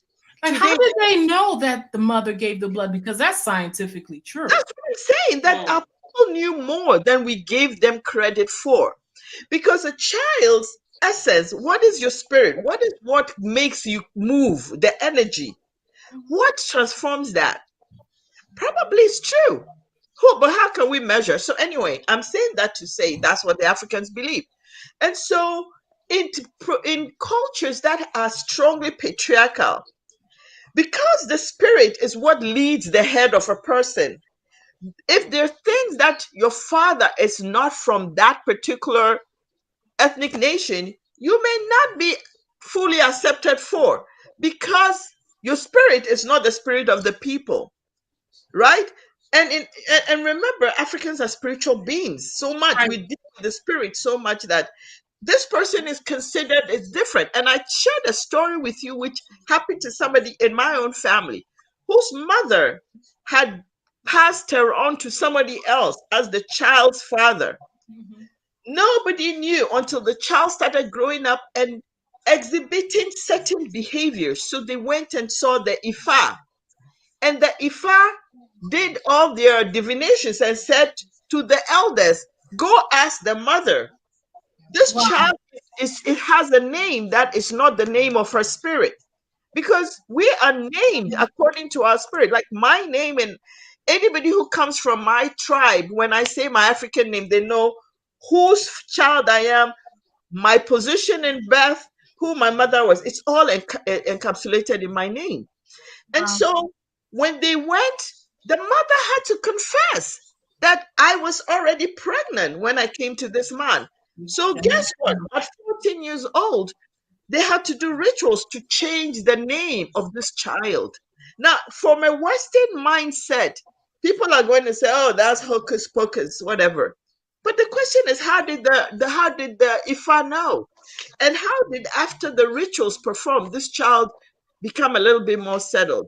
And so I give it this perspective that it's not so cut it black and white where we can say, well, if you are a child of an admixture, you are accepted or not. It really depends on first how that particular ethnic region accepts bloodlines. If you're there, most likely you associate more with your mother's people. Your aunties will accept you, they'll teach you their ways. So you may be accepted in that line if they do things matriarchally. But if it's patriarchally, then you have to show a little bit more proof. Like a Nigerian that I know here whose wife is American, but because he's aware of this, every summer he sends his admixture children to Nigeria. The children's mother is American, they speak Igbo, they perform Igbo traditions. And guess what? A 22-year-old, the boy has been made a chief, which means the people have accepted him as a chief in their culture. So it's more anecdotal, and I think that as we become more aware and we understand these things, I mean, we're going to deal with it one-on-one in our own ways. But don't forget something you said earlier. Traditionally, Africans have mistrusted admixtures, because if you look at history, when there has been, look at the case of Haiti, when there was rebellion, it was somebody who was a mixed race person who sold them out. When you look at Senegal, when they were fighting the French, who was it that was sent to go and cause confusion? It was somebody whose father was white and his mother was black. When you go to Zumbi of Brazil, when he went and created his Kiombo and was there ruling like the mighty Angolan king that he was, who sold him out? Africans have a tradition of knowing that when people's bloodlines come, where the father comes from a different ethnic race, when push comes to shove, when they have to sit down and they have to, what they call, break bread and pour blood, these people sell them out because they have not had their umbilical cord tied with the umbilical cord of others and put in the ground. So when we say that sometimes Africans don't accept admixtures, sometimes it's because admixtures have never fully identified with the African side. But that to me could be more of there's some history there, like you said. There's some history there. Yeah. But they've always sold out the core Africans when push came. They would have, when things get bad, they jump the fence. Huh? Yeah, you just had the story of the one who left, So, I mean, these things will come, but you know what? Yeah. All I can tell you is Africa is rising. Our place in the sun is going to be apparent very soon. And I'm happy that I'll be part of that. So, yeah. Take me with you, Rakoya. Okay. Oh, you're coming. You're coming. H Block wanted to say something. He put it in the private chat. Go ahead, H Block. Tell me what you think. I was just gonna say, When we talking about admixture people, I think it differs from tribe to tribe because I know a lot of East African tribes. Um, I don't agree with it personally, but the way they accept people with mixed race is through the father. If your father is from a tribe, it doesn't matter what you look like. You can look like a white man or you can look like a Chinese man. As long your bloodline is from the father, you're fully accepted in the tribe. You have 100% rights in the tribe. But Wow. it's not the other way around. If your mother is from a tribe and your father is from a different tribe, even if you look like 100%, people from the same tribe, you still not accepted because your father's not from the same tribe. So I don't know. Maybe West Africa is a little bit different, but that's how things are in East Africa. Very interesting because, and it's funny because I didn't know until not too long ago that the mother's DNA does not change. The father DNA changes based on whoever the father is, but the mother's DNA does not change. So, and that goes into going all the way back to Eve, and that's deep because for me, then that would make more sense. I understand now why the Jews go based on like your brother, your mother's line. I don't know if you know that, but the so-called Jews, the red caps, or the small caps, they go based on the mother's line. So that's interesting. I want to welcome Kazoria to the conversation. Welcome. Thank you for being so patient. Hey, how are you? Hey, welcome, Kazo, Dr. Kazo. Yeah, I'm Hey, good. what's up, Kaiso? What's up, H Block? Yeah, yeah, it's interesting. I do believe obviously people that can pass off as different elements of themselves have more opportunity, and of course, human nature is when things get dire for you to want to identify with the side which is going to give you less problems. This is true. This is human nature. But I don't think that we should alienate them too much because I think there are more important ways that they can sort of divide us, which is money, and money goes across all color and ethnicity. So I would say that actually money is one way that they control us. Because if you look at the current state of Africa and our leaders, and the lack of development in some areas, is because of money.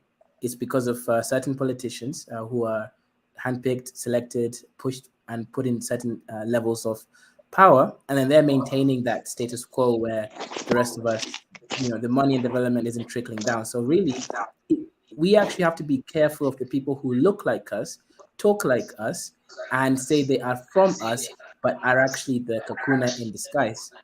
So I actually think that is, that is actually more of a danger to us than the people who obviously look slightly different, that we can see at least and be aware of, the potential downfalls. So, okay, so Dr. Kazo believes that it does. So you think they should be embraced? Is that what you're saying? Yeah, ultimately, if they claim that there are people and they have at least, some linkage to us, which is significant, yes. At the end of the day, we are human beings, and we can put all safety checks and balances to make sure that they don't betray us. But really, at this moment in time, it's not people that look different from us who are preventing us from succeeding. It's people who look just like us, but are not really from us. Their mindset, they've been bought, they've sold us out. You remember Magafuli. There was a saying in Kenya. Kenyans used to say Tanzanians are lazy. However, the Magafuli reign came in. This man changed the whole nation. When he found that the hospital, there wasn't enough hospital beds, he went and just did basic stuff, but he had the attitude, the willingness, and the uprightness to go forward and solve these problems. He told Great things. Yeah. right, he made things happen. That's the kind of people who are us, people Yes. like Magafuli. But if you look across the Rest in continent, peace, man. He was a great leader. exactly. But if you look across the continent, these other leaders, most of them look just like us. Most of them are not mixed with something else, but they're not doing what is in the in the mindset of our people. Yes, I know Kakunas mess around with things, and this is how they mess around with things, by putting leaders who look just like us, sound just like us, but have nothing to do with Bro, how. explain what Kakuna means, man. This is a West African panel. my question is this: would you put in place someone that clearly looks European? Would you put them in a thank you, sweetheart? Would you put them in a position of power? Um, Would I and put? Mhm. would you let them come in and be in a position of power? Is that something that you know, if they claim to be us and I think in that you know that really depends. If they grew up in let's say in Africa, they grew up in a certain village. The chief knows them. Everyone has a reputation based on what they've done. You know, they clearly are someone who grew up in that environment. Then, as long as they have an African ancestry, like one parent is African, then there isn't that much problem because ultimately you have people, places like FBI, CIA, they employ just 100% Africans all the time to come into these spaces, to come into leaderships, destroy, disrupt, and all those things. If you look at all our leaders in the past, people who were working with them, they just look just like us, actually. yeah. So the issue, yeah, I say if they grew up in the village, the father or mother is African, and they have, you know, reputation. The chief knows them. They know all their dealings, their mentality, uprightness. Yes, but obviously there has to be checks and balances too. At the end of the day, this is regardless of how they look. That's just one aspect of this. Money is a really big one. Family, you know, we have to build a levels of trust based on all those factors. Okay, Tina, guys. can I say something real quick? Definitely. Go ahead, sis. Yeah, I was just listening and I was remembering that like right now in the Congo, there's a big discussion about who can run for president and certain other key positions. And in particular, there's a law that's been proposed about people having to be Congolese for both parents must be Congolese. And I think that somebody said it's already in the Constitution, but there's a new law. I kind of think maybe not um, because they're talking about putting it in the Constitution because they've had a terrible experience for the last 16 years of somebody, you know, who has divided loyalties or just not even really loyalties to the country at all, just kind of I'm in Congo, so I'm going to call myself Congolese, but I have no ties to it, you know. And who sold the country out for like 16 years. So, I mean, sold it out. So, this thing about where you're from and, you know, being from the country and, you know, like, so my son is half Congolese, but he couldn't be president under this law because his mother is not from Congo. And I don't see anything wrong with it, to be honest. If that's one way they're going to try to, I mean, you look at past mistakes, you got to see if you can do better. And obviously, this is one area where maybe they can do better, because you know, it was just kind of a shame what happened. So you know, yeah, I mean, Right. people, and there are a number of Congolese politicians who are like half European. And some of them are very upset about not, you know, if this law go, oh, you know, you're doing it against me or whatever. But it's like, nah, if your father's Israeli or your father's Italian or wherever he's from, you know, you have divided loyalties. That's their thing. So But that's just a point. but If that's I can just interject, going back to the young man that said West Africa, they take the father's lineage. This is an Islamic practice, and most of West Africa is Islamic. This is not an African practice.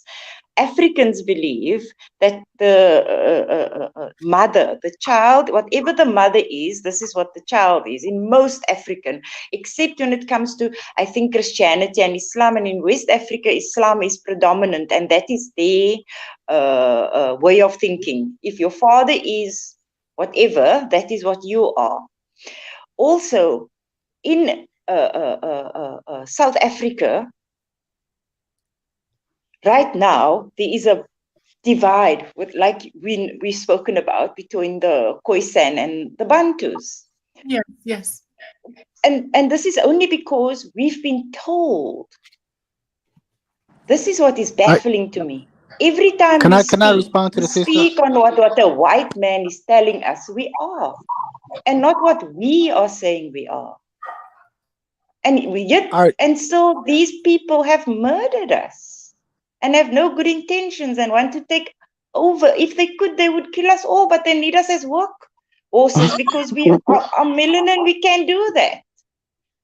We go in the sun, we get energy. They go in the sun, they get cancer. So they need us to work. That is all we are to them. And let us not for 1 minute believe that these people had relations with us out of love or out of concern. They had an agenda. The agenda was always, whether you look at South Africa, whether you look at America, whether you look anywhere in the world, the agenda was always to exterminate us or to confuse us. Either one of the two would work to divide us. So why are we still following what the white man is telling us we are, if this is the agenda? That's just my I have question. to, sister, I have to respectfully disagree with you on the lineage because this father side lineage, these Africans, especially in East Africa, were practicing way before Islam and way before Christianity. So this is not something that came with Christianity, especially in some countries in Africa, people can count their forefathers up to 30, 40 generations.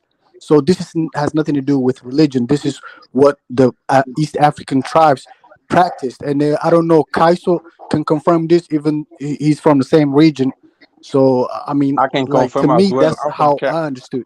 I'm from But Cameroon, even and we go by our parents. We don't go by our mothers, and that's just what it is. I don't know where the mother came from. So, but but we go with even our but parents. even in religions they differ. For example, that you get Sunni, you get Shia, you get Hanafi, you get all these things in this religion called Islam, and they all have different beliefs. What I'm saying is these differences came in when they came in. I'm not saying we didn't practice. I'm saying the differences came in when they added their 2 cents to the mix. Like I said, we always believed, Africans always believed. It is when they mixed it up. They themselves have no idea. You get Catholics, you get Protestants, you get Anglicans, you get all these different, and they all have different beliefs. But the thing that they all tell us with one united voice is that we are black and we are not worthy. If you indoctrinate a man, if you tell a man long enough that he's a bad person, he's going to start believing he's a bad person. If you tell a man long enough that that white man is his God, and you are now telling me my God has lied to me, this is a hard pill to swallow. That means you have to change everything. How can we Me, take the years white man out of myself. our own history? How can we take the white man off? Myself, I was born into this religion of Islam. When I asked my mother, why does my first cousin look like a Bantu and I look like a Khoi? And these are 2 sisters' children. She said to me, well, my father looked like the Bantu child, my Bantu cousin, and my mother looks like you. My grandfather then, I later on, after hearing this news about why one looks like Bantu, one looks like Khoi, where is my grandfather from then? I later heard that he was from North Africa and he brought Islam with him. And they just accepted, all right, you are Islam, at least you're not anything else. You are one of the religions that we control. And then after that, they became Malay or colored. Wow. But the way my grandfather practiced Islam is different from how the Malays practice Islam. It is when they intermixed, is what I'm saying, is when we got confused. But Africans always believed. That's a great point you make, sister. I think we should stop following these foreign religions like Islam and Christianity. Me personally, that's exactly what I did about a couple of years ago. I went back to the religion of my African ancestors. So the problem with Africa, it has a lot to do with religion. than the colonization. That's all I'm gonna say. And what religion do you Mm. practice now? He's Uh, a faithful follower of the Kaisorian spiritual religion. Kaiser, you wish. No, to answer your question, I follow the religion. Well, I mean, I don't fully follow. I'm still learning, but I'm trying to follow the religion of my ancestors before And do Islam you have a and book? before Is there Christianity a came to Bible? Africa. Is there a Bible of that religion that I can learn? Well, It's in you, I don't. brother. There's no Bible, but like there's online information that you can research and stuff. And this religion is called WAQ. It's a WAAQ. That's the religion that's widely practiced in East Africa before Islam and Christianity. Oh man, it's just a lot of Or you speculations can out here. You know, follow Kaisorian Jude.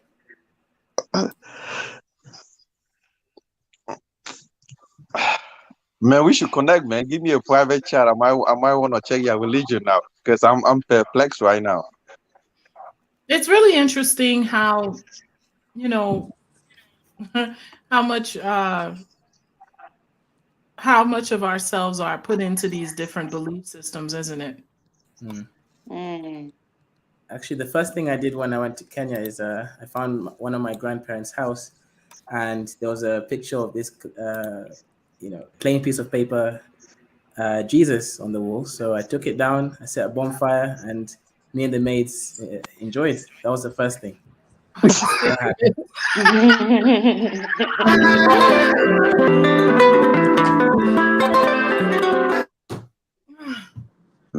Why?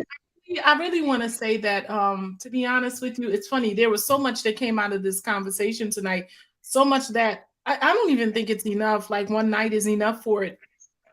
When we talk about this admixture, y'all, those of you, just like me from the diaspora, you've been on some channels, you've heard certain people say they're not us. They're not 100% us. They're not us.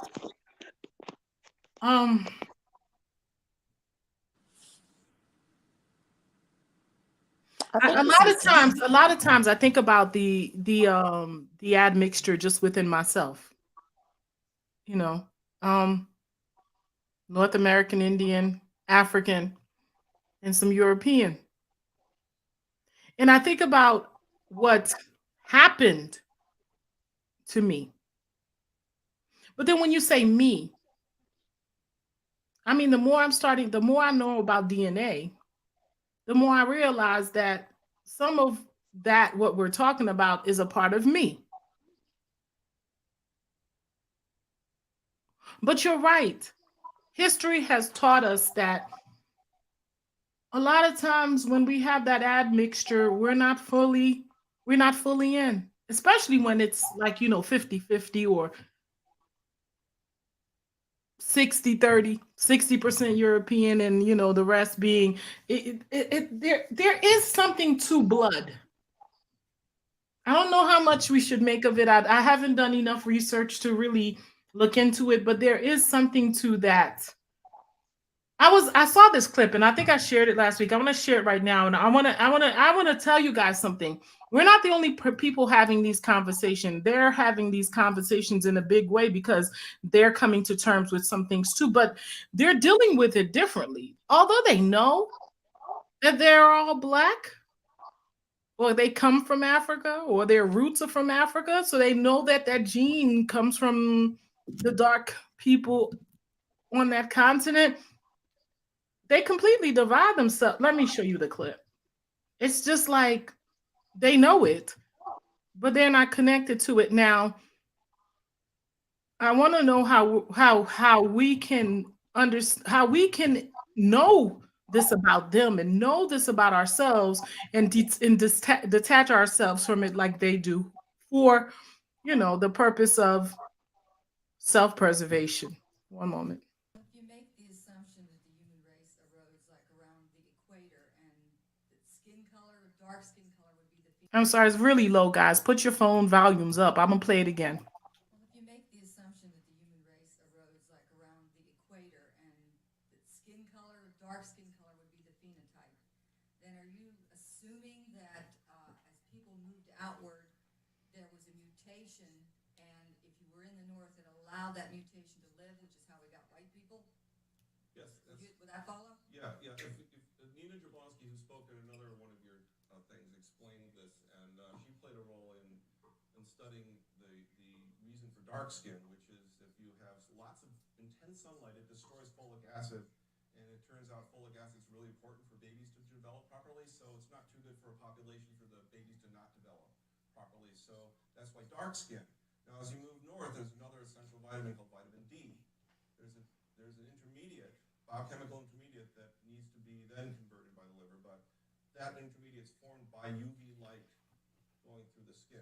If you're near the equator and you have a dark skin, it still gets through enough to get your vitamin D. But now as you go north and it's cold and you wrap up and it's less sun because the sun's coming at an angle now, you will get rickets and have other problems supposedly. So that's thought to be the reason for selection for lighter skin. I know that was really low, but I've been watching a lot of conversations that they've been having within themselves about why their skin is white and ours is black. And this one right here, I guess, if you guys didn't hear it, he's saying that it's because people moved around the equator, you're closer to the equator. But I like Suri, believe that there's something deeper going on or that happened. Because I'm just saying, they've been around us for more than 1,000 years. We can trace it, and we've been there, and nobody's come back white. Nobody's come back with blue eyes and blonde hair. So there is more to it than just, I think, being closer to the equator or not closer to. I think there's a little bit more to it than that. And also, Gina, the reason I showed this clip was to show you that they too, I mean, there was a room full of people. I didn't put the whole clip, but there was a room full of people that look nothing like us, wanting to know why their skin is white and why ours is black. That's what I mean when I say study to show thyself approved, because you see, but they're not connecting any frequency to it. When the man said yes, that everybody did come from Africa, the only difference is that one went closer to the equator or whatever. They didn't. So when he told them in essence that they were first black, they didn't make a big deal of it. And there's a level of frequency that happens with these people. They don't allow it to change their perspective. And I think that's what I mean, like not allowing something to move you to the left or to the right. Got to stay balanced and stay on course of what it is that we're trying to achieve for ourselves. We can't allow it to make us go into a tangent of going off about what they did to us, and we can't allow it to make us afraid. We just have to stay on course and reap all the knowledge that we need to reap while we're moving forward, but not letting it become something inside of us that overpowers what it is that we need to put our focus and our frequency towards.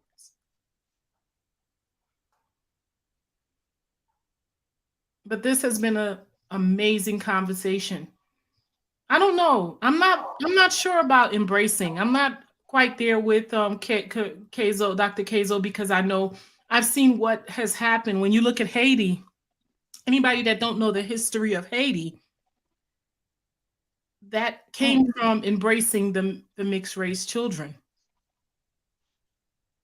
I'll give you an example. It's really a scary thing for me because, to be honest with you, that history is not too long ago for Haiti. Go ahead, Dr. Keizo. Yeah. I think, okay. Let me give some more context here. So yeah, it's very sad with what happened with the Saint-Domingue island. Yes. Yeah, that's really sad. I think there was a lot of remnants between, first of all, there was a Kakuna supremacy going on. And what happened with the Admixture children, they sided, in fact, with the other side and really held on to that identity from that side. Still do to the day. Right. Still, yeah. However, there's some groups, for example, in Kenya, the Swahili people. They are a lot of them are admixed with Arabs, actually. Right. And this is through the Arab trade in Mombasa and Zanzibar in Tanzania. However, there's also even remnants of Arabs who live in the Swahili coast. Mhm. But what happened with them is they became Africanized, those Arabs. The Africans didn't become Arabized. The Arabs became Africanized. So actually Swahili, like, is what's the biggest language in East Africa, growing really fast. Burundi, Kenya, Rwanda, Uganda, Tanzania, Congo, all these countries and more are already speaking it, and there's a lot of unity going on. And this is a small tribe, and they are actually admixed. And in general, these people they never sided with the Arabian side, thinking any sort of thing. In fact, even the Arabs who remained became Africans.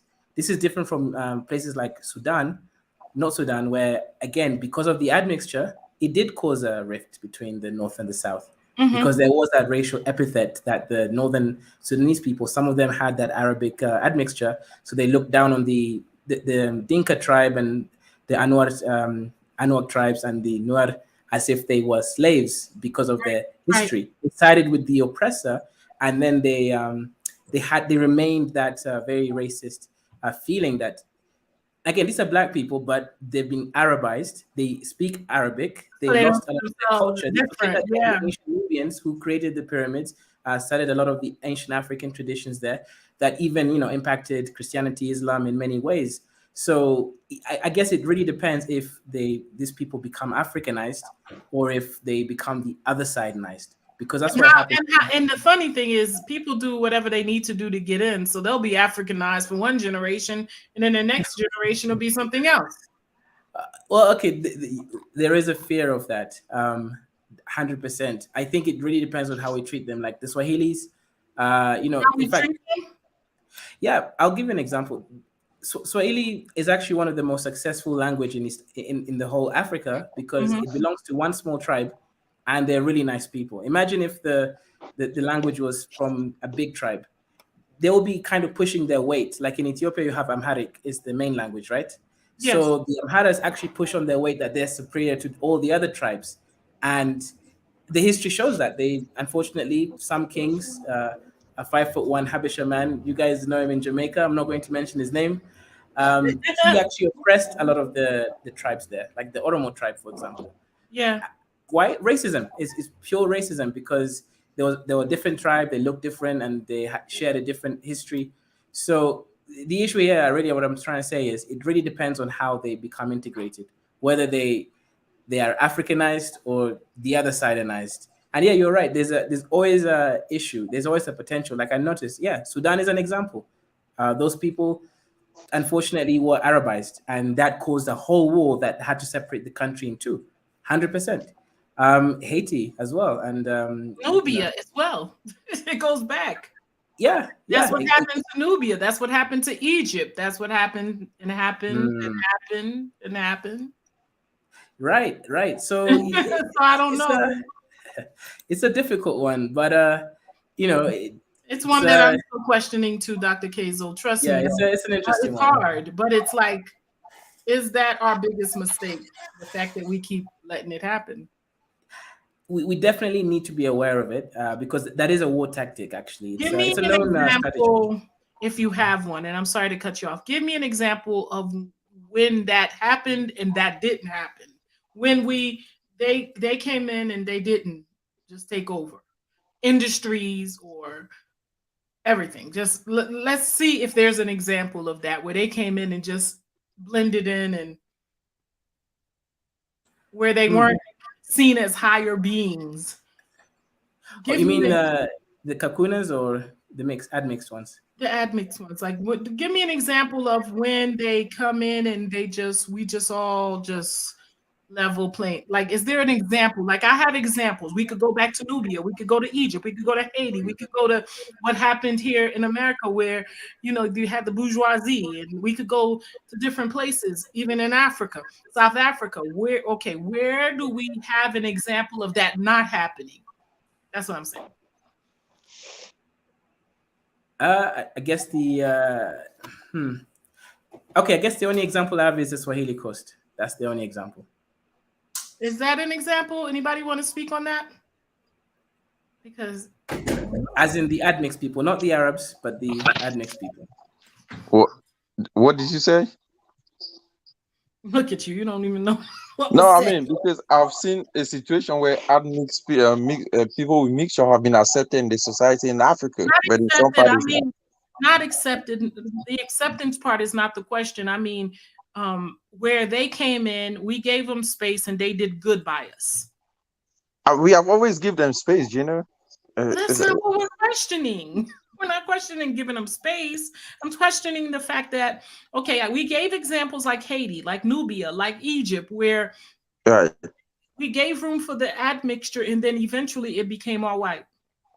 Right. These, They always these take are advantages. so I'm looking at I'm looking for an example where that wasn't the case. No, that has not happened because, and that's if you see what is happening, like when they talk about Congo, right? The Yeah. president that's in power right now, he's trying to the main opposition is an admixture guy, but that guy has served Congo. He has served in a lot of stuff in Congo. He has been a minister. He has been a lot of stuff. He has been prime minister before, but Right. because he is running for president, the guy in power now doesn't want it.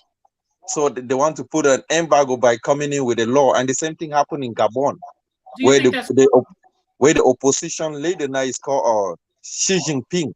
He's mixed with a Chinese or I think Japan, so he looks darker, but he is more of Japanese. And he himself Gabon because he was one time the president of African Union. But when he started running for president in Gabon, the president in Gabon put a lot of restriction on him. And that's the same thing that has happened in other countries as well. So because most of the time when you give people space, they tend to their lineage, like what Wendy was saying, because the man that is running in Congo, they think he is being sponsored by France, and even the guy in Gabon, they think people with admixture are being sponsored by external companies. So so? Africa has learned lessons that they don't want to, hand power to these people because they will cause havoc. And I've not seen nowhere that these things have repeated where you give them room and they became successful. It doesn't. I've not seen that.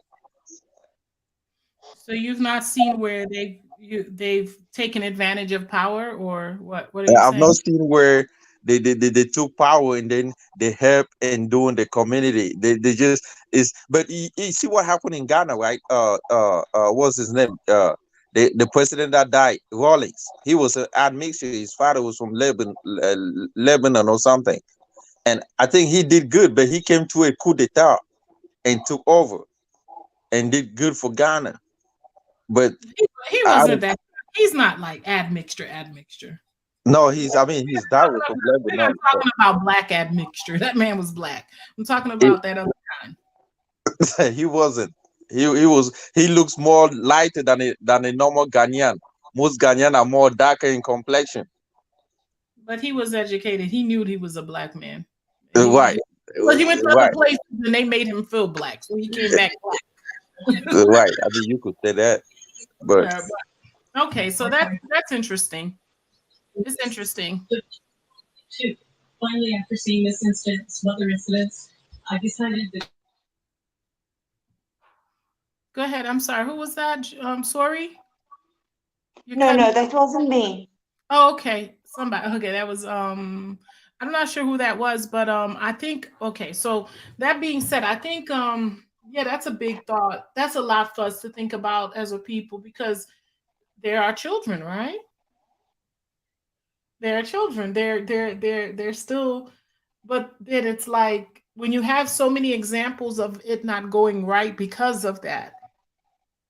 If I can interject, I have Yes. found that because we don't know who we are and because we have been given this religion thing has really messed us over. Because in essence, you are asking people to reject their God. Yeah. That is what we are asking. We are telling them, reject your God and come with us. They are fearing their souls. And so we have the Bible here.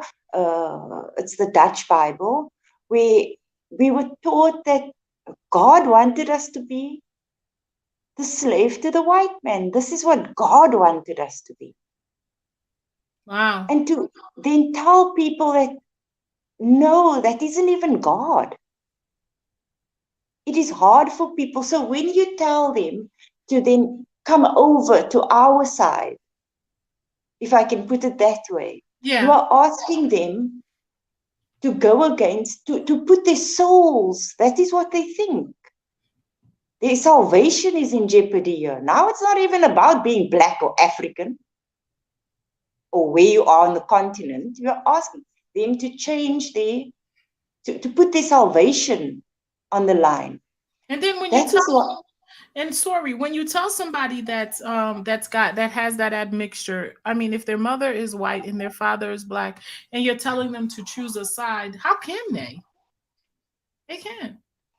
They won't. They might say they will, but they will always, things may happen. They may get older and decide, hey, why should I? it is very difficult. It doesn't mean it can't be done. I am one of those. They taught me that I am a different race, the religion that I follow, who my people are. It is only when I started asking questions, because remember, I told you we were being hunted. So we were told to lie. It is only when I ask, when I look at my family and I ask, why does my first cousin look Bantu? Why do I look Khoisan? Then you discover that we were all lied to, even about God. But again, you are asking people, they would sooner kill you. We know how radical religionists are. Yeah. They would sooner kill you before they give up their souls. And that is what they think we are And asking them to that's what do. they think. That's the big thing on the table, their souls. Their souls. Yeah. Henceforth, my argument is still, we need to come home, all of us. And we need to learn about what happened to us. Firstly, what happened to us, how they did it. We must talk about that. We can't talk about it if we are not on the continent. We can't heal, I believe, if we are not on the continent all together in one house. I cannot communicate properly with my brother if he's in a different house. If he sits at my table, he sees me, I see him. When we give evidence, we can give evidence directly to one another. But while we are so divided by space and by this admixture, we cannot win. It is impossible.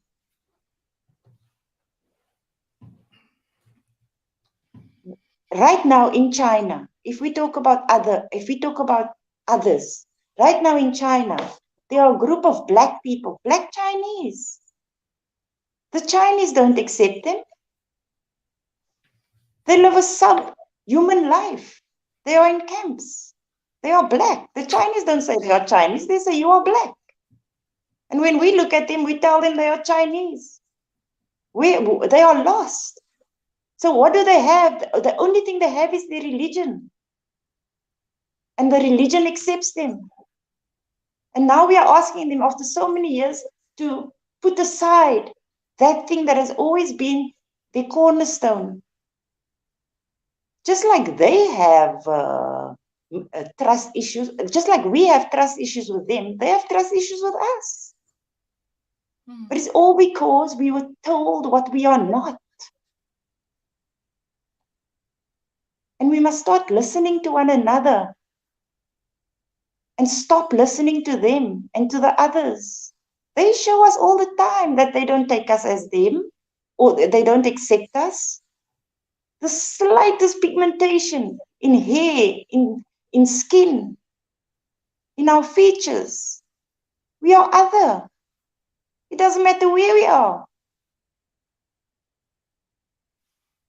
And yet we expect these people to be loyal to us. It will take time, but I know it can be done because I've seen it done. I'm one of them.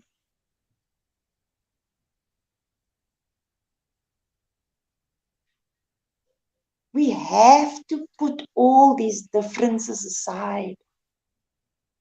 It does not help us in any way. We are going in circles. We are talking now for more than 5 hours, going into 6 hours, about how different we are because of what they told us and what they taught us, the Caucasian.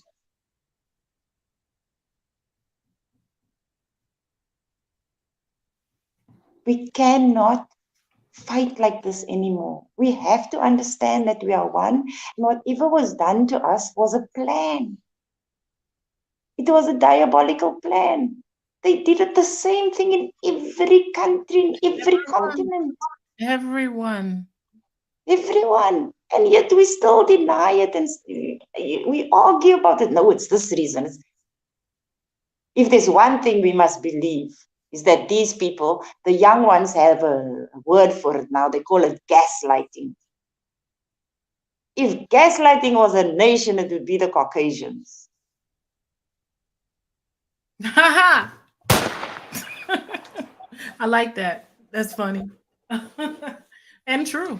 Funny and They true. gaslight us and we fall for it every time.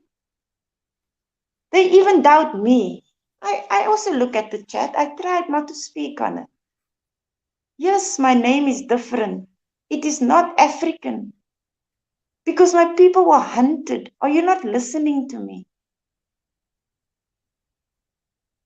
Khoisan, if you come to South Africa, if you see the different ways the Khoisan look, I can understand why they say we populated the world. Some of us look Chinese, then we look Brazilian. I see the Brazilians, I say, hey, you look like my cousin. You look like my sister. I see the Chinese. If it wasn't for their skin color and their hair, they look like Khoisan.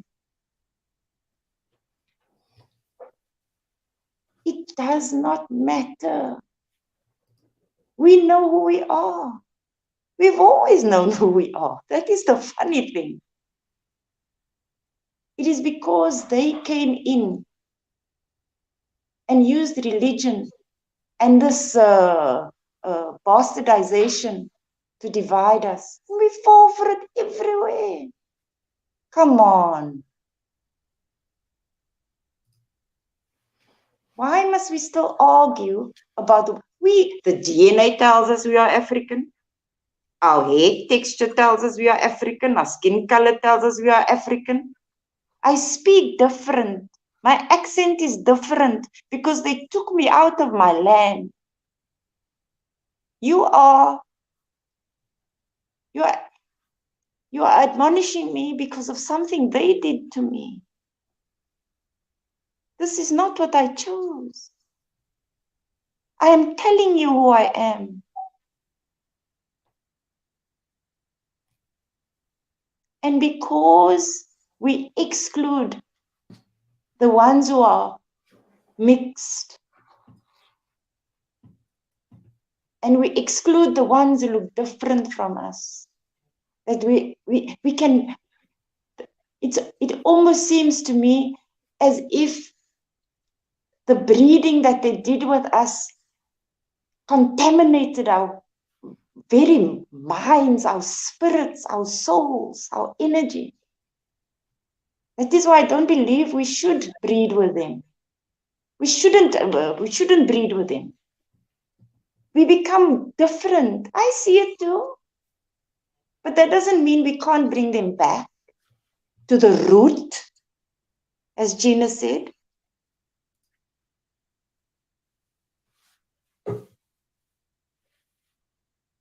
We have to stop this infighting and trying to find differences within ourselves.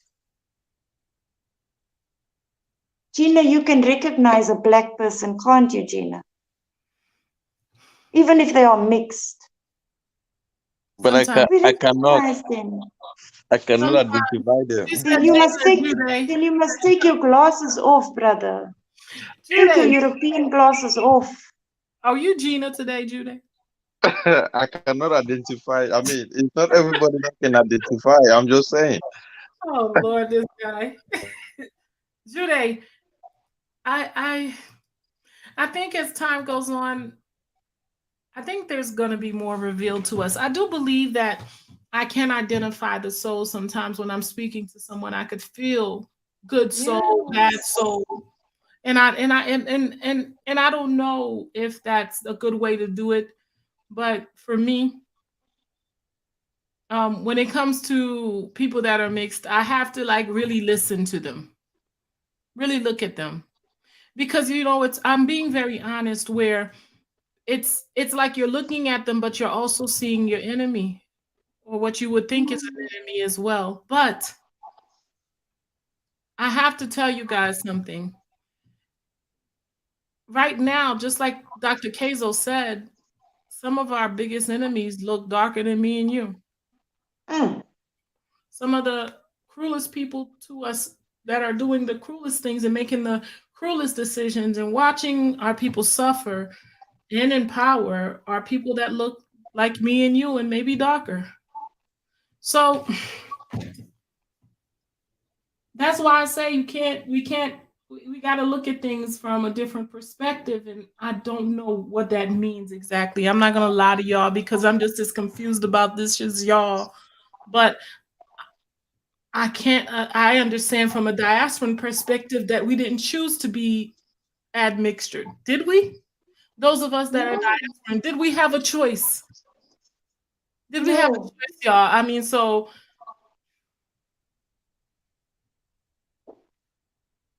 and we on the continent didn't have much better choices. We had the same choices. and where do we belong? Just like she said, where do we belong? Those of us that didn't have a choice, where do we belong? You belong here, in your house. Julius Malema, who is a political figure in my country, is right now, I don't know if the court case is still going on. The Caucasians has made a case against him for a traditional song that we sing. And he Why said are in you court, against Julius Malema? no, listen to me, brother, listen to me, brother. Julius Malema said to the white attorney asked him the same question. So Africans are allowed into South Africa, other Africans, because as you know, there's a dispute. I don't know if you people know, there's a dispute going on. Yes, the xenophobic attacks. Yes. And Julius Malema, and he said, so you're telling me people from outside of Africa come to South Africa, that makes them South African, but if I come from Europe, I'm not a South African? He said, no. And I agree. And this is the reasoning he gave, and I agree. He said to him, Africa is a house with many rooms. Just because my brother comes to my room from another room in the same house doesn't mean he doesn't come from my house. We are at the same address, the same location. He's just in a different room. He just walked over to me. We are not different. We are not other. If you are African, you are African. It doesn't matter where you come from, where in Africa you come from. It doesn't matter where your masters, your slave masters took you. Or what they put into you. They don't even accept you. Something they that call you mulatto. While she was talking, that just hit my heart, and it hit it hard, and it's like talking to me. It's telling me this. While they sit here having us fight over small things, they're taking over big things, y'all. And this is what we need to keep in mind. This admixture thing, it wasn't a mistake. It was purposely done. It's been purposely done everywhere. Everywhere. They interjected themselves within us so they can divide us. Yes. How do we bring it back together? That's going to be a good, I don't think we have enough time left tonight for this. We're going to have a part 2. How do we deal with these children? We love them. These admixture children like me. We love them. Most of the diasporan. How will Africa embrace its children? After what was first telling you are not an orphan. Absolutely. Your mother did not abandon you. Your mother is not dead. Your mother is alive. But that The only way you can let a child wonder who and what they are is by taking them away from their mother. Your mother is not dead. I mean, you have a mother, and if you have a mother, you have a root. It is because we deny our mother, Africa. I've now heard Americans saying that they didn't come from Africa, they are Native Americans. Maybe there are some. We traveled, we were explorers, the real explorers. And also, Khoi or Khorikwa, my tribe, means the people of livestock. Hesekwa means the people of the trees. Bantu means people. We are people. It's in our names. We call one another people. We are the people. But because we don't understand one another anymore, we don't understand our languages even. What a really diabolical grape. What a great diabolical. I want to say this. What a deep thing to go into a place and just inject your seed so much that you have the people themselves confused on who they are. It is quite diabolical, isn't it? Man, we're gonna talk more about this tomorrow. I can't really I wanna really go in deep in this one because this one affects us, so many of us. On continent, off continent. For me, and you know, it's funny, not in different ways. This is why the differences are in Africa too, because right after colonization, they made a whole bunch of people go, you know, they moved people around and put people where and left people wherever. And so that's a weird type of admixture that's caused much division as well. That's true. But think about it though. Just think about it.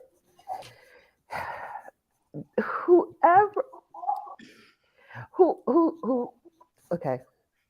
I like you. I'm gonna take a page out of your notebook, Gina, and not cast all of the onus on the other. We gotta take possession. That's right.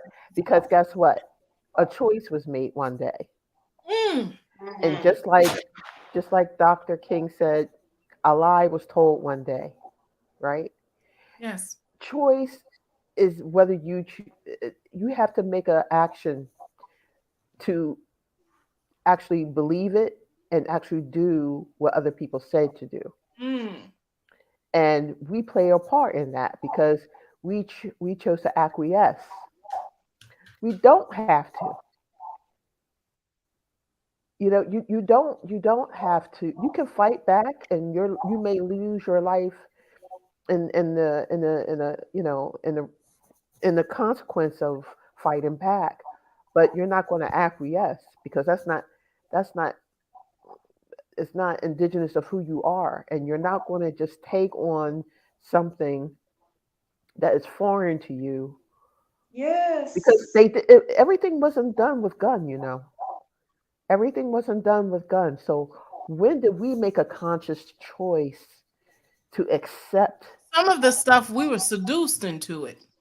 We gotta come to terms with that, and that's the ugly part. But we were seduced. Well, that's the fact, and you know, I listened to our elders and what they taught, and then I had to learn what Dr. Francis Welsing says, and I was always wondering, like, why isn't she angry? And what I learned is that being angry doesn't get you anywhere. That's it. It doesn't get you anywhere. That's it. It doesn't solve the problem. It doesn't get you any further. Nope.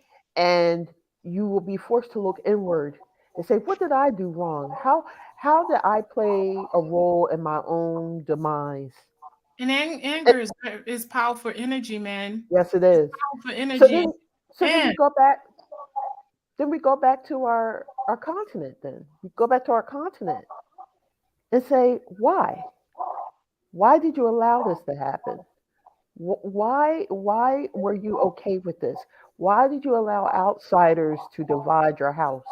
How did a man come in a conversation with two brothers and cause you to hate yourself so much that you sold each other out? And I'm not talking about the literal sense. I'm talking about to the point where you allow these people to come in and get so comfortable that they thought they could. Right. That they And they thought they did. could, and they did. Yeah. Why are And you're not why that weren't you docile? protecting yourself from them? Why did you trust them so much? And these are the questions we need to ask ourselves and forgive our ancestors for. Let's not move from hating them to hating No, ourselves. not at all. I think Yes. it's an honest question that deserves an answer. And it's not about hatred. It's just I need to know why.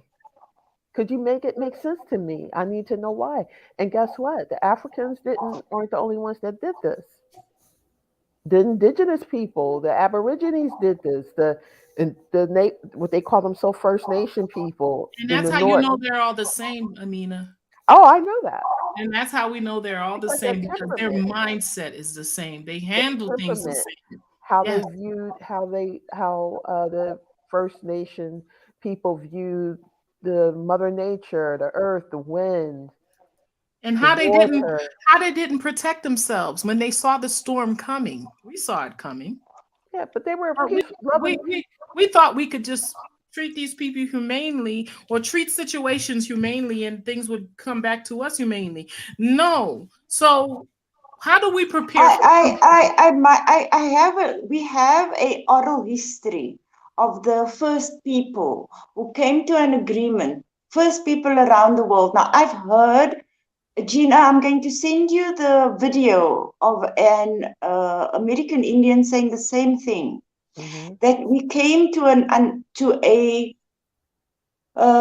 agreement, if I can put it that way.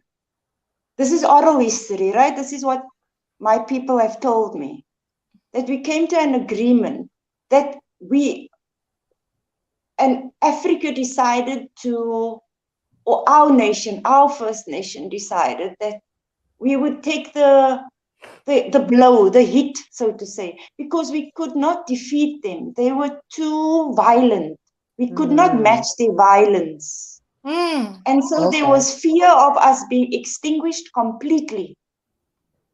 Wow. Completely and entirely. And so an agreement was made between the First Nations that we will, yes. So we were defeated because we know that we were gonna lose everything. We couldn't match We the couldn't violence. match their violence. That's, And we could not match their brutality. Can I just say real quickly, when I have studied the mindset of in terms of their own history and the violence that Europeans have systematically done to other Europeans, I'm trying to get a sense of how that individual or that type of mindset works. And are they that relentless? Because their frame of reference is something I don't think Africans were used to. And that's not an excuse. I just think we're just different, vastly different people. And we don't view things in that way. We may do what we do, but that mind right there is a diabolical, unmatched, and that's why I call it demonic, because to do some of the things that were done. It's one of self-preservation, and they were Yeah, hungrier but than we are. Let but me some finish. things, but some They were hungrier than we were. Okay, you can say that. But I mean, in a physical way and a spiritual way. Okay, but hungry for what? I know power. They were hungry for meat, for one thing. Okay. They But were power, starving. They were starving. They had nothing. that's true. However, you don't have to pulverize your your um your victims to dust. And I think that the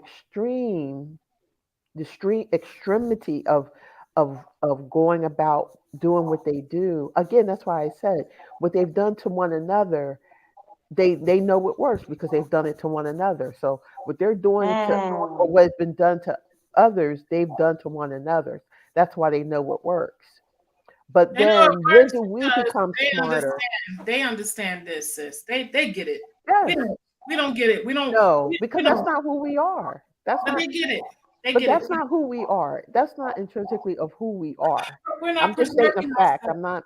I'm not Yeah. making an excuse. No, you're I'm right. just You're right. I I'm agree. just saying this is not that is not who we are. It's not. In the core of our being, that is not who we are. Our yearning is not for power and for dominance and for violence. I mean, the violence is unmatched. You got to concede.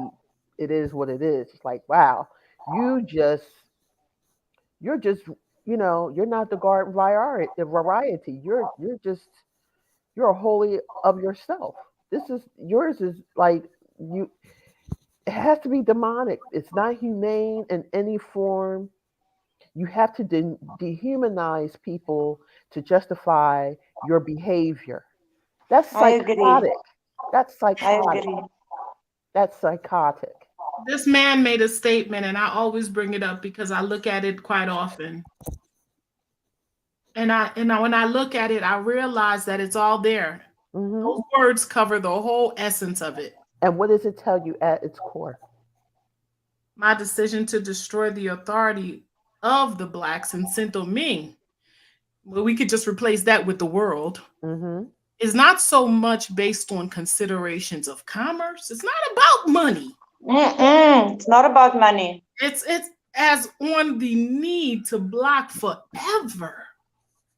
What is he afraid of? What is Being he afraid of? being eliminated. Yeah. If Forever. you knew, I gotta get rid of you, or Sister somebody's get rid of Amina, me. if you knew the power inside of you, Sister Amina, the things that I've been taught, the things that I've seen myself do. I'm aware of my power now. I wasn't Yes, before, that but is what I'm they aware are now. afraid of. I Yes, know. sister. I know. Yes. I see it every They day. saw it firsthand, up close and personal. I believe you. I see it every day, Suri. Every day that I live. Now that I've been, now that I know the truth. Now, if only my people could see it. My people. But we've been so bamboozled. Oh. Do we have it in us to see? Do we Yes. be taken out of this scary part is slumber? the scary part for me is I'm coming to realization that we put ourselves to sleep. We bamboozled ourselves. And Yeah, that's we the part. aided in 'Cause our. I don't think they're good at hiding what they did. It's always been I there. agree. I agree. So I think what has happened is we're not being put to sleep. We're falling asleep on purpose because we don't want to stand. Why not? That's the part that hurts me. But why not? Yeah. Why don't we want to stand up for ourselves? That's a deep one right there. Let's talk about Harriet Tubman said, I freed thousands. I could have freed more if only they knew they were slaves. So that means in the mind, you've given up. Yes. But we can re-remember. We can. And then we have to take back our power, whatever, and that means I agree. not It's not like their power, not what they're looking for. Because our submission has been our greatest weakness, and we can talk about that tomorrow. Let's get into it tomorrow. Okay. My husband's been sending me dirty texts like, "Are you serious?" Oh, sorry. Oh no, we don't want that. Like every weekend, are you serious? Okay, so this is gonna be part 2 tomorrow. We're gonna be. Where did we stop? And I'm happy we stopped there because I want us to get into that. Our awakening. That's it. Our getting back our power, and what does that mean? And what does that mean to Africa? What does that mean to us all over the world? And how do we? And there's something else that needs to happen. We always talk about this spirituality. I don't know. The last time I was on here with you guys, I told you around noon to stop whatever you're doing. Mhm. I don't care where you are, except for driving. Don't stop driving. But around noon, I want you to put into your hearts our people. Mm. And I want you to put into your heart wherever they may be. And then I want you to also put into your heart the continent.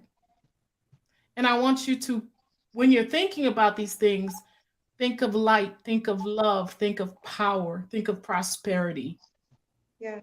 think of joy, think Yes. of healing. Mhm. And if we all resonate that frequency at the same time, we're doing a lot. Yep. I think we should let women rule Africa. That would change a lot of things. Oh Just yeah, look how well, in You, order we can't really and, hear you, and brother. Your connection is doing something where it's like I don't hear you. I don't hear your words. I don't know. Is everybody else hearing that when he's talking, or is it just me? Yes, there's um, a yeah, we hear it. distortion. can you guys hear me now? No, it's really bad. It's I don't know what it is. Check your mic. Okay, so we're gonna have to close out. We're gonna be back tomorrow, and we're gonna start again with what? Awakening. How do we get? How do we? How do we move Sorry, forward? I'm using cheap Empower. headphones. That's why. Yeah, it's really Uh, you have two different. You wait a minute. You're on here twice. That's not a good thing. Try now. Try talking now. Oh, maybe I closed the one where you on. okay. Yeah. Okay. Sorry. I'll close this one out. Maybe you'll come back in to close out.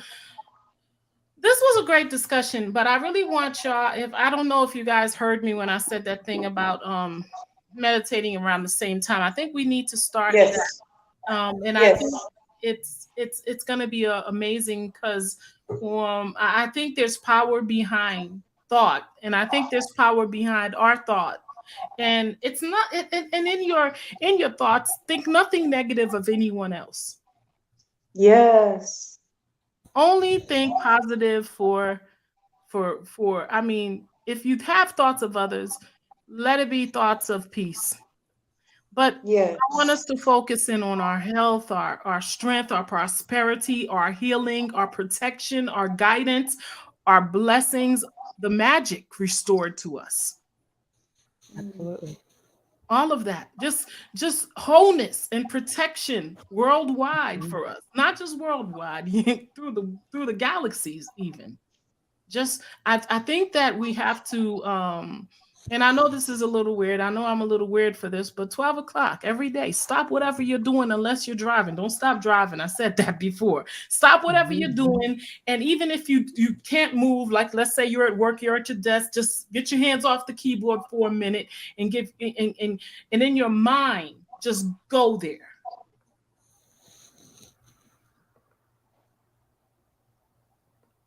I promise you it's gonna shift your world. So that being said, Dr. Kazo, are you still with us? I believe Mr. Dr. Kazo fell asleep, y'all. I put him to sleep. That's a good thing. Okay, so that being said, thank you for coming through, sir. You are always Dr. welcome. Queso has the Awesome. cheap Kenyan internet. Look who's talking. Sorry, my sister. I want to tell you. Well, you know what? I'm gonna leave you for last because I want to tell you a special thanks, and I want you to read that poem that you wanted to read to us. Yes, We're looking please. forward to it. So, Amina, my sister, my love, my heart, please tell me what you think about this discussion. We found some things out about our Koisan bloodline, man. I'm really excited about that. I've been waiting for that for a while. It was amazing. Thank you, And Father. thank you, Suri. You were refreshing and a breath of fresh air, and so needed. Your energy was so needed, and welcome and thank you. Thank Oh, you, Gina. You're very Good night, welcome. everyone. There's so much love here for you, Amina. Thank you, sis. Thank More. you, thank you, Amina. Amina. I Thank you, love you Amina. all. I love you all. I love you We all. love Be you. well. We love you. And So I'll be meditating every day at 12. that's right. I Yes, promise. definitely. So, Likewise. Jude, tell me what you think about this conversation. This was a good talk. I really think that we've got a lot of uncomfortable conversation out of the way in this one, especially when it comes down to some of the admixture talk. And I know we're not over it yet. I know this is only the beginning of it, but we're family. We're gonna have many opportunities to Yes. unwrap this onion until we get comfortable with it. So that being said, Jude, tell me what you think about this discussion. I think it was great. Yeah, it was great. This is a platform for uncomfortable discussion, right? So, people that do not want to hear what the discussion is all about, they shouldn't be on this platform. But people, but the things that are happening, I just wish one day, Africa as a whole, right, the east, the west, the north, the south, the central Yeah. can unite. But it doesn't seem like it, because based on what is going on, because even in Africa as a whole, we are still a problem to ourselves, like Suri was talking about, in South Africa, where you have these people, you kill your own people, you drive them away. And it's not just in South Africa. People make it as if it was South Africa, but in other countries in Africa, you have things that are happening. Like that brother from there's in Somalia. When they say you are Bantu, they look at you as slave because you are Yeah. more darker than the lighter people. So, and in other countries like Mauritania, you will see. So this is things that is happening across the continent, and you have people in place that they don't have taste for unity. Since today, Africa has never come up with one currency. They have not come up with one passport. They have not come up with a travel system between Africans. There is no one internet system. There's no one cell phone system. If you have to travel from South Africa by road to Nigeria, going to 20 countries, you have to change your cell phone system 20 times, because each country have their own network, their own phone system. So it's just, I really don't know what, when Africans sit together, I really don't know what they discuss, or the presidents that representing Africa. It just Yeah. seems like things doesn't move. It was how many months ago you were talking about Caribbean African Unite. Nothing Yeah. has come out of it. Few months ago, we saw the president of South Africa running over to Ghana because the Europeans stopped, people from flying over to South Africa. And now he has become contented because those embargoes were moved. You don't still see stuff like this happening. There is no connection happening no more. So that's why when I see people, oh, this is happening in Africa, and then out of a sudden nothing is happening, I'm just like, what is going on? When will this ever come up to something that is really going on and everybody is feeling happy? We Yeah. just do moves and don't complete it, and out of a sudden it becomes vague and nothing happens. And Gina, thank you so much. I really don't want to talk much. It's just, we keep talking about Africa, man, but there's never, I have hopes, but it's hard to really see one day Africa unite. Can Uh, I tell you you something, know, Jude? When we talk about frequency, and I'm going to talk more about that, and we're going to be really understanding that the way you think about something has a big impact on how it is too.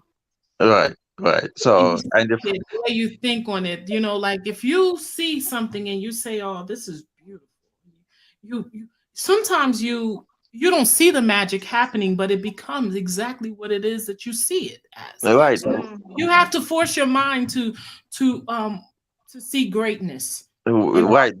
But what you are saying, Gina, you cannot force a child that is hungry, right, and keep preaching that greatness and expect him not to ask questions, and he is but not if you seeing that tell greatness that coming, child, right? while that child is growing up, if you tell that child that he's a genius or she's a genius and she's beautiful and she's intelligent and guess what? She believes it. Right, but you cannot have She these vague becomes it. promising all the So times and expect him to I'm acknowledge it. sorry. You don't even get a chance to hear.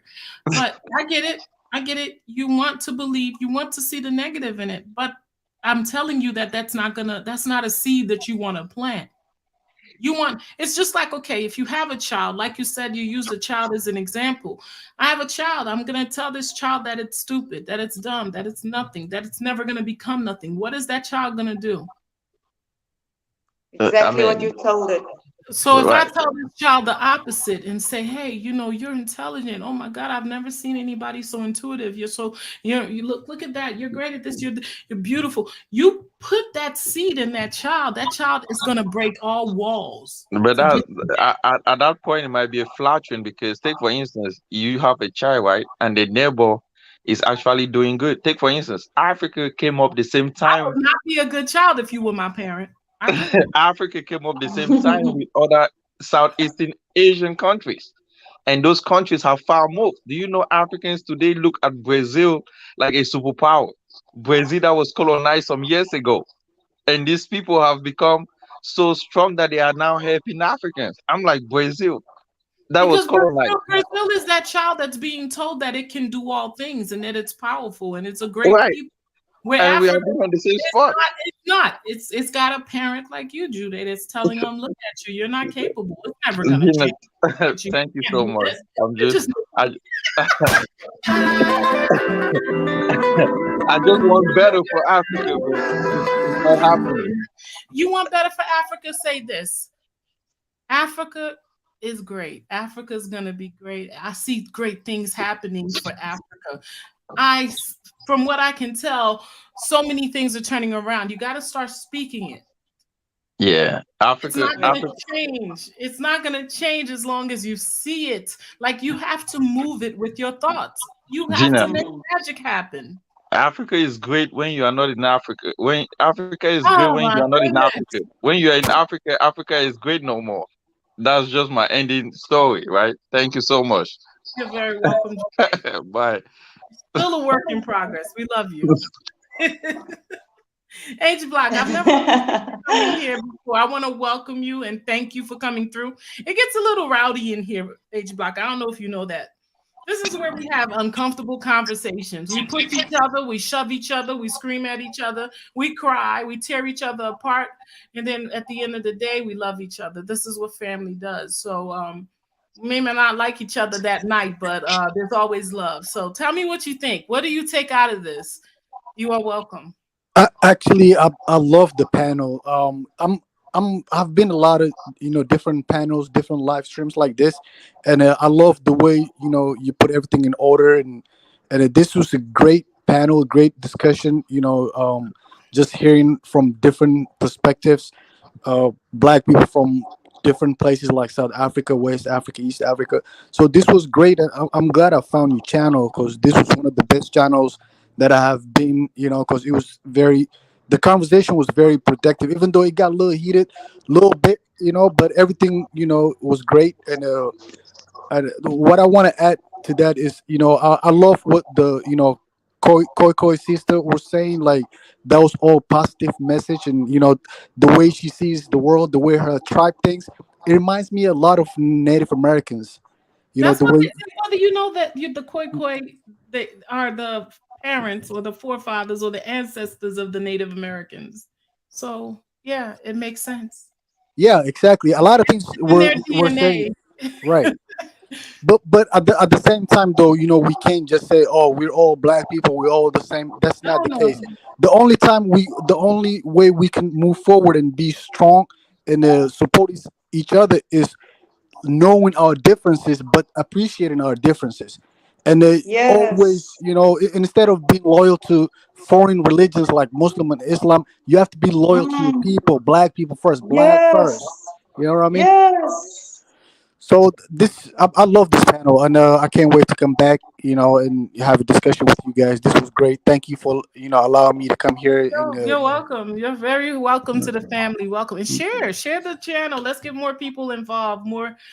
The more the better. We're growing. absolutely. Thank you, Gina. You're very welcome, Ishak. Welcome.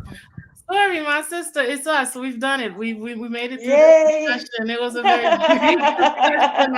I promise you. I don't know if anybody ever told you this, but you speak to souls. You spoke to my soul, and I promise you, I've been thinking about it all week, and I've just been really trying to really come to terms with the idea of, you know, this blood thing, it's no joke, man. This blood No is joke. holding our ancestors. And it's funny because I was having a very serious conversation with someone this week about death and how they don't want to lose their parents. And, you know, and this, and I was thinking, and it's funny because just a couple of days ago, I had just had a conversation about our blood and how, you know, I didn't really know my father or my mother, but I was able to find my sister, my father's daughter, through DNA testing, and how that blood holds the evidence.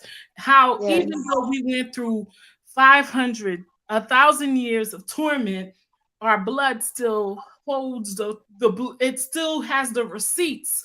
We're able to figure out who we are, what we are, because that blood speaks. It actually has a life that is now speaking and telling us all to wake up and find out who you are. So I'm excited. Koisan, I've got a lot to be proud of. Just the fact that I'm having just a smidget or whatever percentage I have in me of Koisan. I'm really excited to know that these people, because of these people, You could fit right into one of our communities, Gina. Let me tell you, you would fit right in. If you have doubt about where to go, come to the Cape Flats of South Africa. I wouldn't stand out, right? That's good.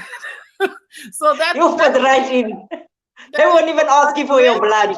I took my glasses off and I was looking at the thing, and my daughter was like, "Oh my God, you look just like those people. Who are they?" And I'm like, now I understand where I get the chinky eyes from. Because when I did my I had no Asian, and I was like, "Where are these eyes from? I can hardly open them."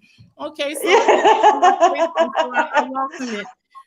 You are a beautiful soul. What you brought to us, and not just me. I'm gonna tell you something. Right after the discussion last week, I got like maybe 10 messages from people just saying, "Tell Suri I said thank you," and I didn't get a chance to do so. And I want to do it on public and say thank you.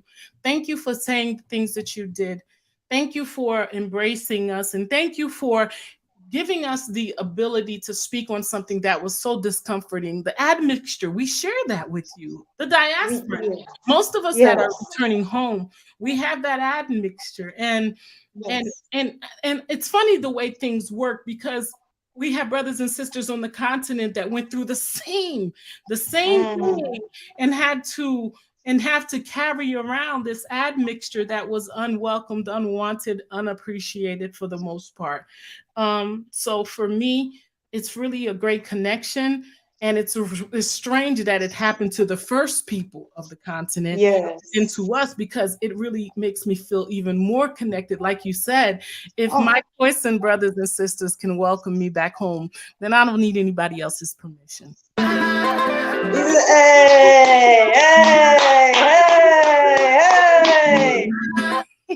So tell me what you think, Suri. I don't, this is the first couple of times you've been on the panel. Tell me what you think about the panel. Tell me, are you gonna make sure that you become I know the time difference is a little off for you, but tell me, what do you think of this whole conversation? What stands out for you? And again, thank you. Oh, our poem. We're not gonna let you leave without our poem either. I just want to say that everybody asks me this, how do we do it? And my answer is the same, with love. We are energy beings. We are people. We call ourselves people. No other nation does this except the ones that are in Africa. There is a reason why we call, even though it is different words that we use, not words, different languages, it means the same thing. The people, the people of the bush, the people of the mountains, the people. We are people. We call one another the people to recognize our ancestors. They knew better than us. They did. I didn't understand it at first either. Why did you allow this to happen to us? Why did you not fight back? Why did you not ask for guns? If you had all the sheep, why did you not trade it for guns? And it was only when the colonial glasses were taken off my face And my brothers and sisters, my mothers and fathers, put my African glasses on, I realized this is not who we are. We are not a violent species. When we become violent, it changes who we are. As people, we become not people. We become them. And so a decision was made. And sacrifices had to happen in order for us to survive, in order for Black to survive.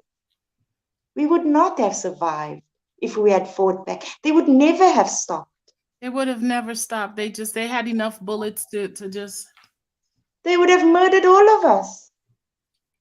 Look what they did in Japan. They threw that atomic bomb on those people.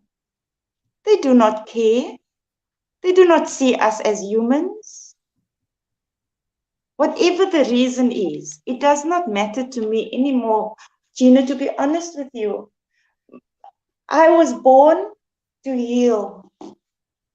You were born to do a broadcast. The reason why we are so good at the things that we do is because it is in our DNA. I am sure if you look back at your ancestry, you will find there were other people who did the same thing you are doing right now, broadcasting. Actually, because it's funny Yes. because when you said you were healers, all the women on my mother's side were healers. Look at that. I Look don't at know. that. You are hoi hoi. Say it loud, say it proud. I am hoi hoi. In Haiti, they kept traditions, and so they were all medicine women. They were the women Yes. that people went to when they were sick. They were the women that gave birth. They were healers. Yeah. Yes. So We yeah. are healers. We are not destroyers. When we do that, we lose our souls. We lose our essence. Yeah. The Most High takes these powers away from us. And so we must never become like them. Never. They are not like us, and we are not like them. And that is what we need to understand. The second thing that we need to understand is that we are African. It doesn't matter where you are.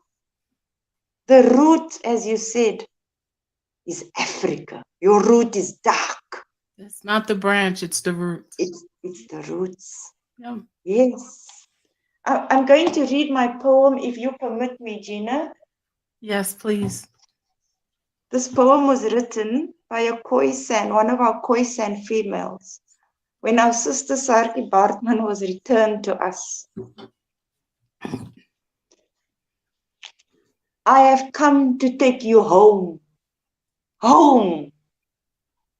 Remember the veld, the lush green grass beneath the big oak trees.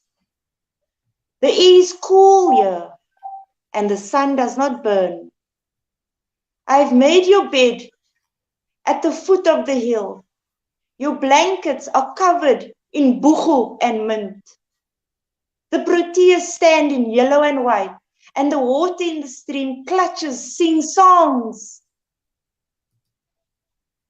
Oh, I have come to wrench you away, away from the poking eyes of the man-made monster who lives in the dark with his clutches of imperialism,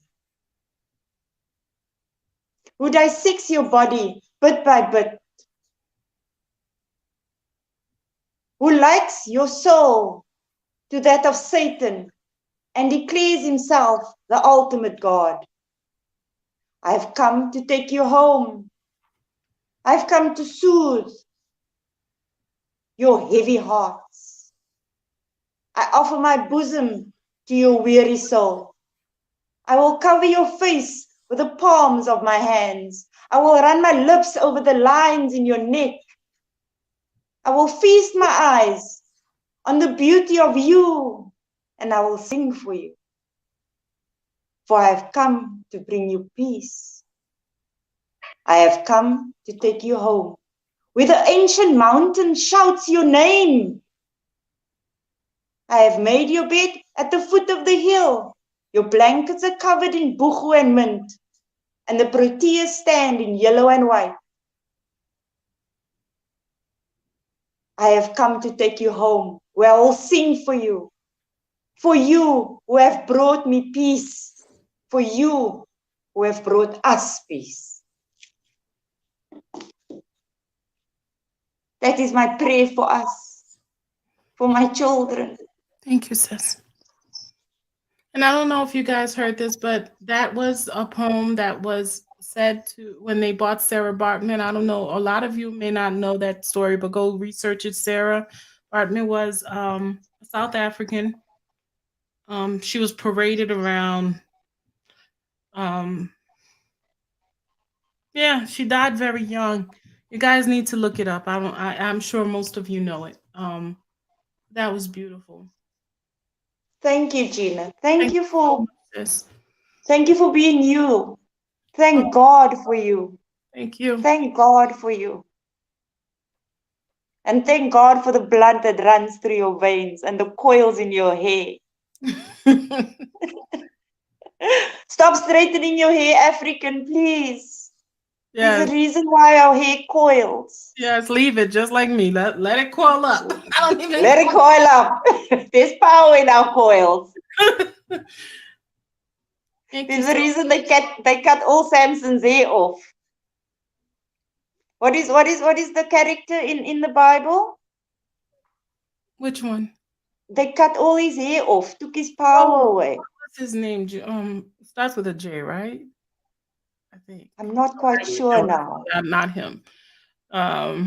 He was the one that the woman cut his 7 locks off, right? Yes. I remember. There's a reason. Yeah. They cut his locks off. There's a reason why they say he lost his power when they cut his locks off. Yeah. But most of all, come home. We miss you. Yes, it was We Samson. miss you. Samson and Delilah. Samson, yes. We miss you It was too. Samson. And trust me, we're finding our way home. Yes. We are finding our way home. Truly. I know so many people on this channel that's already made it home. And I'm so happy for them. And trust me, the moment that I can go, I'm going. Come. Let me rub Gemsbok on you. Gemsbok is what's the English word? I don't know what the English word is, but it is a buck in South Africa.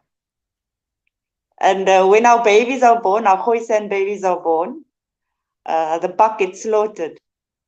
And the fat is drained and cooked. And they use the oil to pull it, to massage it. To massage the baby, yes. Because we are part of the animal, and the animal is part of us. It's beautiful. That's beautiful. Thank you, Gina. Thank you, guys. And I just want to say thank you. I want everybody to put thank you. Whoever's left in the channel, in the comment section for Suri. It's like 6 a.m. over there in South Africa. She's been with us yes, it is. 5 hours straight. We love you 6 hours straight now. We love you so much. Thank you so much, sis. I want to spend my lifetime with you. Come home. I'm coming. Pray for me. Pray that all doors be open for me because I'm Amen. Thank you. Hey guys, this was amazing. And Suri, thank you again. You have a great go to sleep. I'm gonna go to sleep. So you guys, I want to thank you very much. Thank you very much for hanging in there with me. This was a longer conversation than last week. I've been trying to shorten them out, but I thought this was a very important one. And I think it was. If you are just coming in and you didn't get a chance to see or hear all of it, it's worth it. Again, please understand that the most important thing that needs to happen within ourselves is us understanding that this power that we need, it's within ourselves. The frequency, the energy, the strength that we have to use that for our benefit. We can no longer stand in a place of anger towards what people have done to us, because guess what? We can't control what they have done to us. What we need to now focus on is what we need to do for our future selves. And as I always say on here, this has been an amazing conversation. Blackness.